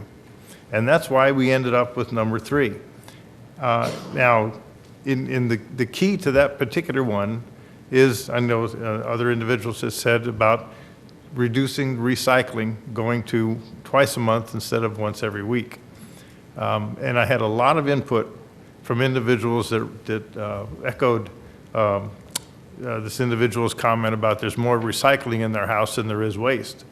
Now, I have to kind of agree and understand as well that recycling is very important. I know that there's one individual on our council, Mr. Anderson, who is a very strong proponent of ecological things. And I appreciate his concern and what he says for it, because I take his comments as being much more educated and understanding of what's going on with recycling than I do. And so I listen to him very carefully because I like to take into account what he has to say. What I'm not sure that we are yet at is a decision process, because the first thing I think that's most concerning from the emails that I got and from what we hear tonight is, Mr. Ramey, if you could reiterate again how he came to the decision of doing a sole source negotiation with Republic versus a competitive solicitation. Yes, sir. Just something else for the group. I did take some other notes. I think it's within staff to respond to some of the questions. I had some other issues, so I can address those as well if that Sure. would be appropriate.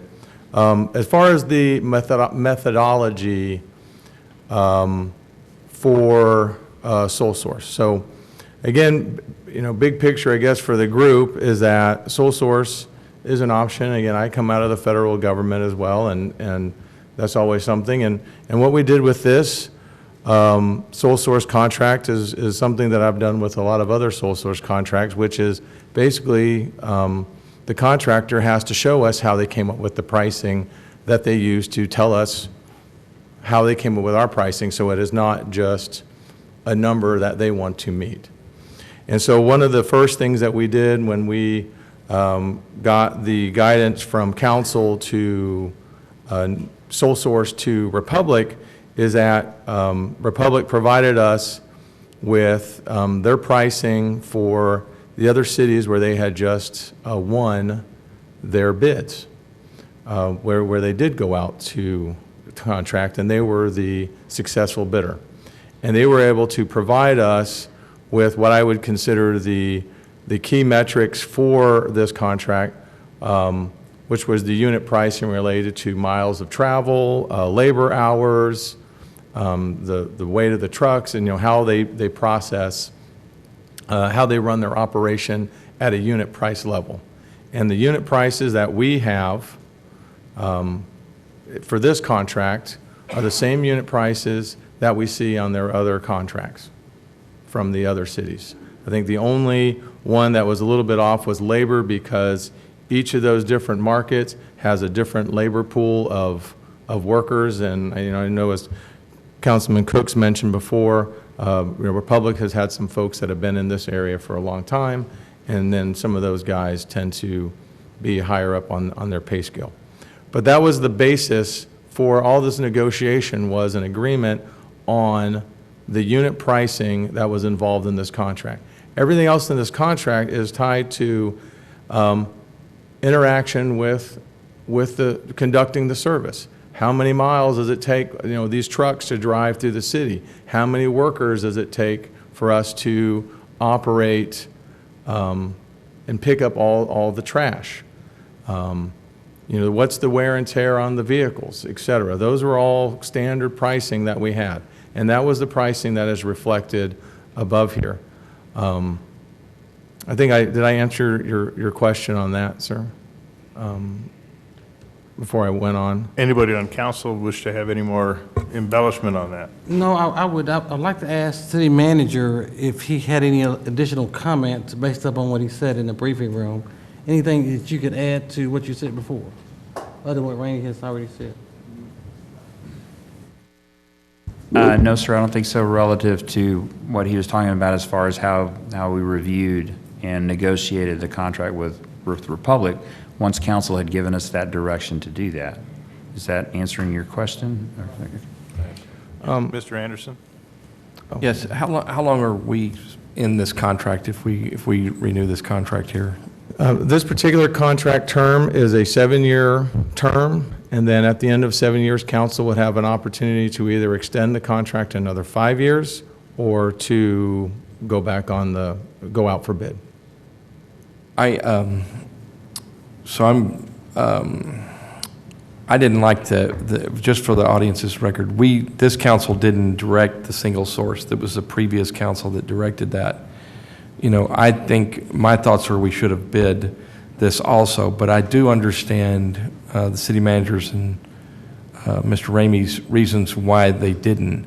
I too am not satisfied with Republic's service, personally, okay? And I don't know tonight yet if I can, depending on what we do here, I do want to see us keep the same level of recycling.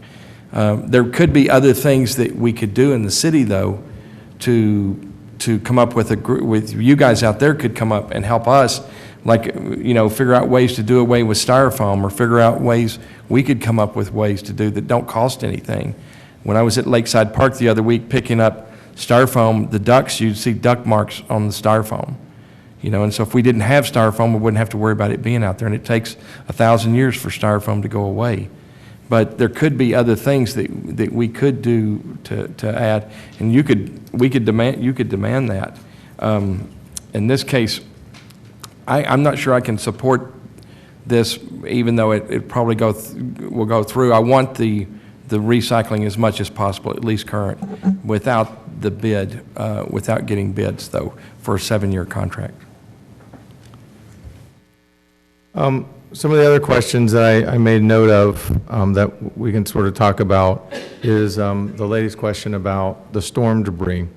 So the reason why I wasn't really tied to this particular contract is we have other contracts that are for that exact event. And so what we have in this particular contract, and even what we're actually getting ready to do starting tomorrow, is working with, in case of a storm, upon the determination by the emergency management staff, city manager, can declare that this would be something that would meet the requirements for that, and then we could come out and bring out the brush trucks from one of our debris contractors to take care of that. So yes, it would not be something that would be part of the Republic contract. It would be a supplemental contract that would be executed based, from me, based on direction from the city manager after, a storm. Another question was glass. I understand a lot of people want to have glass, and I'm sure Robin can really educate all of us on some of the intricacies of the recycling market, but the bottom line with glass is it's very heavy and nobody wants it. That's the bottom line. And when you're talking trash, one of the main issues with any of the trash is the weight of the vehicles. So when we recycle glass, what we're really doing is putting something really heavy that nobody wants in it. And some of the other realities regarding recycling is I'm not up here to be in favor of recycling or not be in favor of recycling. Of course, I will execute whatever contract is selected by council, and based on previous comments from Mr. Anderson as well, was yes, we do need to ensure that this particular evolution of this contract, whatever it may be, when we're done, is to do a better job of informing the public of recycling, about making sure that they do recycle. It is not 100% in Duncanville. So what we don't want to do is send people down a bunch of roads and not pick up anything, because we're still paying for hours, we're still paying for mileage. And the other part is we need to do a better job again, and as a public, is making sure that the garbage or the recycling is not contaminated. So a lot of folks think a cardboard pizza box is recyclable because it's cardboard, but it's not, because it has food in it. Anything, maybe plastic, but if it's plastic that has something like peanut butter in it, that's not something we can take. Lids, sometimes we don't take. So there's a lot of other issues that really affect it. A lot of these other older contracts also were built based on assumptions back in the old model, where we actually made money off of recycling. That is not the case today. Recycling is, if we're lucky, is a zero-sum game, and really all we're paying for is labor and the driving the trucks down the streets. And so the balance, and again, it's up to the council is you to balance the pricing against the recycling and some of the realities of the market as it is today. I would sort of defer to Robin on some of that, if that would be something that would influence your decision in whatever alternative course of action that would be provided today. He's right behind you. Ms. Moda, would you like to come and educate us on this issue of recycling from the actual processor's perspective? Good evening, Council, Mayor. Thank you for having me here tonight.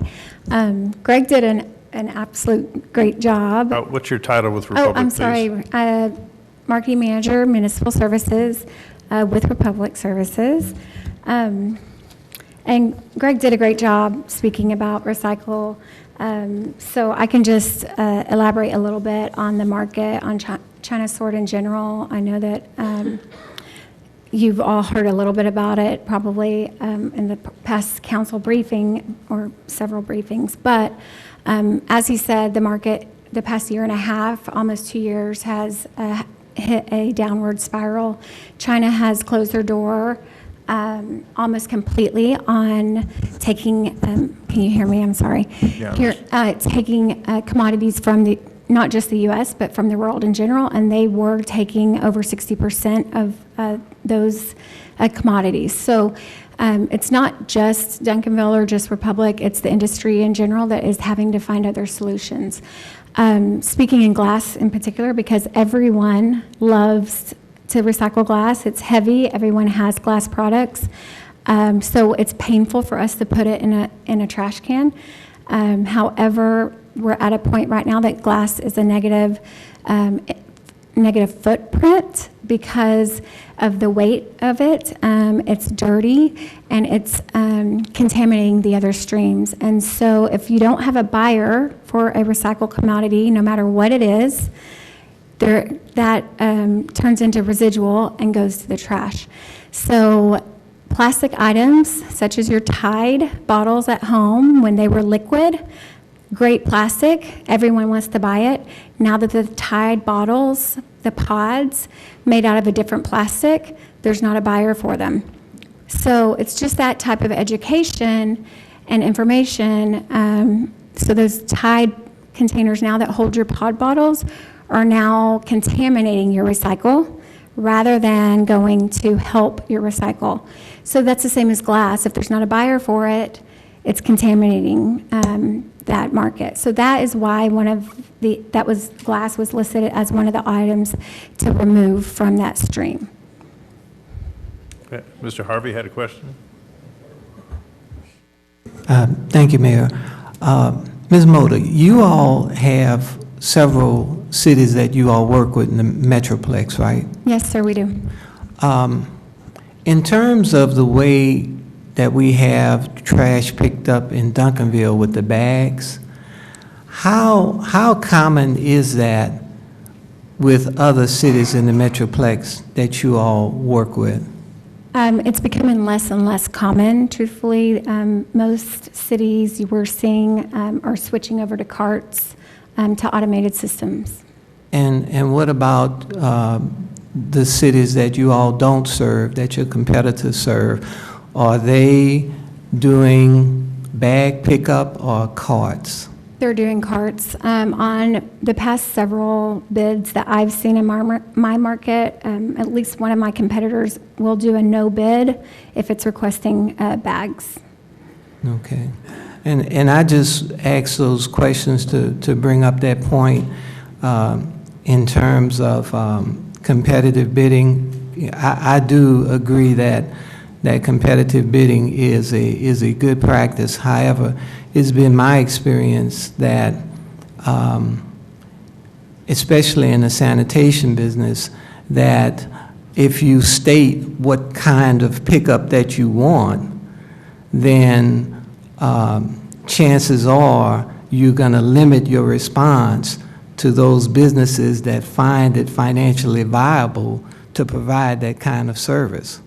So a lot of cities, it is true, are going to rolling cart pickups. However, I've learned from attending previous meetings here in Duncanville, particularly in District 5, where you have a lot of hills, it's a great deal of difficulty for a number of our neighbors to roll those carts up and down that hill. So I was very sensitive to the fact early on, as I participated in these discussions, that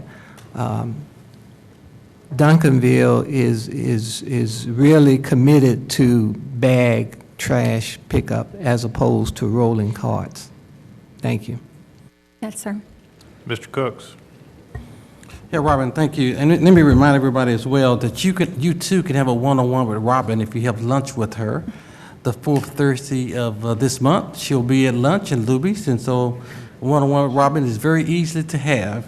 So just need to throw that out as well. All right, the second, Robin, I do have a comment that's coming from social media, and it asks the question about the glass again. Yes, sir. So if you're unable to put the glass in the bin, and you're unable to really put the glass in a plastic bag without it breaking, what do you suggest? Well, the new proposal is proposing to remove glass from the stream, which means it will be considered as part of your solid waste. Be part of solid waste. Mm-hmm. Right. And it goes in a plastic bag. Well, it's going to your trash stream, to be clear. So it's no longer part of your recycle. So it's going to be back in the plastic bag? Yeah, well, you said Which- plastic bag, I'm sorry. Yes. Garbage bag. Yes, into your garbage bag. Which it may or may not hold in the bag, right? Which it may or may not hold. Well, yeah, it will hold in a solid waste bag. In a kitchen bag. Okay. All right, I'm just having some people saying that they have a challenge with putting it in the bags. Yes.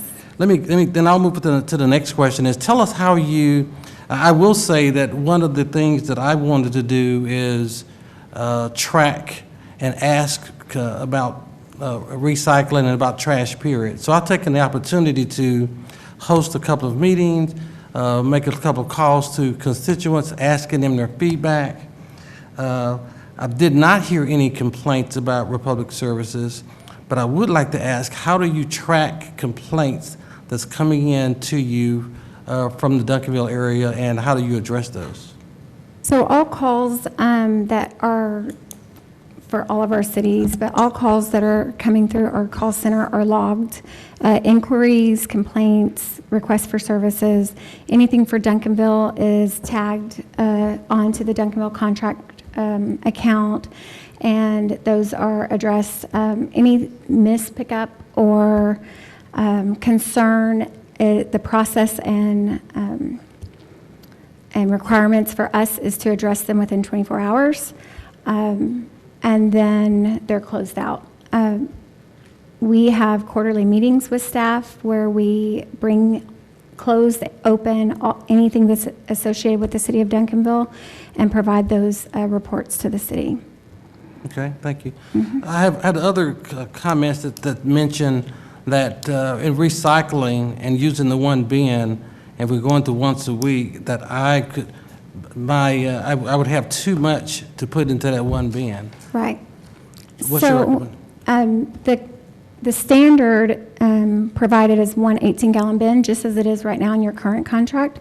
But we will continue to provide additional bins at no cost, as it is right now, the 18-gallon bins. So if a resident, for an example, right now has 3 or 4 bins at the 18-gallon, they will still continue to be able to have those additional bins at no cost. We're just offering the cart, the 95-gallon cart, as a added service for those residents that are your die-hard recycle fans that don't want to have 4 for 1 week, that now may need 6 for 1 week, in their garage, or putting those out every other week. So if they would like that as an added service, that's an option for them. Okay, all right, thank you. And I'll close with 2 things. One, I have to admit that I was not a recycle person. I was just put everything in the trash, so throw me under the bus. But not until my son decided to come and visit every now and then, he decided to order a bin for recycle. So now I find myself recycling because he's there, but I make him put out the bin. So I am recycling now because of him. And then I will share with the things that I do like about Republic Services that many does not offer and may not be aware. You heard Greg bring it up, but in looking at my information to try to find out more about Republic Services, what I did find out that many companies don't offer is that you employ 12 Duncanville residents through your company, and 7 of those, I understand, works on the streets of Duncanville. So you may say, people may ask, what's the big deal of that? I think that is reinvesting back in our city, and it's having employment in our city as well that many won't consider that's important, but I really take that as a really big consideration. And then I'll end with, I want to thank the city of Duncanville for the constituents of Duncanville for electing me and us up here to do this. But at the same time, what you've asked us to do is something we do every day at work, and that is to take a business decision and take all of the information, get all of the input that we can from you, and make a business decision whether it's the right thing to do or the wrong thing to do. So I'd like to tell you that this council, that's not all of us up here that was a part of that, but there were some late nights and some thoughts and some consideration of what you've shared with us that we took into consideration to do this option 3. And so maybe some like it, some don't. I kept finding it 50-50, to be honest. And so at this point, I had to put my banker hat on and make the decision of what would be so good and supportive for the city. And so that's why when we asked about moving forward with the Republic Services, that I made the decision to help based upon what you elected me to do. So thank you very much. Yeah, thank you for that. I would like to add with those 7 employees that work in Duncanville, our employees take pride every day in what they do, and they're happy to come out to each of our communities. But when they live where they work, it's that much more that they are happy, and they come to me, and they've come to me for a year.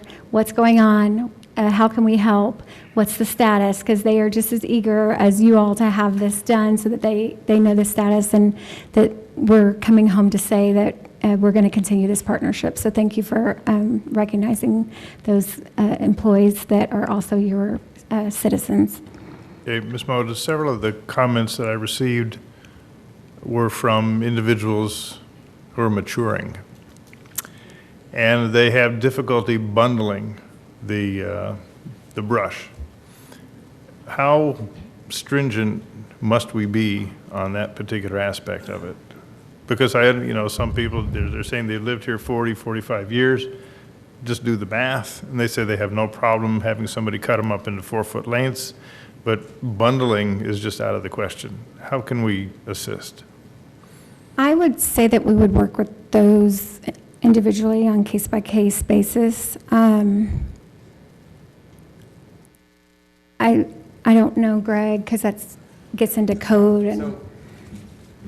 Yes, sir. So in the contract, it does state for mobility impaired individuals that on a case-by-case basis, we would evaluate their particular needs.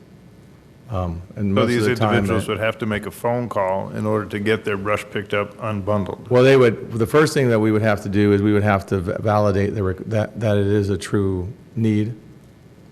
And then we would work with Republic on how we make the accommodations. But the first thing would be, if that is a case, then they would have to call the city so that we could make an assessment of if that is a true need.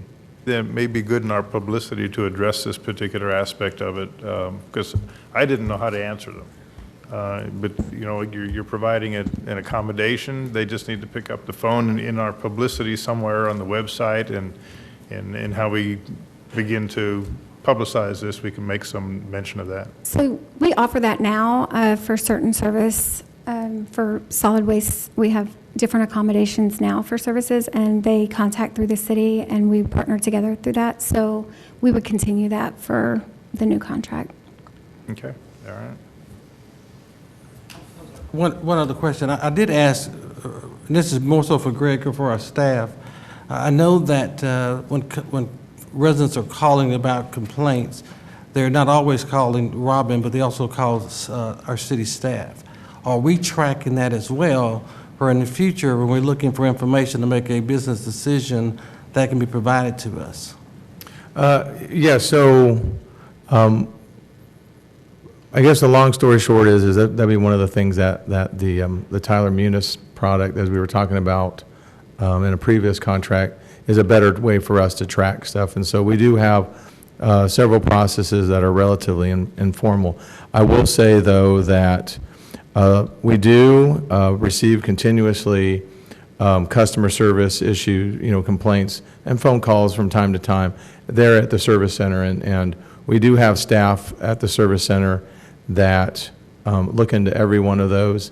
And if there is an issue, then we do contact Republic, and then when that complaint gets to Republic, it is logged on that end. So in terms of documenting exactly how many of those, it's more of when we get the reports from Rob and from of the complaints. That's more of, we don't really delineate between the ones that were generated from a resident calling Republic directly from the ones that are generated from city staff calling Republic directly. Again, the city has one employee and this managing this contract and the billing and running the routes and coordinating with the route supervision to ensure that the quality assurance of this contract. That we have that staffing now. All that is something we can look at in the future, though. We need to track that ourselves as well as team up. So that's comment for you. All right, thank you. I just have one thing there. I mean, I've hesitated to call the city because I'm on the council about the problems I have with Republic. But I have problems and they don't get back to me for over 2 weeks, for the record tonight. So, and there's a case right now that you can look at 100 South Main on that's ongoing for months and years, actually, the same problem. So just FYI. Okay, sir. Considering all the input we received, emails, comments here tonight, I'm looking at these iterations and beginning to see some real importance to our citizens about having recycling reduced to twice a month versus every week. And looking at that and still considering what we as a council wanted to do was do the best for our citizens and keeping the costs as little as possible, but still accommodating what everybody would like to have. There may be a possibility for us, after hearing these inputs, as I was saying, when we decided on this as a council, we didn't have all this input that we have now from our citizens. It's a $1.45 difference between option 2 and option 3. And that would give our citizens their once a week recycling for $15.80 versus $14.35 for biweekly. It's just a thought. I'm not exactly how to move or process that. Maybe just put that for some consideration. And I may be right or wrong. I'm just trying to try to assimilate the input I've received from our citizens that the once a week recycling is pretty important to folks. And so here it is. It would be a council decision, $1.45 difference. I don't know. And just for council, I know that I've talked with the city attorney beforehand in the event that a different option comes up, and I believe that the city attorney is a way that he can help craft a resolution to accommodate a change in level of service that would be made by council here at the county meeting. Council meeting. Well, we don't need to go down that road unless there's some concurrence across the table here. I don't know. I'm not real sure what to do, city attorney. Mayor, you could, if someone would make a motion to approve the contract and tell us which option you want based on the screen, we'll make the alterations in the contract. So if you approve it that way, I'll get with staff and we'll make the changes. The contract that we've authored at this point has option 3. If you choose one of the other 4 options, just make a motion to approve the 7-year extension with, and just tell us what option, and we'll make the alteration in the contract before it gets executed by Mr. Hugden. Okay, my concern is that my personal opinion not impact the rest of the council unless they really feel that it has some import. I don't That's why you're know. mayor, you get to help persuade them. That's why you paid the big bucks. Huh?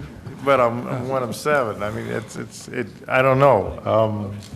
I guess the best way to do it is somebody make a motion that we approve the Republic And if contract. they don't like whatever that motion is, they have the opportunity to amend the motion, to change change it, the yeah. option. Okay, Mayor, so I make a motion that we totally ignore option 3 and go with option 1. That's my motion. I'll second it. Option 1. Yeah. That's our current service at the most expensive price. Yeah. And I So second it. And I let's see if that's what we want, and then we'll just work through it until we can get 4 votes on whichever option. We have a motion, and we have a second to approve the 7-year contract with Republic using option 1 at a cost of $18.11 per household. That's Republic's cost to us, that's not what the customer actually sees. Well, Republic's, okay, yeah, that's our cost. Okay. $6.84 increase. So, Now, go ahead. I don't think we have to go to any discussion. The motion on the table is to approve the 7-year contract using option 1. All in favor? Please vote.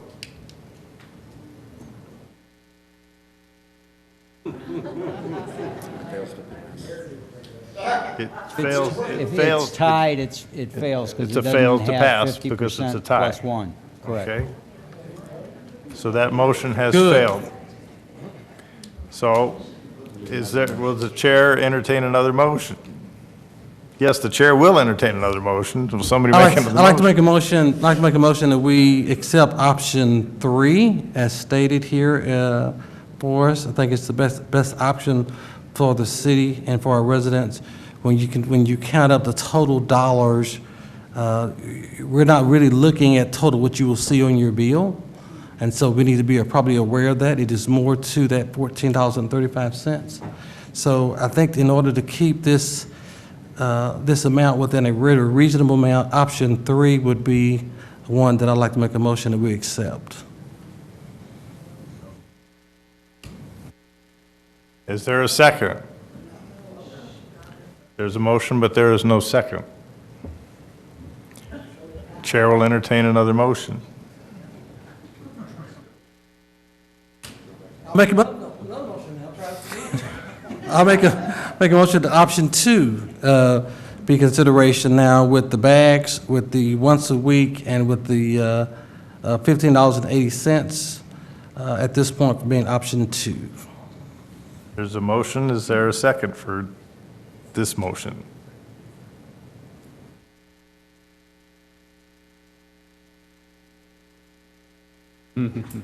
I'll second it, for crying out loud. There's a motion and a second for option number 2. 7-year contract with Republic Services with option number 2. All in favor, or, well, please, yeah, all in, vote. That option has failed.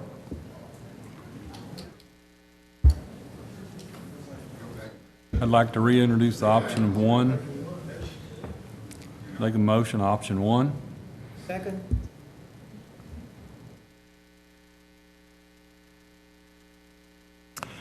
We have a motion to approve the contract with Republic Services for 7 years, using option 1 with Republic's cost to the city per household of $18.11, which basically, well, which gives our citizens everything that they have today.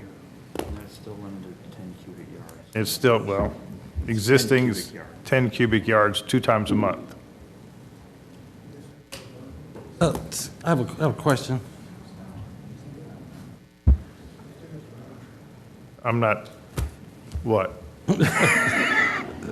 Where's Richard? Is Richard gone? Oh, okay. Richard, would you tell me if I selected option 1? I see this $18.11. As I would say in another world, tell me when I receive my bill, what I'm gonna really see on my bill is $18.11. Too, if that would help you. We have Yeah. we have that other slide. It would basically be about a $6 increase above where you're at. So you could take the 17, 18, and it would be approximately a $6 increase from that per month for curbside, and then we would do a $7 increase from the alley. So 6 and 17, it'd be 23.18 a month for the curbside, and 29.77 a month for alley. So currently, I'm paying about $80 a month for water bill, so now I'm going to be paying about $90 a month, if not a little bit more. That's including sewer and everything else that's offered there.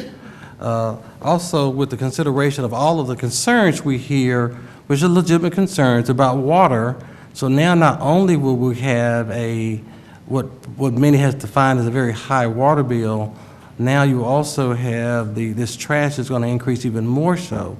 And here, I'm just sharing because I've heard both sides of this. I've heard, as many of all of us have, we've heard 50% saying yes, 50% saying no. And so just looking at this, looking at all of the, putting the dollars to it, as well as the quality of service, it's just hard for me to accept option 1 without that increased price. Okay, we have a motion on the table. And the motion has been made and seconded to approve the contract with the Public Services for 7 years with option 1. No more discussion. Discussion's over. Go ahead. I'm not going to preclude anything. Go ahead. No, I'm just saying it's really hard. The reason we're having a difficulty, I'm having difficulty here because we got one bid out there, and it's, we got nothing to compare it to. And I'm hearing a little bit tonight. I'm getting educated a little bit before this meeting, but I'm hearing from other people that there's better ways, and so I don't have anything to compare it to, which makes it very hard to make a decision to increase people's, bills.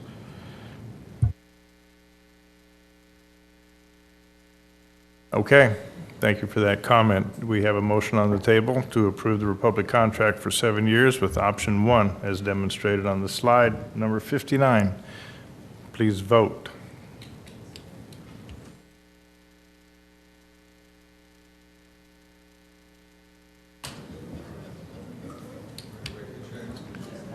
I have one more comment. One more comment. Sure. Is there, Robin, I have a question for you. I'm not sure if we can answer this, but we keep saying 7 years. Is there an option with this, looking at this price, that will, if reduce this from 7 to 5 years?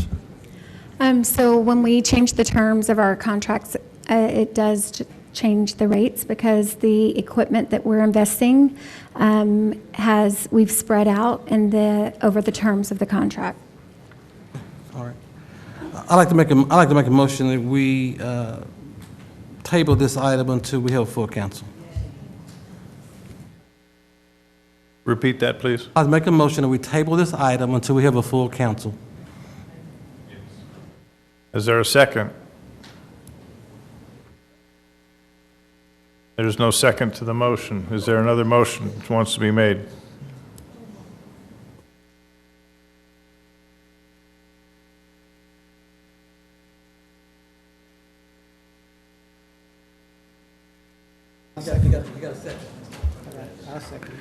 All right, we have a motion to table this item, and we have a second. And the reason?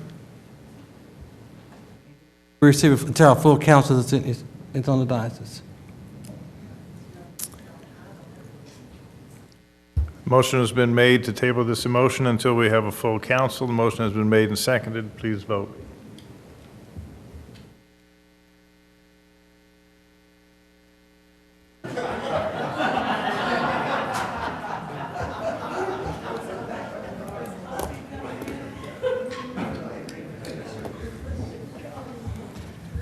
Make a motion, we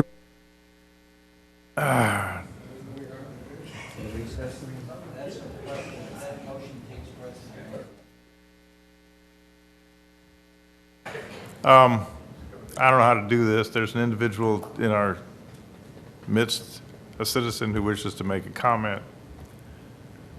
It's a public meeting, not a public hearing. May I call on that person? I have to open it up to a public hearing to do that. You run the meeting, you can do whatever you want, but it's not, you're under no obligation to recognize anyone in the audience. But you may if you desire. You get to run the meeting, not me.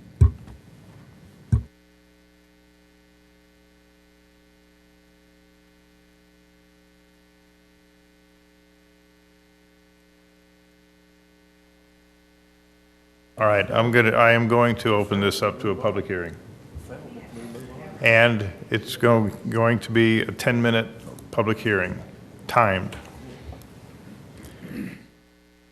Time is 10:04. You can't open it to a public hearing. If you want to recognize someone from the audience, you may do so, but you can't declare a public hearing because. Well, that was what I wanted to do in the first place.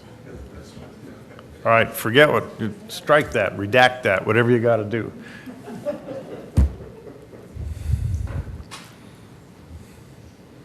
Now, I'm going to give you 2 minutes.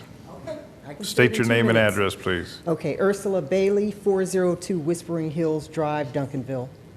And my question is, okay, for 1811 it would be 10 years. Are there any projections for what it would be after 7 years? Because the price could go higher than 1811 after 7 years. So has that been considered? Thank you. Robin, the question was about the pricing, and this is a 7-year contract, but the contract also has adjustments for CPI. Is that on an annual basis or at the end of the 7 years? If you could address the pricing increases that are built into the contract.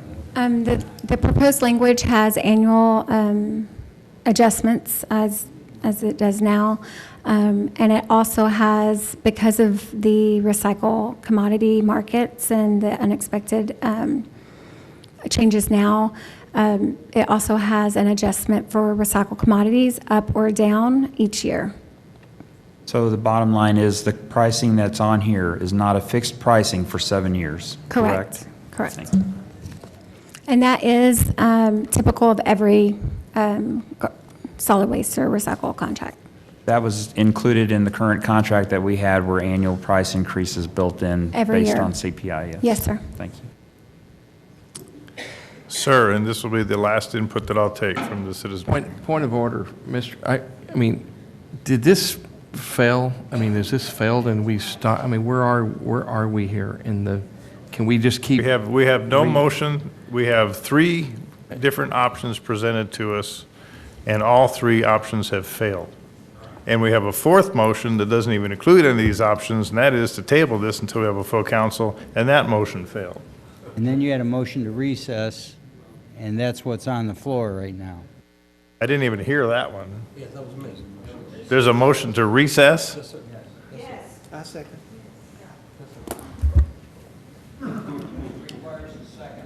He seconded it. We have a second. And it is a priority motion, which means it All in has to be favor of a considered. recess, please vote.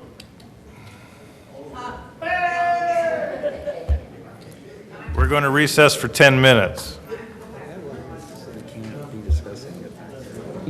And by law, this cannot be discussed with city council members during the recess.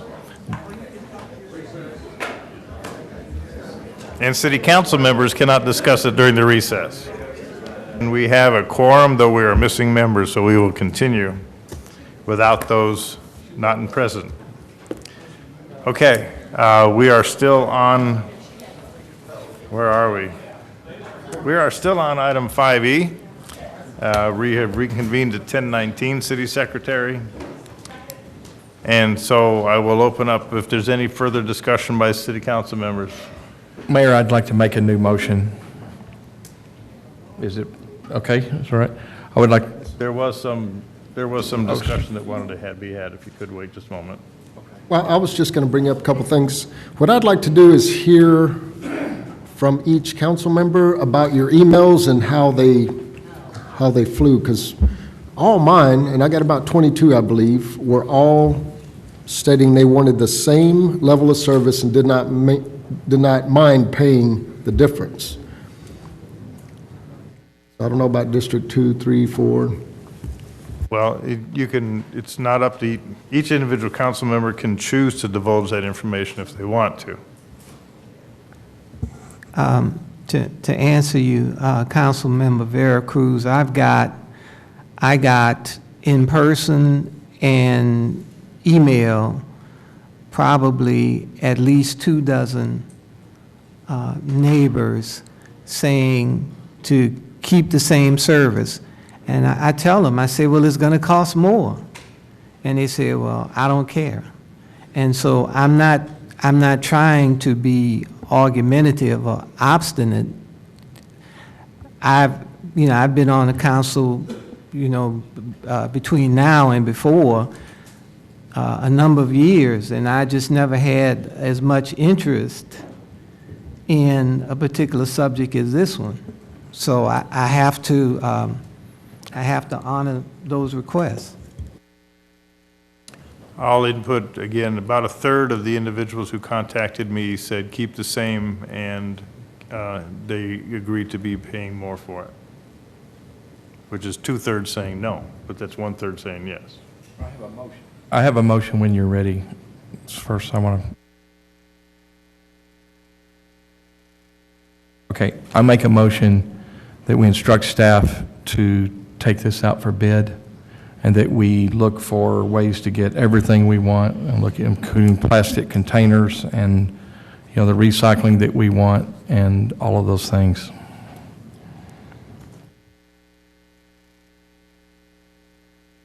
Is there a second to this motion? Seeing there is no second to the motion is not going anywhere. So, Mr. Hugman, you wanted to make a comment? Mayor and council, one of the things that we hadn't not mentioned, but I know that those of you that have been through the various workshops with us know, but I would like to remind you as well as let the audience know, our current contract expires September 30th. As of October 1st, we will be on maintaining the full service that we have. We will be paying those extra rates to Republic on a month-by-month basis to maintain service. So that is why we have been working very hard since last October to get to a contract with whoever it was, but we have had multiple meetings with council, reviewed multiple options, taken council's direction to us, and we have brought back to you what has been the work of those many months. But I just want to remind the council that we are under a timeline, and if we do not make the timeline on approving a new contract, then we will be paying those higher rates come October 1st until a contract with whoever is decided. Thank you. Mr. Cooks? I'm looking at option 2 again. Our citizens and our constituents are depending on us sitting on this diocese to make the right decision after hearing from them several times. We've not only heard from people in the audience today, but each one of us have had our respective emails, our respective phone calls, and it's literally just been 50-50 in what I've heard from all. So again, I'm going to ask again that we make a motion that we accept option 2 with any other, make a motion that we accept option 2 and move forward with this, the $15.80. We have a motion and we have a second. This is this is establishing a contract with Republic Services for 7 years and using option number 2. We have a motion and a second. Please vote. Motion's passed.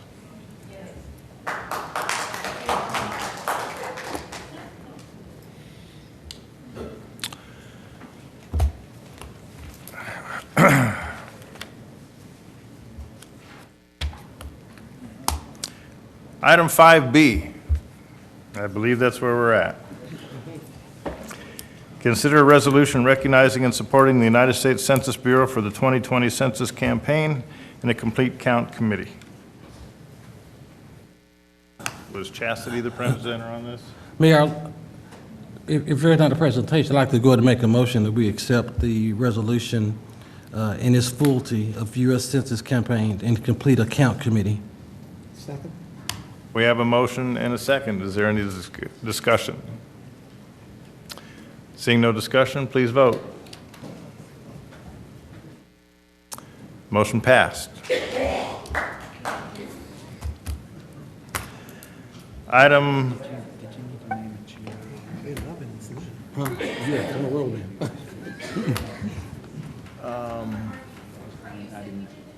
Yes.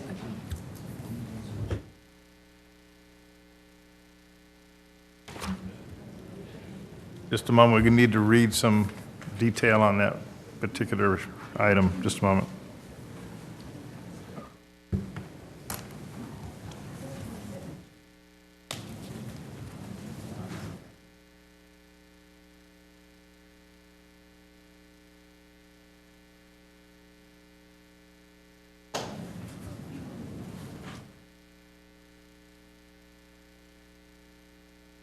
No, it doesn't. It doesn't. Okay. Okay. No, we are good to move on. Item 5C. Consider a resolution approving an amendment to the $25,000 hotel occupancy tax grant for the fiscal year 18-19 budget to ALW Entertainment to directly enhance and promote tourism and the hotel industry. Presenting Ms. James. Thank you, Honorable Mayor and Council. As we start to consider this item tonight, I know that we reviewed this earlier, but I would just like to quickly review it for the audience.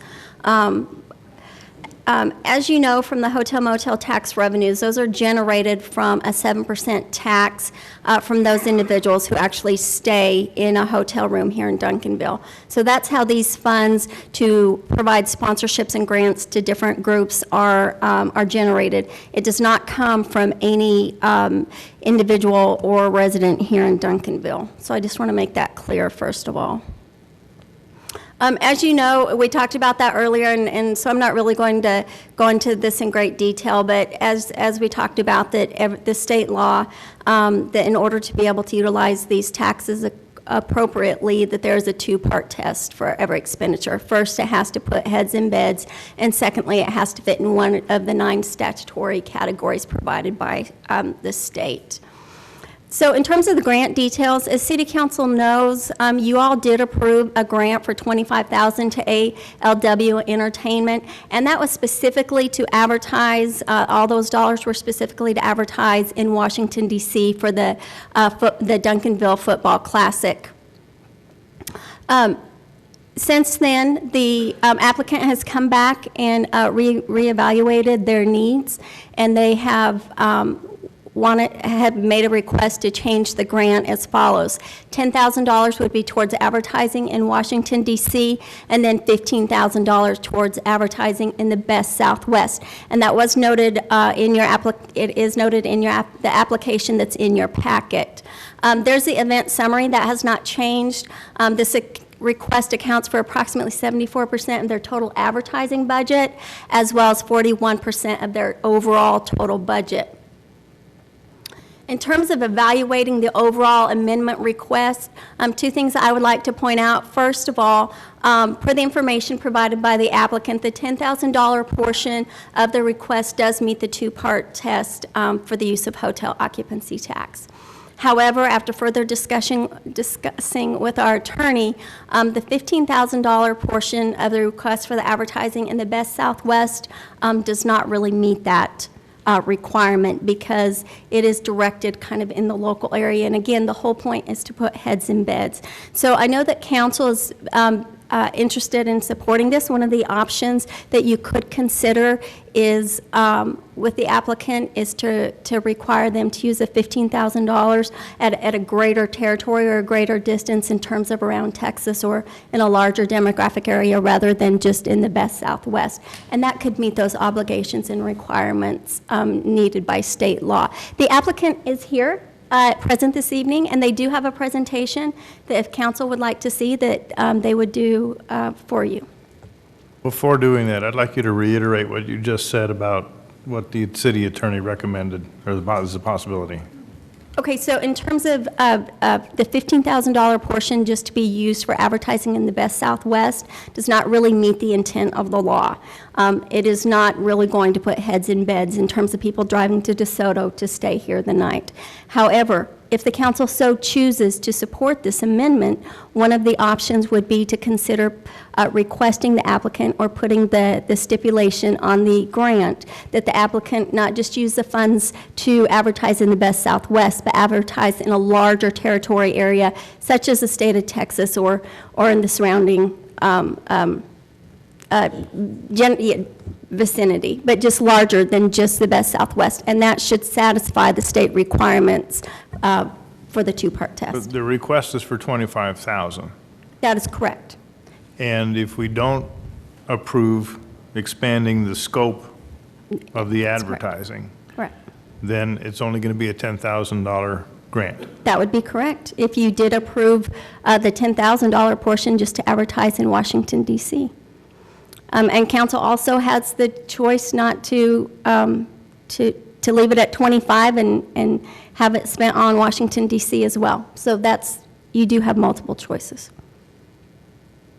Mr. Cooks? I do have a question just for either Mr. Wash or his representative. Based upon what you just heard and the $15,000 to request advertising in the Best Southwest, would you be acceptable to making that outside of Best Southwest and making that the state of Texas? Sure. The way, and my name is Uric Bates. I'm the marketing director for ALW Entertainment, and I have Al Wash. He's the owner. So good evening to all of you. We were originally awarded by the City Council the hotel occupancy tax grant, and the way that it was worded as if the entire $25,000 would be used for the Washington, D.C. area. But the way that we promote our games, we currently promote the State Fair Classic at the Cotton Bowl. We typically promote our games with social media and online marketing that expands throughout the region. So the way that the grant was worded before we signed the contract was to say that all monies would have to be spent in Washington, D.C. The game is between Duncanville High School and a school out of Washington, D.C., so we'd like to have a large portion of that advertising there, but we'd like to advertise in Plano, we'd like to advertise in Houston, and since we last met, I know that Max Preps, who covers all of the high school sports, they've now ranked this game as the #2 game in the country as high school games. So it's actually working the way that we thought it would in spreading throughout the nation. We just don't want to earmark the entire bulk of money for Washington, D.C. to only advertise in Washington, D.C. We want to advertise throughout Texas. I'm hearing you saying that you're very open to us then making changing this from Best Southwest to a greater span of Texas and beyond. Is that what I'm hearing? Mm-hmm. Therefore, Mayor, I'd like to make a motion that we accept the I'd like to make a motion that we accept it with the changing of the $15,000 greater in the state of Texas and beyond. Total of $25,000. Second. Mayor and council, just so I know, and for the benefit, if they were to advertise at something like the State Fair that brings people in, that's a good use of that money, because I would consider that as your lawyer to be statewide advertising. If you advertised at a Cowboy game, because the audience involved and because of the media involved, it takes it outside the region. So the money has to be spent, can be spent locally, but we would have to show that there's a regional effect for that. So, and that's what I told Jessica. So I want to be clear, just because if they were to go to the state fair and promote this activity, for example, that to me would be statewide use of those funds. Yeah, one item of clarification, the use of the term Best Southwest is an actual legal term for a partnership of 4 cities. Right. And so the use of Best Southwest does kind of, well, it in fact limits any advertising going on in those 4 cities. Yeah, that would be the 4 cities of Cedar Hill, Lancaster, DeSoto, and Duncanville. But that's what we advertising at think State of it. Fair, advertising at Cowboy games, it opens that up to, like, as you're saying, Mr. Cooks, it's more than just Best Southwest, but that's what they have to comply with. You could not advertise in Cedar Hill, Duncanville, Lancaster, or DeSoto. Yeah, you. Or not, Well, or not. if they bought a billboard on I-20 that's, going up and down I-20. That's I a would- public right-of-way, yeah, That's I'm not a- putting Well, it's that public within a bound. right-of-way that serves not only local communities, but it's statewide, nationwide. Okay. Because everybody We would drives. advertise in those areas, we just wouldn't expect to be reimbursed for that advertisement. Well, I don't want to complicate things. I just want to make sure that how about we limit the use of the term Best Southwest? That's right. I was gonna say Because it Texas. is a legal partnership, we not talk about those 4 cities. Right. Let's just talk about restate your motion. All We'll right, be okay. I make a motion again that we will make the addendum to this proposal of the $15,000 portion to be spent in the great state of Texas and beyond. Second. Okay, we have a motion and we have a second. Is there any further discussion? No. Seeing none, please vote. Thank you.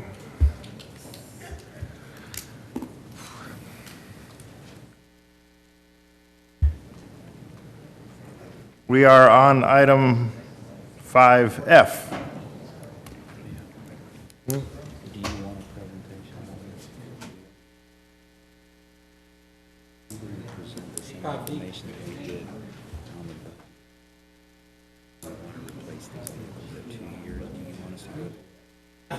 Well, we're on 5F right now. 5D, police vehicle. Oh, I forgot 5D. Yeah, did you announce 5F? I did. I'm wrong. Wait a minute. We didn't do 5D yet. We're on 5 David.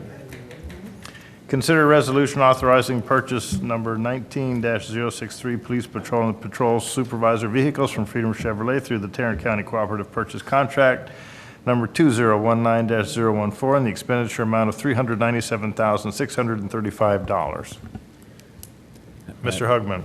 Mayor and council, we have a presentation. This is pretty much the same presentation we gave you during the budget workshop to explain why we are wanting to replace our patrol vehicles at 2-year intervals. I know that that has been a question. It has been, some citizens have asked that question, so we were prepared to present that same information as we did to you during the budget workshop, showing our fleet versus others. If you would like for us to go through that quickly, we can. If you would not want to do that, that is your call, given the hour. Chair will entertain a motion. So moved. Second. And the motion is, won't you, I don't know what the motion is. Motion to what? Wait a minute. Make the motion, what the motion is. He made the motion. Okay, we have a. Motion to what? We have a motion to approve item 5, David. Correct. And we have a second. All in favor, please vote.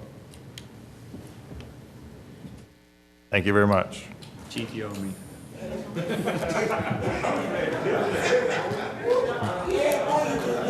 All that rehearsing in the mirror for nothing now. You rehearsed in the mirror for nothing. All right. All right, we are now on we are now on item 5F, Foxtrot. Consider resolution approving the terms and conditions of professional engineering services agreement number 19-061, Daniel Dale Road Corridor Study for Bike Facilities, professional services contract with Dunaway Associates, and the proposed amount of $48,100. Mr. Ramey. Yes, good evening again. So again, for this particular study, let me just orient you to the map in front of you. Again, the green line represents the length of the Daniel Dale corridor through the city, running from Clark Road in the west all the way through the DeSoto city limit in the east. You also see in yellow the Bond segment, which is running from Main Street to 67. That is the portion of Daniel Dale that is scheduled for total reconstruction. And then some other things I wanted to highlight that are pertinent to this discussion is if you look over on the Dallas side, you see the box that just sort of shows how we have Daniel Dale where it touches Mountain Creek Parkway and those existing bike lanes that are on the Dallas side. And then just something else is just a typical situation that you see on Daniel Dale across the corridor with the bridges is that the bridges are exactly 3 car lanes wide. So that's part of the pertinent to the study in general. So again, just some background that you'll see here. I don't want to belabor it, but through the Duncanville Comp Plan and the Duncanville Park Master Plan in 2017, they both are in favor of examining the Daniel Dale corridor for opportunities to improve bicycle and pedestrian trafficability. I also want to point out in May, when we brought to council the contract to design the reconstruction of Daniel Dale between Main and US 67, council requested that we look at the entire corridor. Again, the output of this particular corridor would have impact on the final design of the segment that is scheduled for reconstruction. And again, the reason why it's brought to you tonight is the output of this study has council-level policy decisions determining implementation, whether it's going out and procuring more right-of-way, or if we reduce the number of street lanes in order to provide some areas for pedestrians and bicycles. So again, the staff recommendation is to conduct this study subject to your questions. Mr. Anderson. So to remind me why we're starting with Daniel Dale on the bike lane down there, is because you're doing other improvements on Daniel Dale Road? Versus like, I would think you would start up more in the core, up in where you've got more activity or more chance for success and action. Well, the impetus, again, even the consideration for the bike lanes here was a request by council. The way that I understand in terms of this area is what was the precipitating factor was the reconstruction of Daniel Dale and the desire that before we go back and rebuild Daniel Dale Road, basically, a replacement in kind and get what we have today, just newer. The thought was that we would do a study to see if there's a better way to do Daniel Dale. So you're doing reconstruction on Daniel Dale. I'm sorry, I didn't catch that if you've said it before. So that's why you're working on the bike lanes while you're doing the reconstruction. Yes, sir. Of Daniel If you go back and look, I pulled the map back up. Yeah, the bond segment. So what are you doing to Daniel? What are you doing? I'm just curious. Well, the original plan for that was a total reconstruction of the subsurface utilities as well as the pavement in that one area, and it would be a replacement in kind was the original plan. After receiving input from council at time of the award of that contract, it was requested that we relook Daniel Dale in terms of how we incorporate bike lanes and pedestrians into the entire corridor, because the decisions. But while you're doing, while you're doing that construction, that's why you're doing it. That's why. Yes, sir. We don't want to rebuild Daniel Dale Road the way it is now and then find out later that we could have done something. So you wouldn't probably start if you were doing bike lanes. You probably wouldn't start there if you didn't have that construction. Is that correct, or would you? Well, the comp plan and the trafficability and the park plan have recommending bike lanes everywhere. Right. And so this particular area was that. If any other areas that we would look at would be something where council would ask us to also look at as I'm just trying to get an idea of, yes, sir. Of doing the bike lanes. It takes a series of connections and yes, sir. Plan, and so I understand now why you're doing it, because you had construction already going there. And this would be the first step, hopefully, of other opportunities, other places in the city. For clarification too, Mr. Anderson, is it going back to the comp plan? There was a lot of discussion of the Comprehensive Plan Steering Committee, of which I was a part, in terms of several citizens wanted more bike lanes in the city. And that's how it ended up being an item in the comp plan for us to study. And so this became an opportunity. In fact, I recall very clearly when these discussions were going on, it was almost entirely focused on Daniel Dale. And because of the speeding going on Daniel Dale, it being a conduit from 67 over to the Dallas side. You know, what is Daniel Dale? Is it really a residential road, or is it a highway for the conduit of traffic? And so there was some consideration is there a possibility that bike lanes would slow down traffic as well and give us a double purpose? And so that's what goes back to the comp plan, and then this opportunity came up with the reconstruction of that portion of Daniel. Yes, Right, I read the comp plan, and so I'm glad that we got bike lanes going everywhere. It's just that where I'm thinking, now that I realize the construction is leading this, I would just like to say that I would like to see us, you come into the center and you kind of spoke out. I'd like to see us do a lot more temporary, demonstration projects and things like that as you do these bike lanes, because what that offers, what that does is it shows people, because we're just going to do striping, and it shows people you're not taking their driveways, you're not going to ruin their business, things like that, and you can do it quickly, and then you can do a lot of things together, because realize that when we do Daniel Dale by itself, people are not going to probably ride on it, so you have to realize until you get the network done, it'll be less traveled. And we've done this, and I've done it in several places, very similar to this. Yeah. Greg, go back to the last slide, please.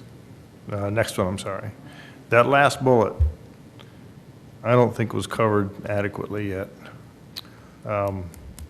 So if we take this study, we pay the $48,000 for Dunaway to do the study, and we like what they say, I guess what this last bullet is telling us is that if we approve the bike lanes on Daniel Dale, then we're then going to be faced with additional decisions in terms of purchasing additional right-of-way, which is going to cost who knows how much.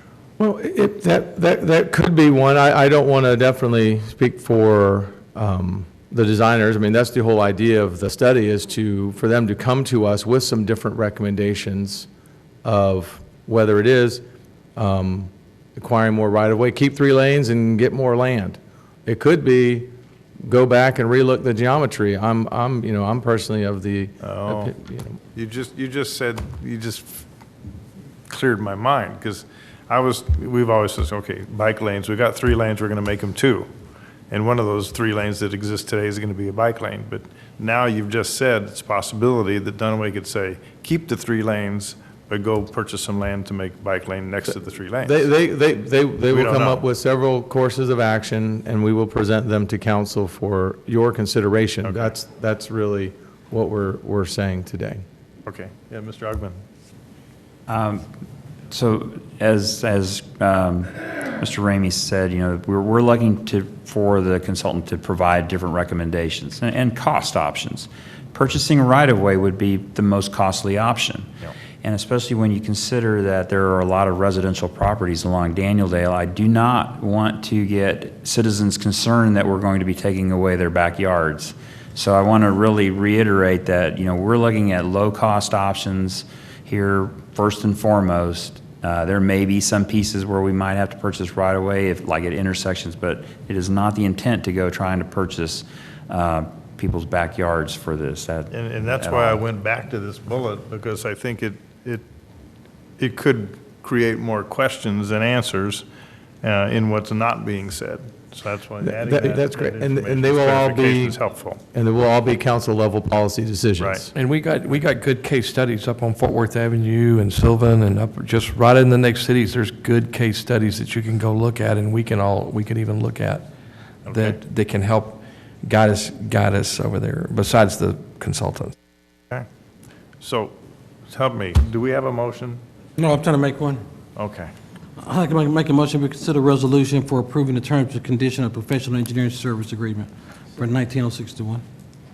We have a motion. We have a second. Any further discussion? Seeing none, please vote. Thank you. Item 5G, consider a resolution. Pardon me? No, I'm sorry, sir.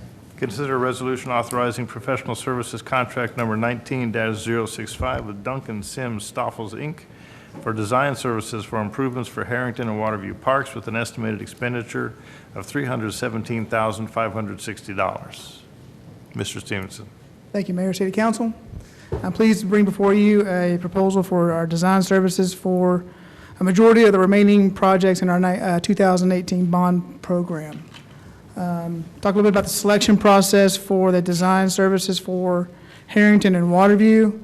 Is that we went through a very similar process as we did with our park master plan, in that we did an SOQ process with our purchasing department, statement of qualifications. We received 7 respondents from that SOQ process. We then narrowed that down to the 3 finalists. The 3 finalists then did a in-person interview process with our park board. The park board, as well as staff, separately ranked those 3 presentations, and fortunately for us, we came up with the same solutions, same results. So we moved forward with the top-ranked firm, which was Duncan Sims Stoffels. A little bit about Duncan Sims Stoffels is they've had 38 years of experience in park planning, as well as master planning in the Dallas-Fort Worth area. They have experience in the southern Dallas area, and you see there they've done work in Mansfield, Cedar Hill, Midlothian, Red Oak, Glen Heights, and DeSoto. And then when we did our reference checks, as well as what came from our park board in the interview process, was it was clear that they are very budget conscious, which was a high ranking for everyone involved. Again, as a reminder, here's our projects that are included in this design process. It's the soccer concession restroom facility, the baseball restroom concession facility, replacing a pavilion, additional parking, security lighting, and the pedestrian bridge over 10 Mile Creek, linking Waterview and Harrington Parks. The design contract itself is a little over $317,000. That is 13.2% of the budget. It does include everything from the beginning of the design process through the ribbon cutting at the end. So it will be all the site analysis planning, the design services, the construction documents, the review of the bidding, public bidding that we'll be doing for the project for construction, as well as the construction administration. As City Manager Hugman mentioned to you in your briefing, there are some additional services that are required because of the pedestrian bridge crossing 10 Mile Creek that adds to the cost of this project. And that is that the wetlands environmental study, as well as the floodplain study. Depending on how those 2 studies come back, there may be additional services that are required. Those services are already included in the contract. So in essence, the $317,560 is the maximum out of pocket for the city. We actually think it may be reduced because we hope that those additional studies will not be needed. For the wetland environmental study, that would reduce the cost to $290,260 if those additional studies are not needed. And what's not included in the presentation, but is included in your packet, is the additional $20,000 reduction for the Clomer-Lomer if it is not necessary. So the contract could be reduced to $270,260 if those additional studies are not required. So with that, I'll answer any questions you might have. Based on the, go back to that last slide. Based on the scope of the contract, in my experience dealing with contractors in architectural documentation and contract administration, those are usually broken out in separate pieces with different people.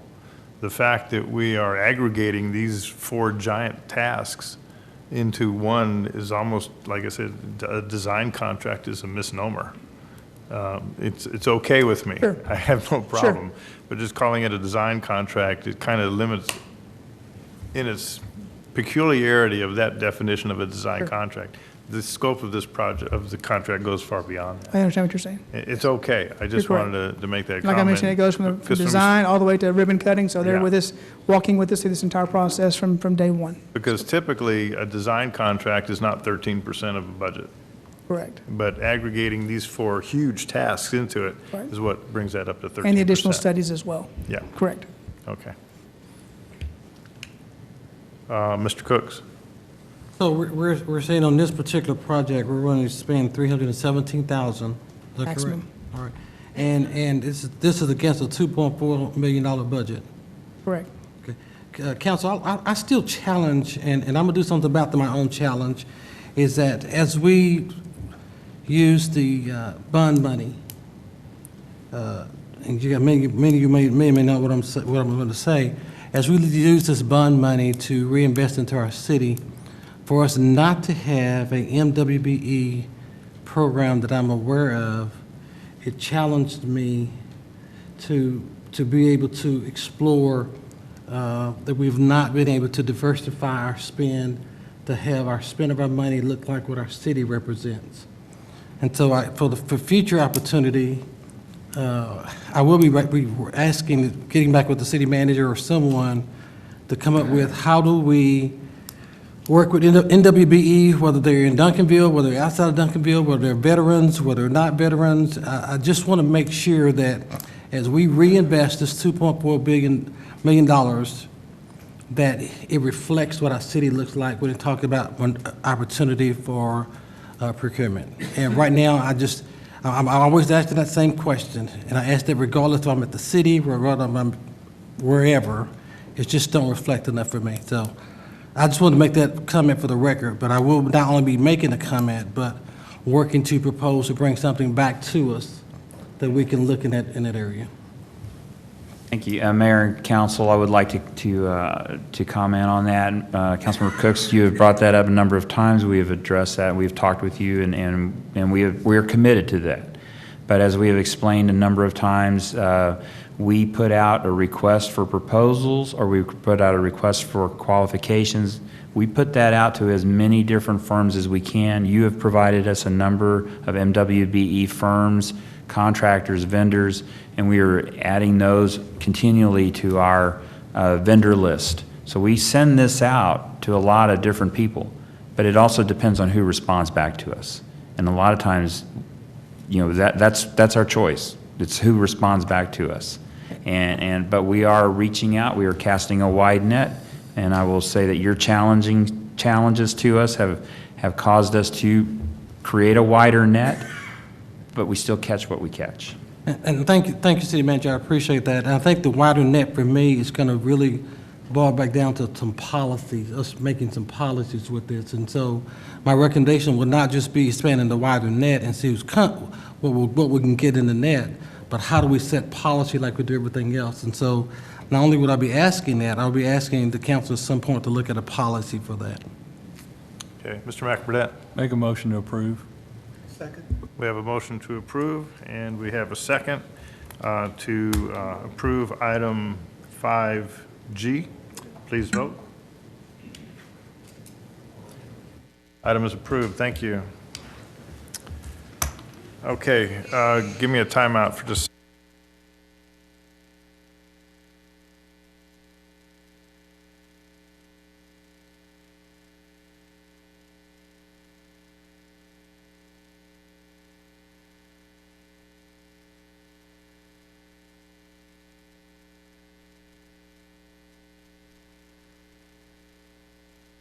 All right, some technical housekeeping. I'm going to say it, and then I'm going to wait for the city attorney to say you can or can't do that. We're going to recess city council, and then we are going to reconvene our briefing session to take up item 2B, which is the Village Tech Traffic Flow Briefing. We will discuss that. You're good, Mayor, just time. Pardon me? You're good, Mayor, just time of the recess. What time are you recessing? No, I'm just, right now, I'm saying this is what I'd like to do, and you're going to say I can do that. You can do it. I'm asking you what time you want to recess. Okay, we are recessing city council at 10:58. Good evening. Just real quick, just some background history on this, this issue. So Village Tech has been in operation for the last school year. About midway through the school year in December, they came to council to, with a special use permit for their, what we would call Village Tech Phase 2. At the time, it was council, in terms of their special conditions, added the special condition that you see there, which is a hooded right turn lane or other appropriate traffic control measure. But basically, the intent that was instituted by council in this SUP was that we were prohibiting left turn from Cedar Hill Road into the new Village Tech access road onto their property.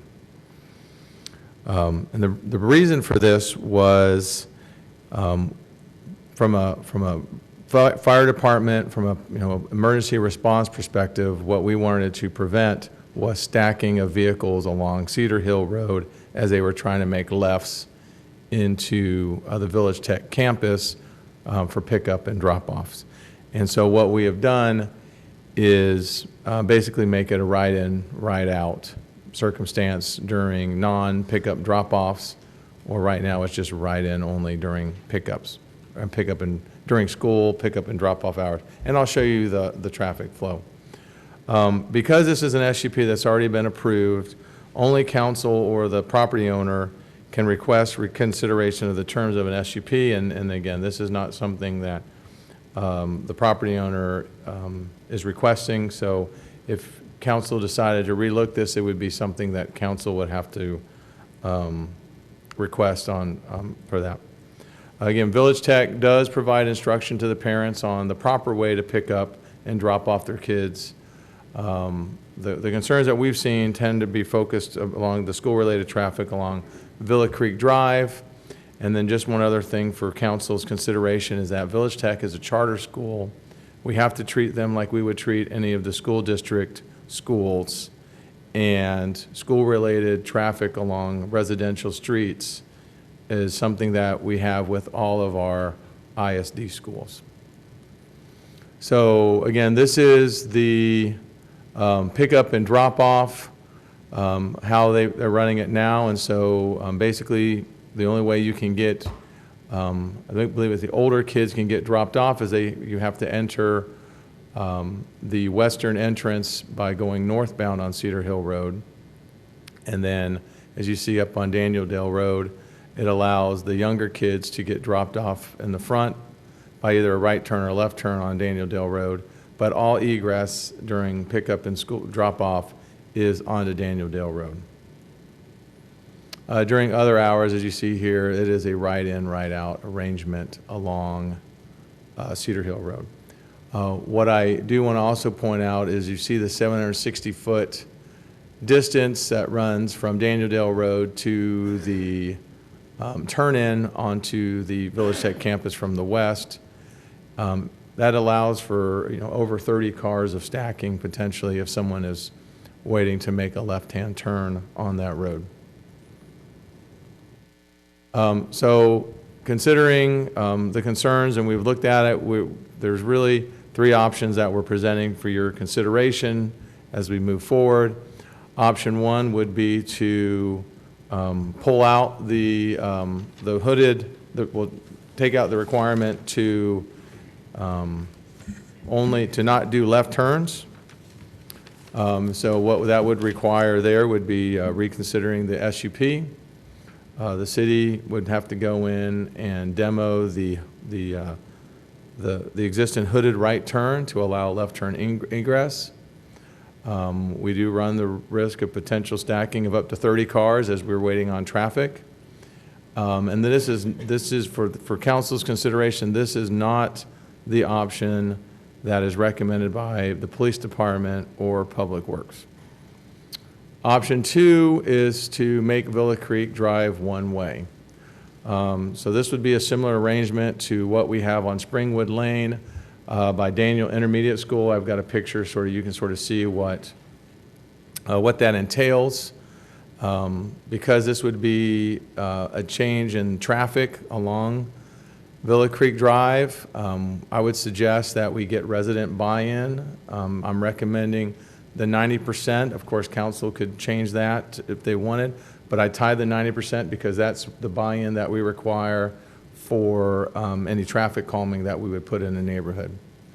The concern there is there is a certain aspect of folks that probably are going to do what they want to do, and those folks may be the ones that get pushed down to Athenia Way or Parkview in order to turn around to avoid sort of doing obeying the traffic flow.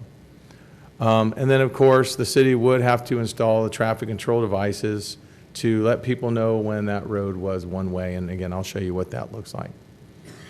Option three would be, again, no change. We continue with the arrangement that we have through at least another school year. Again, Village Tech would continue to educate their parents on the appropriate ways to access and the school, and again, for egressing during drop-off and pickup times. And then it would also, involve the police department monitoring and enforcing the existing traffic laws. Just some pictures for your consideration. So this is what we see at there by Daniel Intermediate. And so what we're looking at is off of Santa Fe Trail. You'd see some flashing lights and some signs saying one way during the school hours. At Penn Springs in the middle there, you'd see the stop sign where there would be no right turn. And then on the Villa Creek side, you would see the right-hand side, which would be, again, do not enter signs, and again, some more flashers. But again, that would be an additional cost. I estimated between 5 and 10 to do option 1, which would remove the hood, demo all of that out, repave it, and restripe it. This here is about the same equipment that it would take to establish a school zone, which is roughly $40-some thousand to do for cost considerations. This would be around $40,000.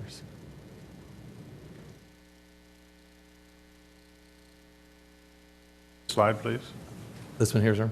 The options. Yeah.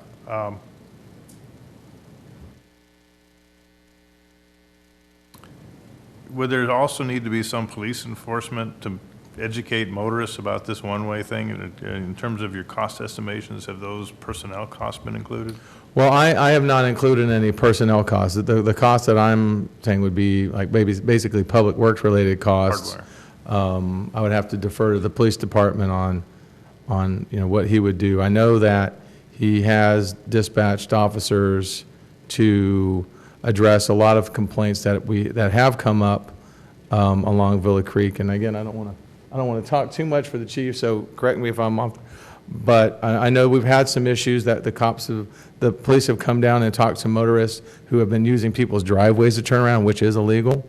There has been some issues where they're stopping traffic to try to make like multi-point turns in the middle of Villa Creek Drive, which again, those are issues that the police has engaged in the past. But again, I do not want to commit the police department's resources. Is there any way to allow left turn ingress without demolishing the hood? Reason I've walked it, I've driven it myself, I've put eyes on it myself, and I've taken into consideration our residents' concerns about this, and I kind of thought one of the options might be is to allow that ingress without actually removing the hood, which would reduce the cost. You said between $5,000 and $10,000 cost to the city to take that out. About 5. About 5. 5 to 10, yeah. What I've not been able to do and to reconcile in my mind, maybe go back, Greg, to one of the traffic pattern slides. What I've not been able to do and to reconcile in my mind is if we do option 1, allow that left turn ingress, what happens to the full traffic pattern along that Well, then they would stack up, because, I mean, I understand that there is some stacking that occurs on Villa Creek, as people are trying to are using that as their option. That same traffic stacking on Villa Creek would be the same. They're trying to get in, and what's holding them back is northbound traffic for making that, or the southbound traffic.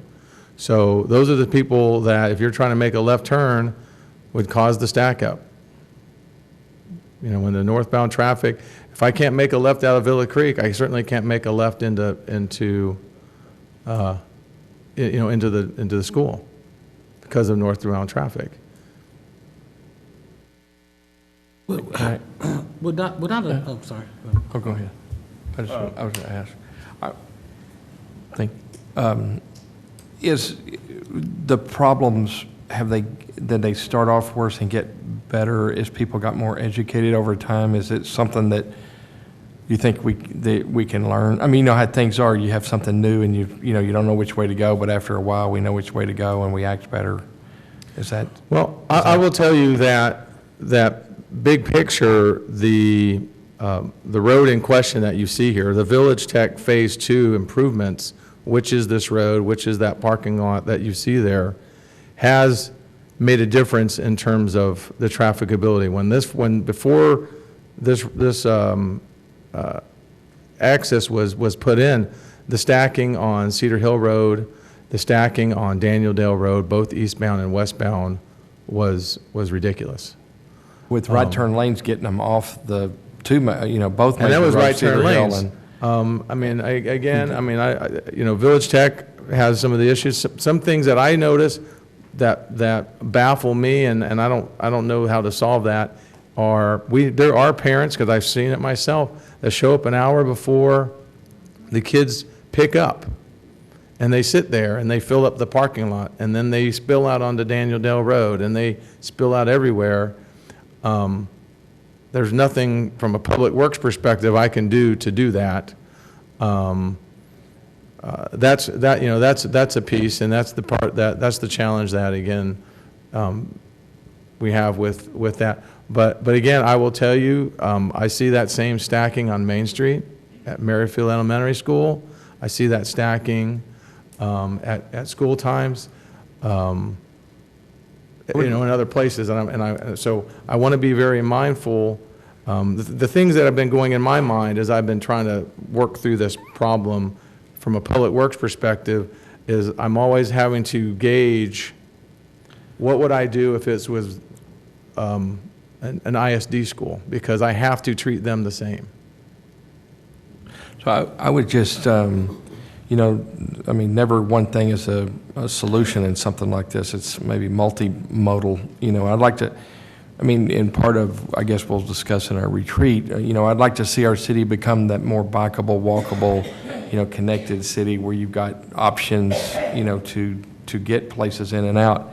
I hate to see us spend a lot of money fixing something that doesn't take us down a best practices, futuristic, what cities, great cities become, and if we just look at them one dimensionally, I'd just like to, it's a bigger picture, to me it's a bigger picture here than to make a decision one night to fix it without, tonight it's asking us to vote on maybe some fix. This is just a briefing session for you, to sort of be aware of the situation.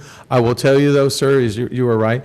This Daniel Dale is very underserved in terms of alternative means of traffic.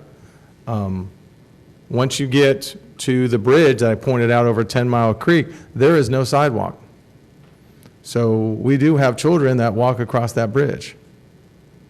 And there's, and we have a little, a signal, and there's a,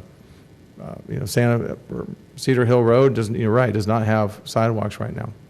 But so you are correct that there's multifaceted, and the intent of tonight, and which was sort of what was the agenda item for me, was just letting you know here's what's going on with like an evolving master plan, including maybe what you might do with the other properties around there. Given the circumstances here, it should affect in what we think about the other properties, including the city property, what we want to do with it. So you can't, again, you have to think holistically. Yes, sir. Mr. Cooks. And I guess this is maybe a question for the chief. Chief, would a licensed officer there during school hours be supported where that licensed officer could then allow traffic to turn left into Village Tech and either making it a two-way turn where you have a licensed officer there directing traffic to get them off of Cedar Hill Road? Because again, I know I'll let you answer that question and I'll ask for more. Sure. And before I answer that question, good evening, Mayor and Council. I think it's really important to keep in mind that there have been a number of meetings and discussions in order to come up with a solution that keeps our traffic flowing and the safety of our motoring public and the children. We've met numerous times, we being city staff and members of Village Tech. And the goal was to come up with a traffic flow plan that is going to solve the issues that you've heard from your constituents. And there have been a number of things that we've done already. This area is going to be designated as a school zone. Public Works is currently putting in sidewalks. The school has explored buses. There have been a number of things that we considered. And during our last meeting, what you see here is the plan that we felt was in the best interest of our kids and the motoring public. If you allow traffic to turn left onto that property, what you're going to do is have a backup, which we've seen on numerous occasions. Our officers have responded. We've had to assign officers out there. We don't have the resources to have officers out there from the time the kids are let out until the time they return. We just don't. And so it is my opinion that what you see here is the best solution at this time. What we've seen over the past several months is traffic has improved. Initially, when school starts, you're going to have new parents who simply don't know all of the regulations and the things that are best as it relates to picking up their children. But what we've seen as a police department, we've seen improvement over time. And I think you're going to continue to see improvement as the Phase 2 construction is completed.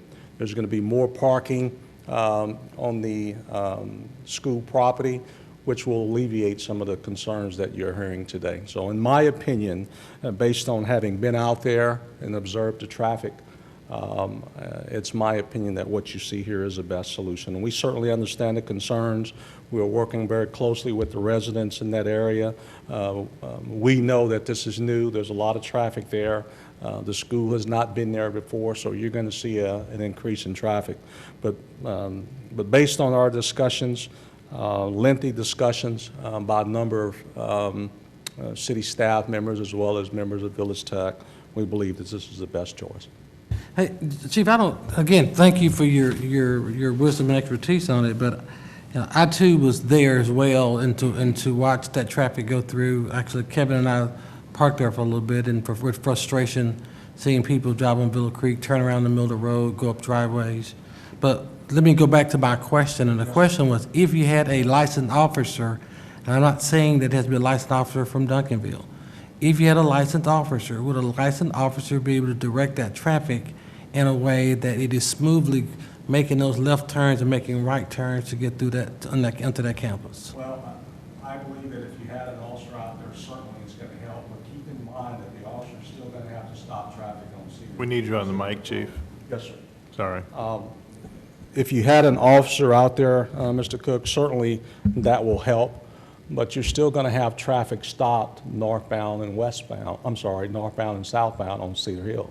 And so that's going to stop traffic, and that's still going to cause traffic to back up in both directions to allow the turn in onto the property. Should Villa Creek be made one way,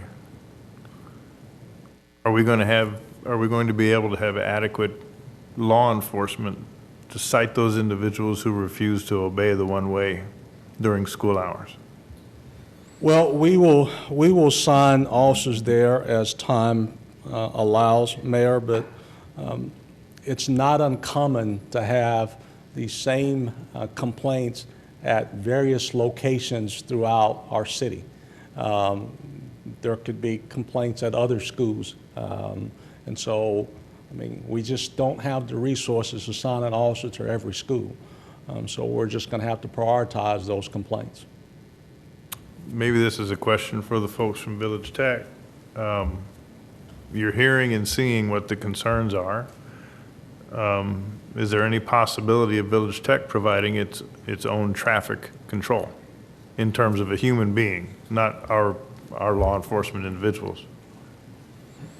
Knowing that this is a problem that it's a tough one. I really don't see a solution to this one, so I'm wondering if going back to my point, if we make Villa Creek one-way, and we don't use Duncanville law enforcement to stop people from going into Villa Creek during the school hours when it's a one-way coming out, would Village Tech have some consideration of providing an individual there to control people? Well, good evening, first of all. It's a late Tuesday night for everyone, I understand. How's your wife?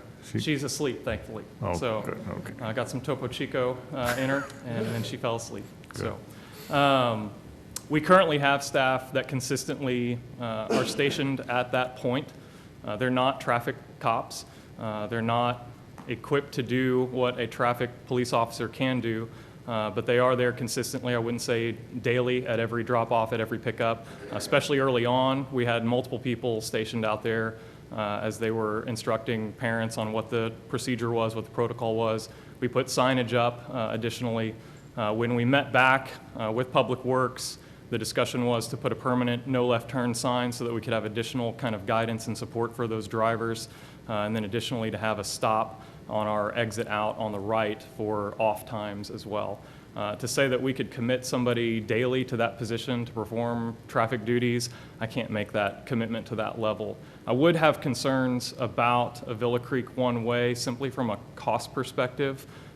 We have paid for the sidewalks on our site as the developer. We're also paying for the school zone at our expense, not the city's. And to see a one-way go in at the city's expense at $40,000 and not a school zone immediately would be concerning to me. But I understand that would be a decision ultimately for council to determine if that's best use to create that one-way. I do agree with the chief and with the city council, or with the city staff and council's decision on the SUP. We've seen tremendous improvement on the traffic pattern and flow. The vast majority of our parents are following the pattern over time. There's no more queuing south to northbound on Cedar Hill Road. So the things that we've accomplished on Cedar Hill Road through this have been pretty effective. Now, do we have parents who obviously violate traffic laws? I'm sure they do that on other days that end in Y as well. So what we have committed to is if we ever know our students are doing this, we'll talk with them directly because we want them to be good citizens, good neighbors. We're not in a position to instruct our parents any more than we have, besides good signage, direction on our site, and continued reiteration to make sure that we're good neighbors with those people that are around us. Tangential to this issue, the new construction that's shown here, what is that? So phase 2 is twofold. One piece of it is an outdoor stage and theater with a senior studio space and then some conference rooms and adult collaboration space. The larger item is our gym, which is really a story about a storm shelter.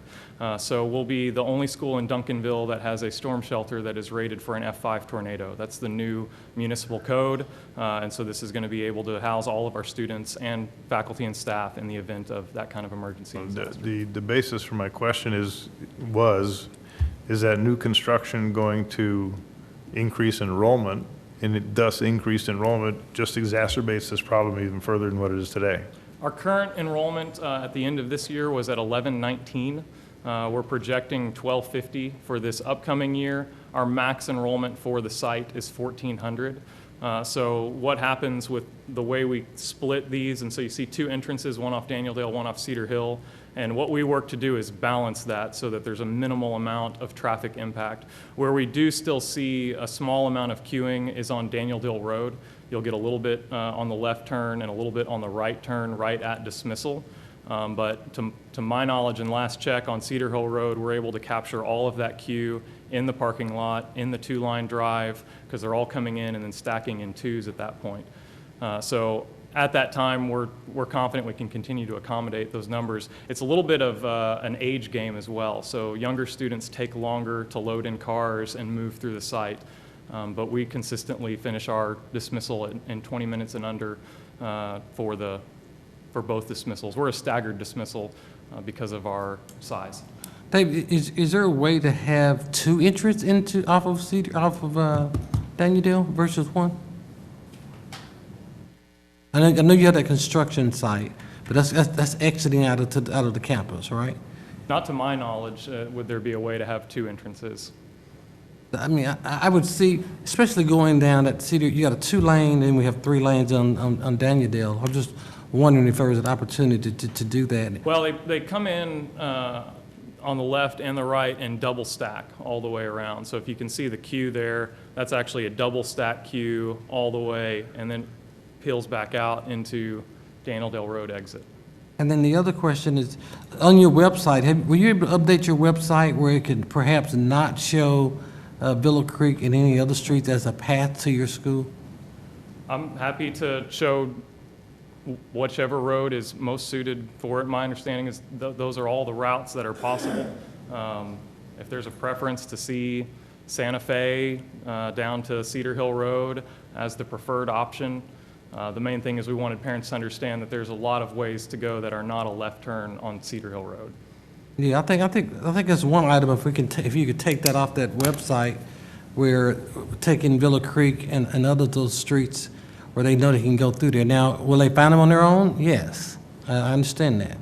So it won't necessarily solve the problem, but at least if those that are reading those instructions, who's following the guideline, will not do it, maybe it'll help as well. Okay. Who does your transportation planning? Is it just been the city, or did you guys really look at a transportation planner? It's a combination. So Jeremy Jameson's here with me. He's our Chief Technology Officer and Operations Officer and oversees our construction projects. We worked with a traffic engineer to provide the analysis for this, and with the city as well on that. A transportation planner might be a little bit different than I just wonder if there's... Potentially. Yeah, like a really, you can get good transportation planners and some that, maybe not be so good, but maybe worth doing a little research and looking around, see if there's others that can help. So to your point, I'm truly not an expert on how the traffic flow. City manager city manager, I was hoping that we could find someone else or consult someone else or do something that'll help give us some additional recommendations on this. I'm continuing to get calls from the residents in the area. Councilmember Cooks, if I could mention that when Chief Brown talked about staff meeting, some of those meetings that the staff had was with our traffic engineer as well. So we have utilized a traffic engineer to look at these flows and to see if there were other solutions. And no one to come up with anything, no other options? Short of building new roads and new driveways, no, sir. Mr. Ramey, is there any possibility of testing the Villa Creek one-way without spending $40,000 on hardware? I don't really see that. I mean, I certainly don't want to run a risk of accidents because we don't set it up correctly. The challenge that we have would be one thing if it was one way all the time, but the thing is we're trying to set up, if we want to model what we're doing over at Springwood Lane, I mean, it's tied into the school zones. It's flashing when you're not allowed to drive that way, I mean, otherwise, what's to tell people when it is one way or not?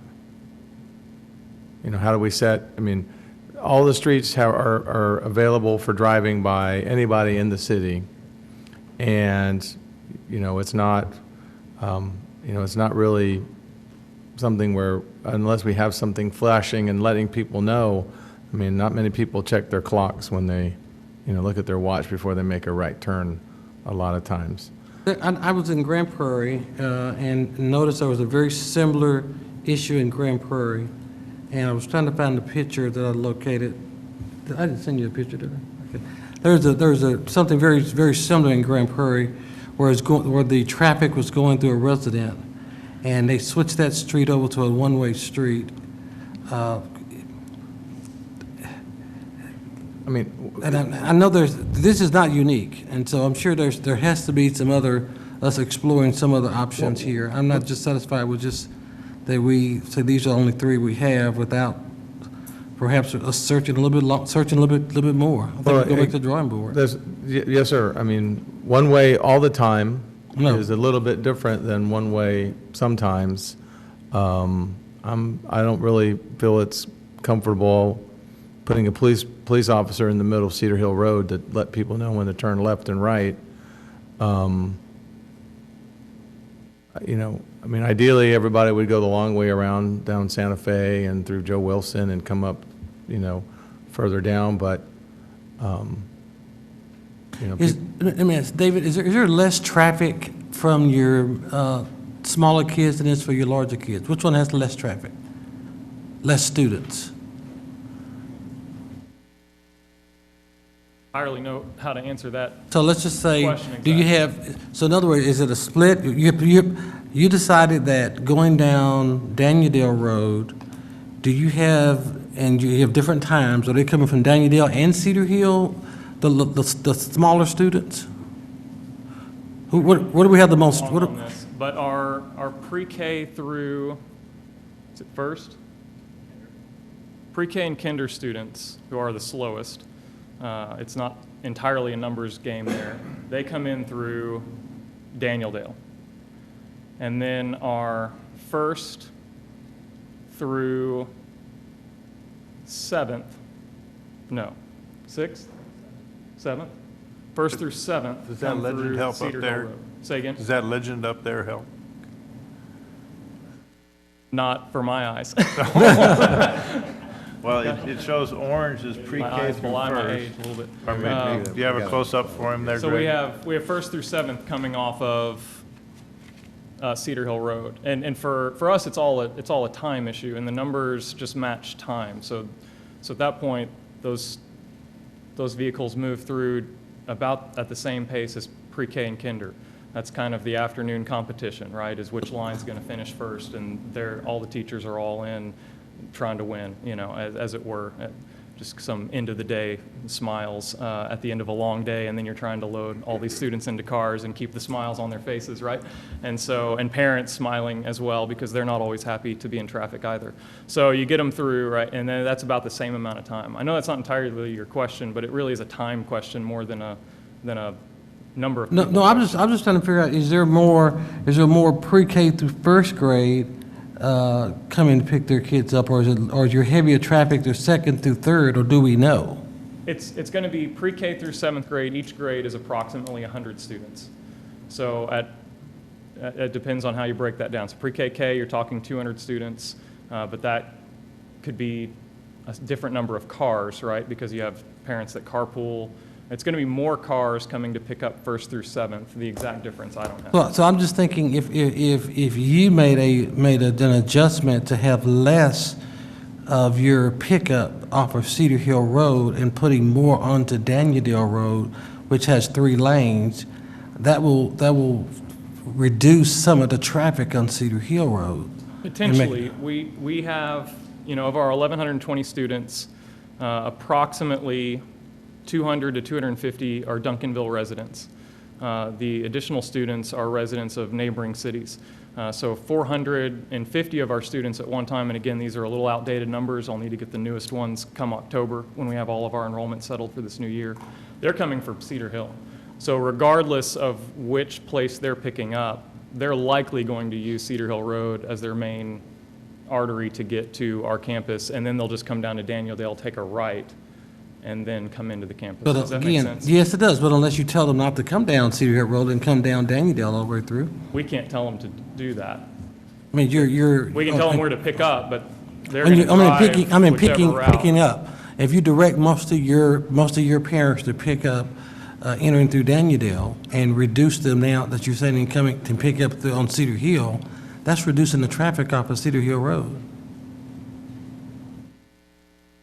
So you're saying that I think Councilmember Cooks, I think what he's saying is that for those families that are coming from Cedar Hill, they're going to use Cedar Hill Road, whether they're turning in the Cedar Hill Road driveway or they're turning onto Daniel-Dale, they're still coming up Cedar Hill Road.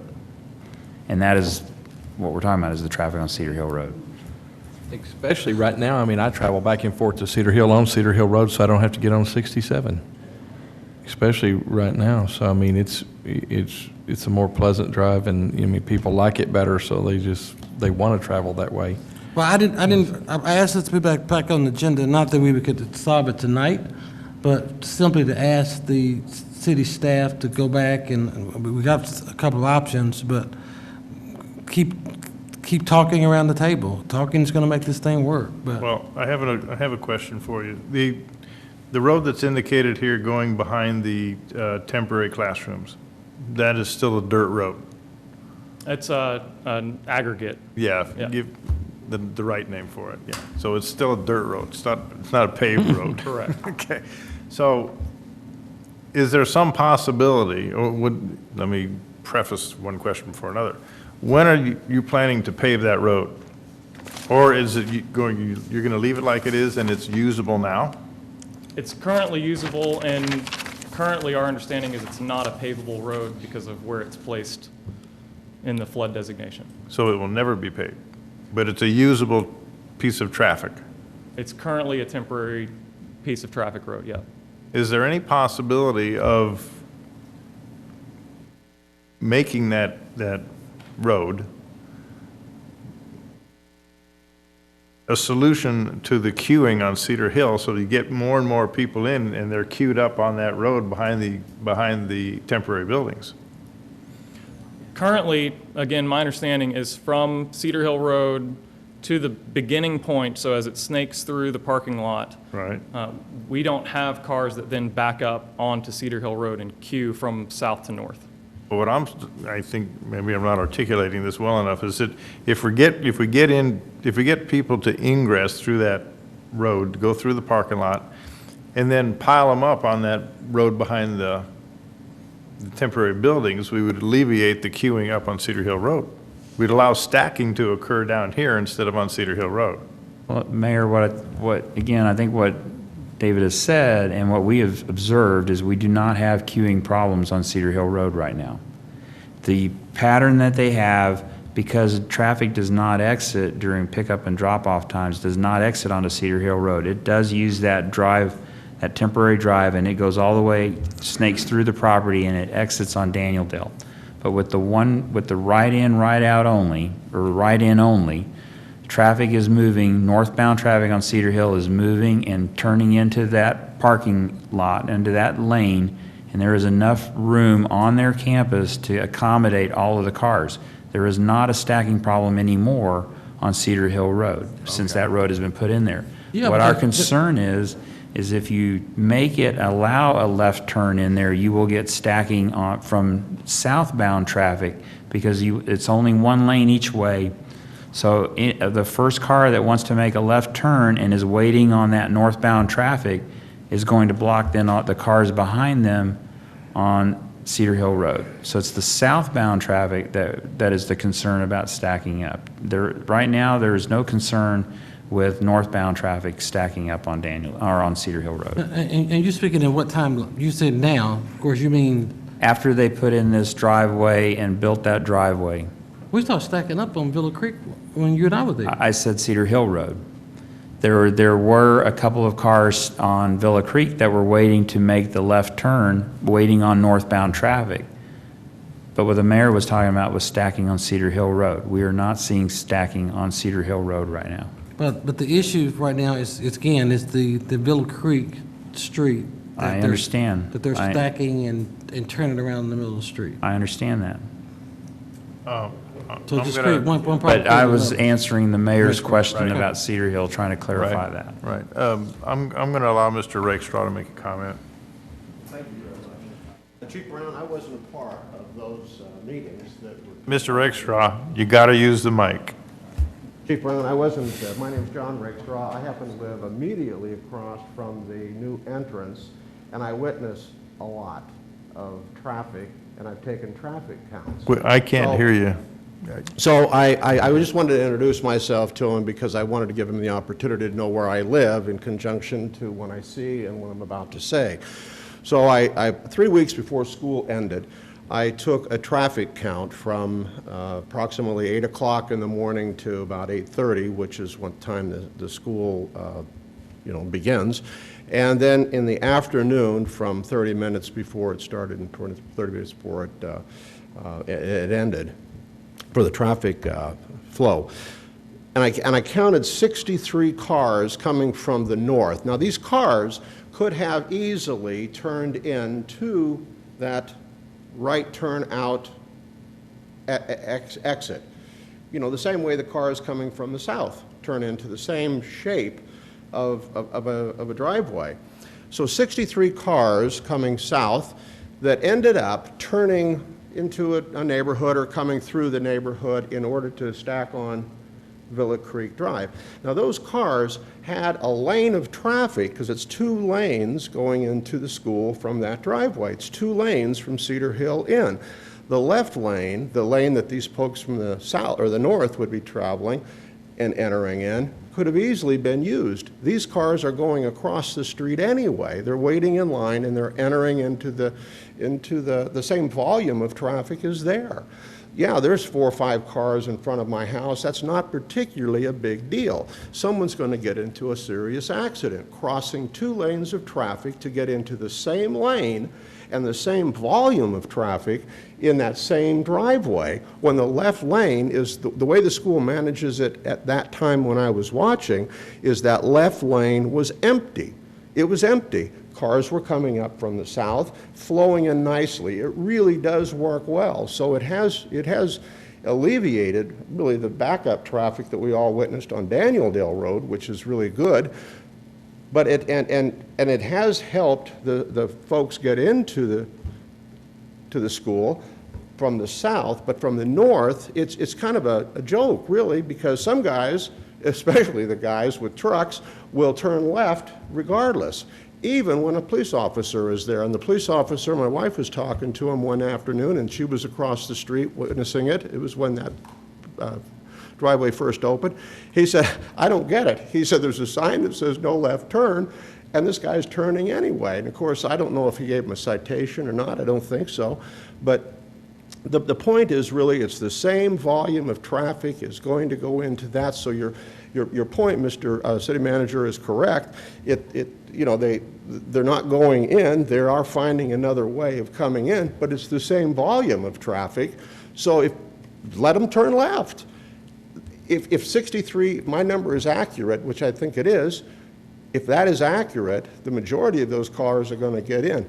If ever there would be a backup, it's only for probably 10 minutes, which is a critical 10 minutes if a fire or emergency truck needs to get through. But it's 10 minutes. If it's backed up that way, it's going to back up from the south, or it's going to back up anyway. So sirens are going to have to be used, and people are going to have to get over. That's what we do. So anyway, if I could, sure. I hope you take into consideration that it might sound good on paper, and I know that it's easy to say that it's a safe thing to do to redirect the traffic, as a left turn potentially could take up that 760 feet of distance between the driveway entrance and Daniel-Dale Road. But the fact of the matter is that if those cars were allowed to use that vacant driveway on the left-hand or the north side of that driveway, that 2-lane driveway, there's not going to be a backup. It'd be minimal at best. Well, so one thing that I would like to, I hear what you're saying, Mr. Rakestraw, but I think your assumption is also based on your assumption is that all northbound traffic is turning right into the parking lot, and that's not the case. And when I was out there that morning, I sat on Cedar Hill Road for a while, or off in the cul-de-sac up there, and watched traffic on Cedar Hill Road. And there's a fair number of cars that are continuing northbound. So it's that traffic. Anybody who's wanting to turn left, a prudent driver is going to wait to make sure that a car is turning. So you're going to get stacking on Cedar Hill Road, whether you've got 2 lanes to pull into or not. There's going to be people from the south or from the north? Southbound traffic will stack traffic? Because they're going to wait to make sure those cars are turning. How does that differ from the left-hand turn going into Parkview Estates, just immediately south of that 2-lane driveway? How does that differ? There is no difference.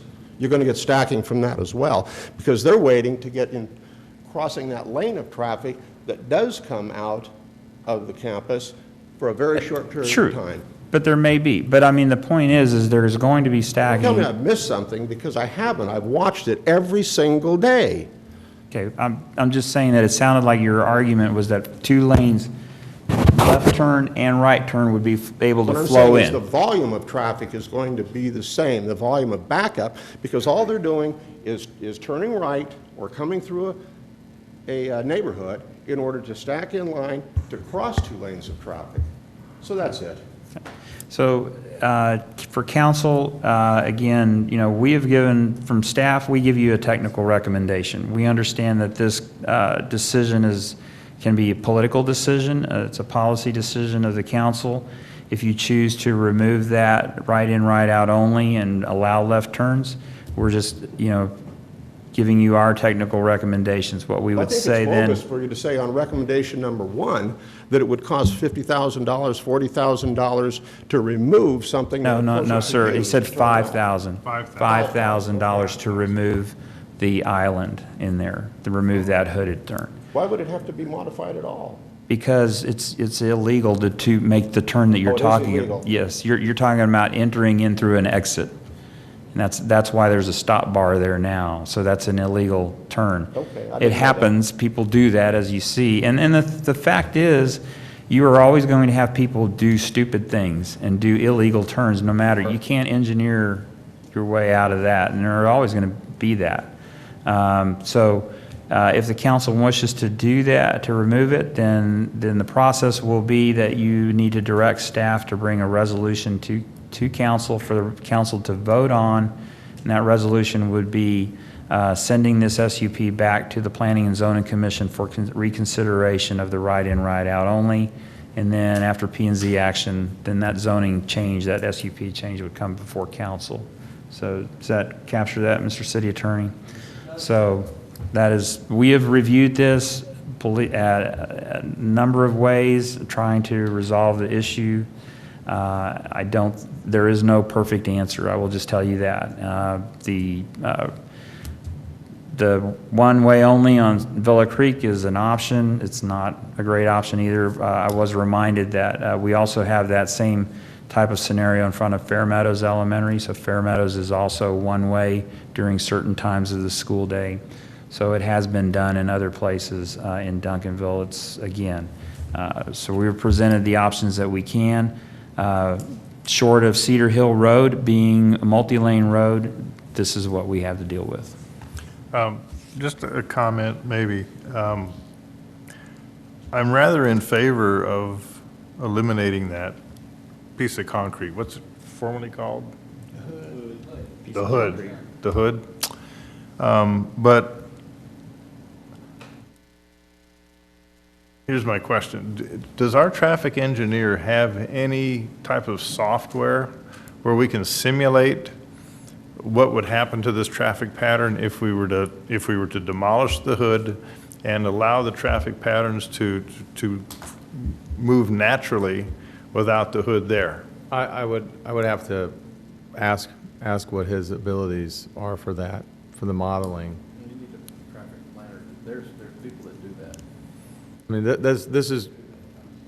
Yeah, because I'm just. We would have to go get a contract.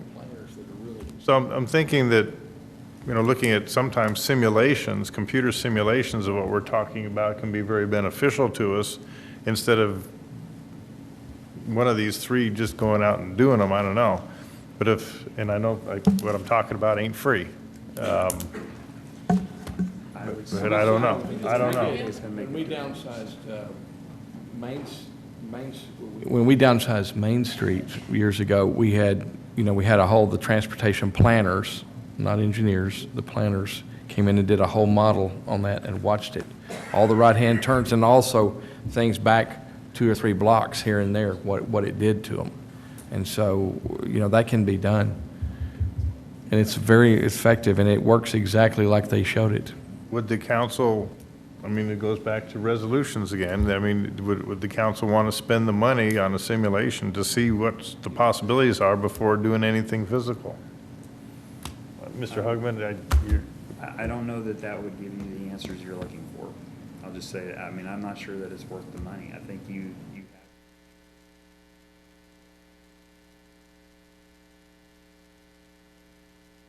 Is there a traffic count? What's that traffic counter that we could put down? So we don't know what that traffic is at this point. We have taken, no, we have not taken traffic counts on Cedar Hill, have we? lately? Not on Cedar Hill that I recall. I mean, we've taken several on Daniel Dale. Yeah, I think that's the small one we need to look at. What's the Well- traffic count? And it'll not only give you the traffic count, will it not give you the time that It it's would, headed in the morning? yeah, I mean, you Tell can us get, time, tell us yeah, the speed. you'd have to do it during the school year. Right. And I'm not sure, though, how accurate it will be for the simple reason that you've got people are following a certain traffic pattern now, so that's going to push the results in a certain way. You allow then the left turn, well, that's going to change some people's behavior. So I can't say that the numbers you get are going to be reliable to predict. You know. They're going to be closer than what we have right now versus counting cars. Right. I guess so. But I mean, I think again, you know, Is there any opportunity for another option, for, you know, a little more study and a fourth option? Because, I mean, I'm getting the feeling just looking around the council, we're not at a solution. And I know this was not a decision briefing either. This was a working session type of thing to give us an overview of what's going on. I don't see a solution in either one of these of what we have here, and I don't know what to do. I really don't. My experience is when you have to do one-way streets and lots of signage and speed bumps and all that, those are all signs of failed plans. They are where the roads have not been built to actually create context-sensitive design, okay? There's people right here in Dallas, people like Patrick Kennedy who's from Dallas, who are unbelievable at this kind of stuff. We studied it at Fair Park when we did. I mean, we studied that movement of traffic in and out, and what do you do with things? And there are people that are really good at this, and it's not all the time. Just maybe you need somebody from the outside maybe to look at it. It may not even cost that much, but at least somebody that's really good at this kind of stuff. That's all they do. And they can come up with some simple solutions, or it might be that the solution's not simple, it's expensive. To me, it seems like the short of solving this thing is Village Tech making that 2-lane road into a 4-lane road, and us in the city widening Cedar Hill Road at that junction between that road, and here we're talking hundreds of thousands of dollars. I like Monty's thought, because not only will it explore that, you use that same concept around your other school zones as well, those other challenges we may have throughout the city. Over time, I think it's not limited to just that one area. So over time, depending on what the council decides the philosophy of the city is, of what kind of city we want to be, because if you look at the sidewalks out there that are up against Daniel Dale Road, they're right up on the road, they're very unsafe sidewalks. I mean, when you build sidewalks, you need to build them where people want to walk on them. And you build a sidewalk right up on the curb, you're against a car that's going 50, 60 miles an hour. You're within 2 feet from them. Well, So you got to build things that actually work to like you want them. Well, we got to get back on point, and I'm not exactly sure what that point would be at this point, in terms of. There's not just one, you got to look at the whole system.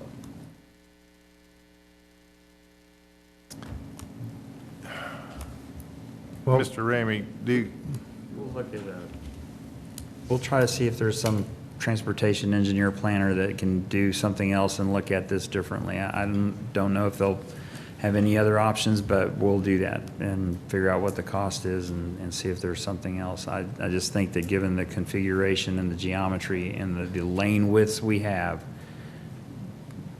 but maybe they'll think of something else. Well, one other thing that they might do is think of ways that you shouldn't create, the site plan should be created a certain way for their other future buildings. Because some of the problems that are created out here is the way the site plan, he's working with things that were already there. So you want to create a site plan that actually works in conjunction with the transportation plan around the site, an internal.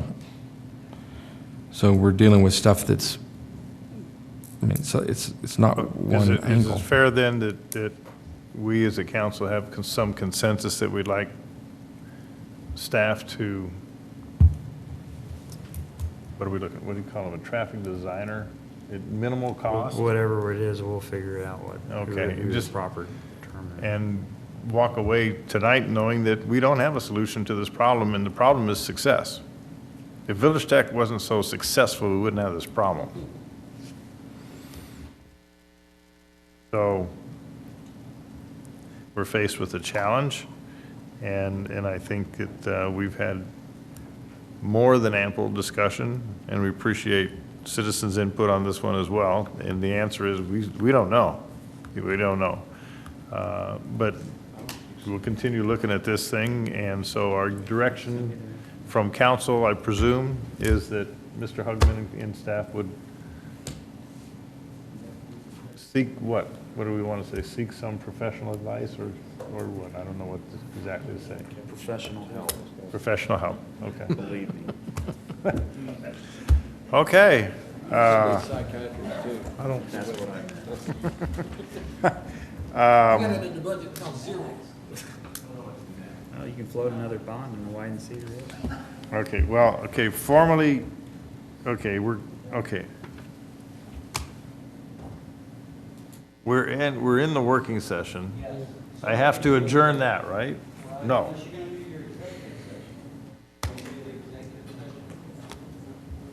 Well, we know that we've already removed executive session number 2. Correct. Thank you, David. I have to ask city manager, do we need executive session number 1? Okay.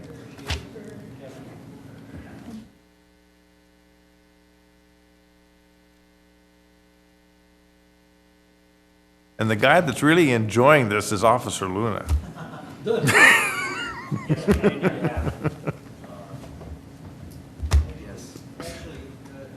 We do need it?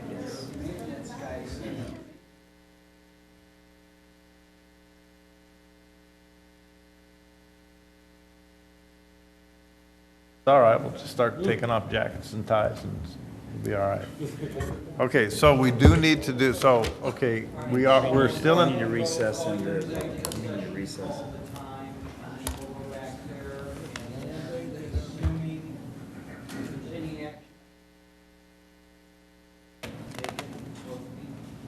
all right, we're gonna, okay, we're recessing the working session at 11:57, correct? Yes. Okay. And then we are, We are recessing, we gotta come back.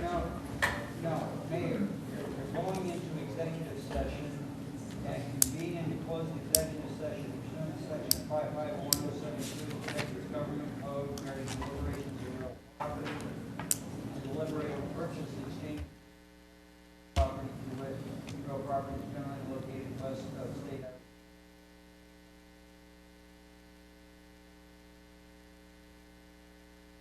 11:58.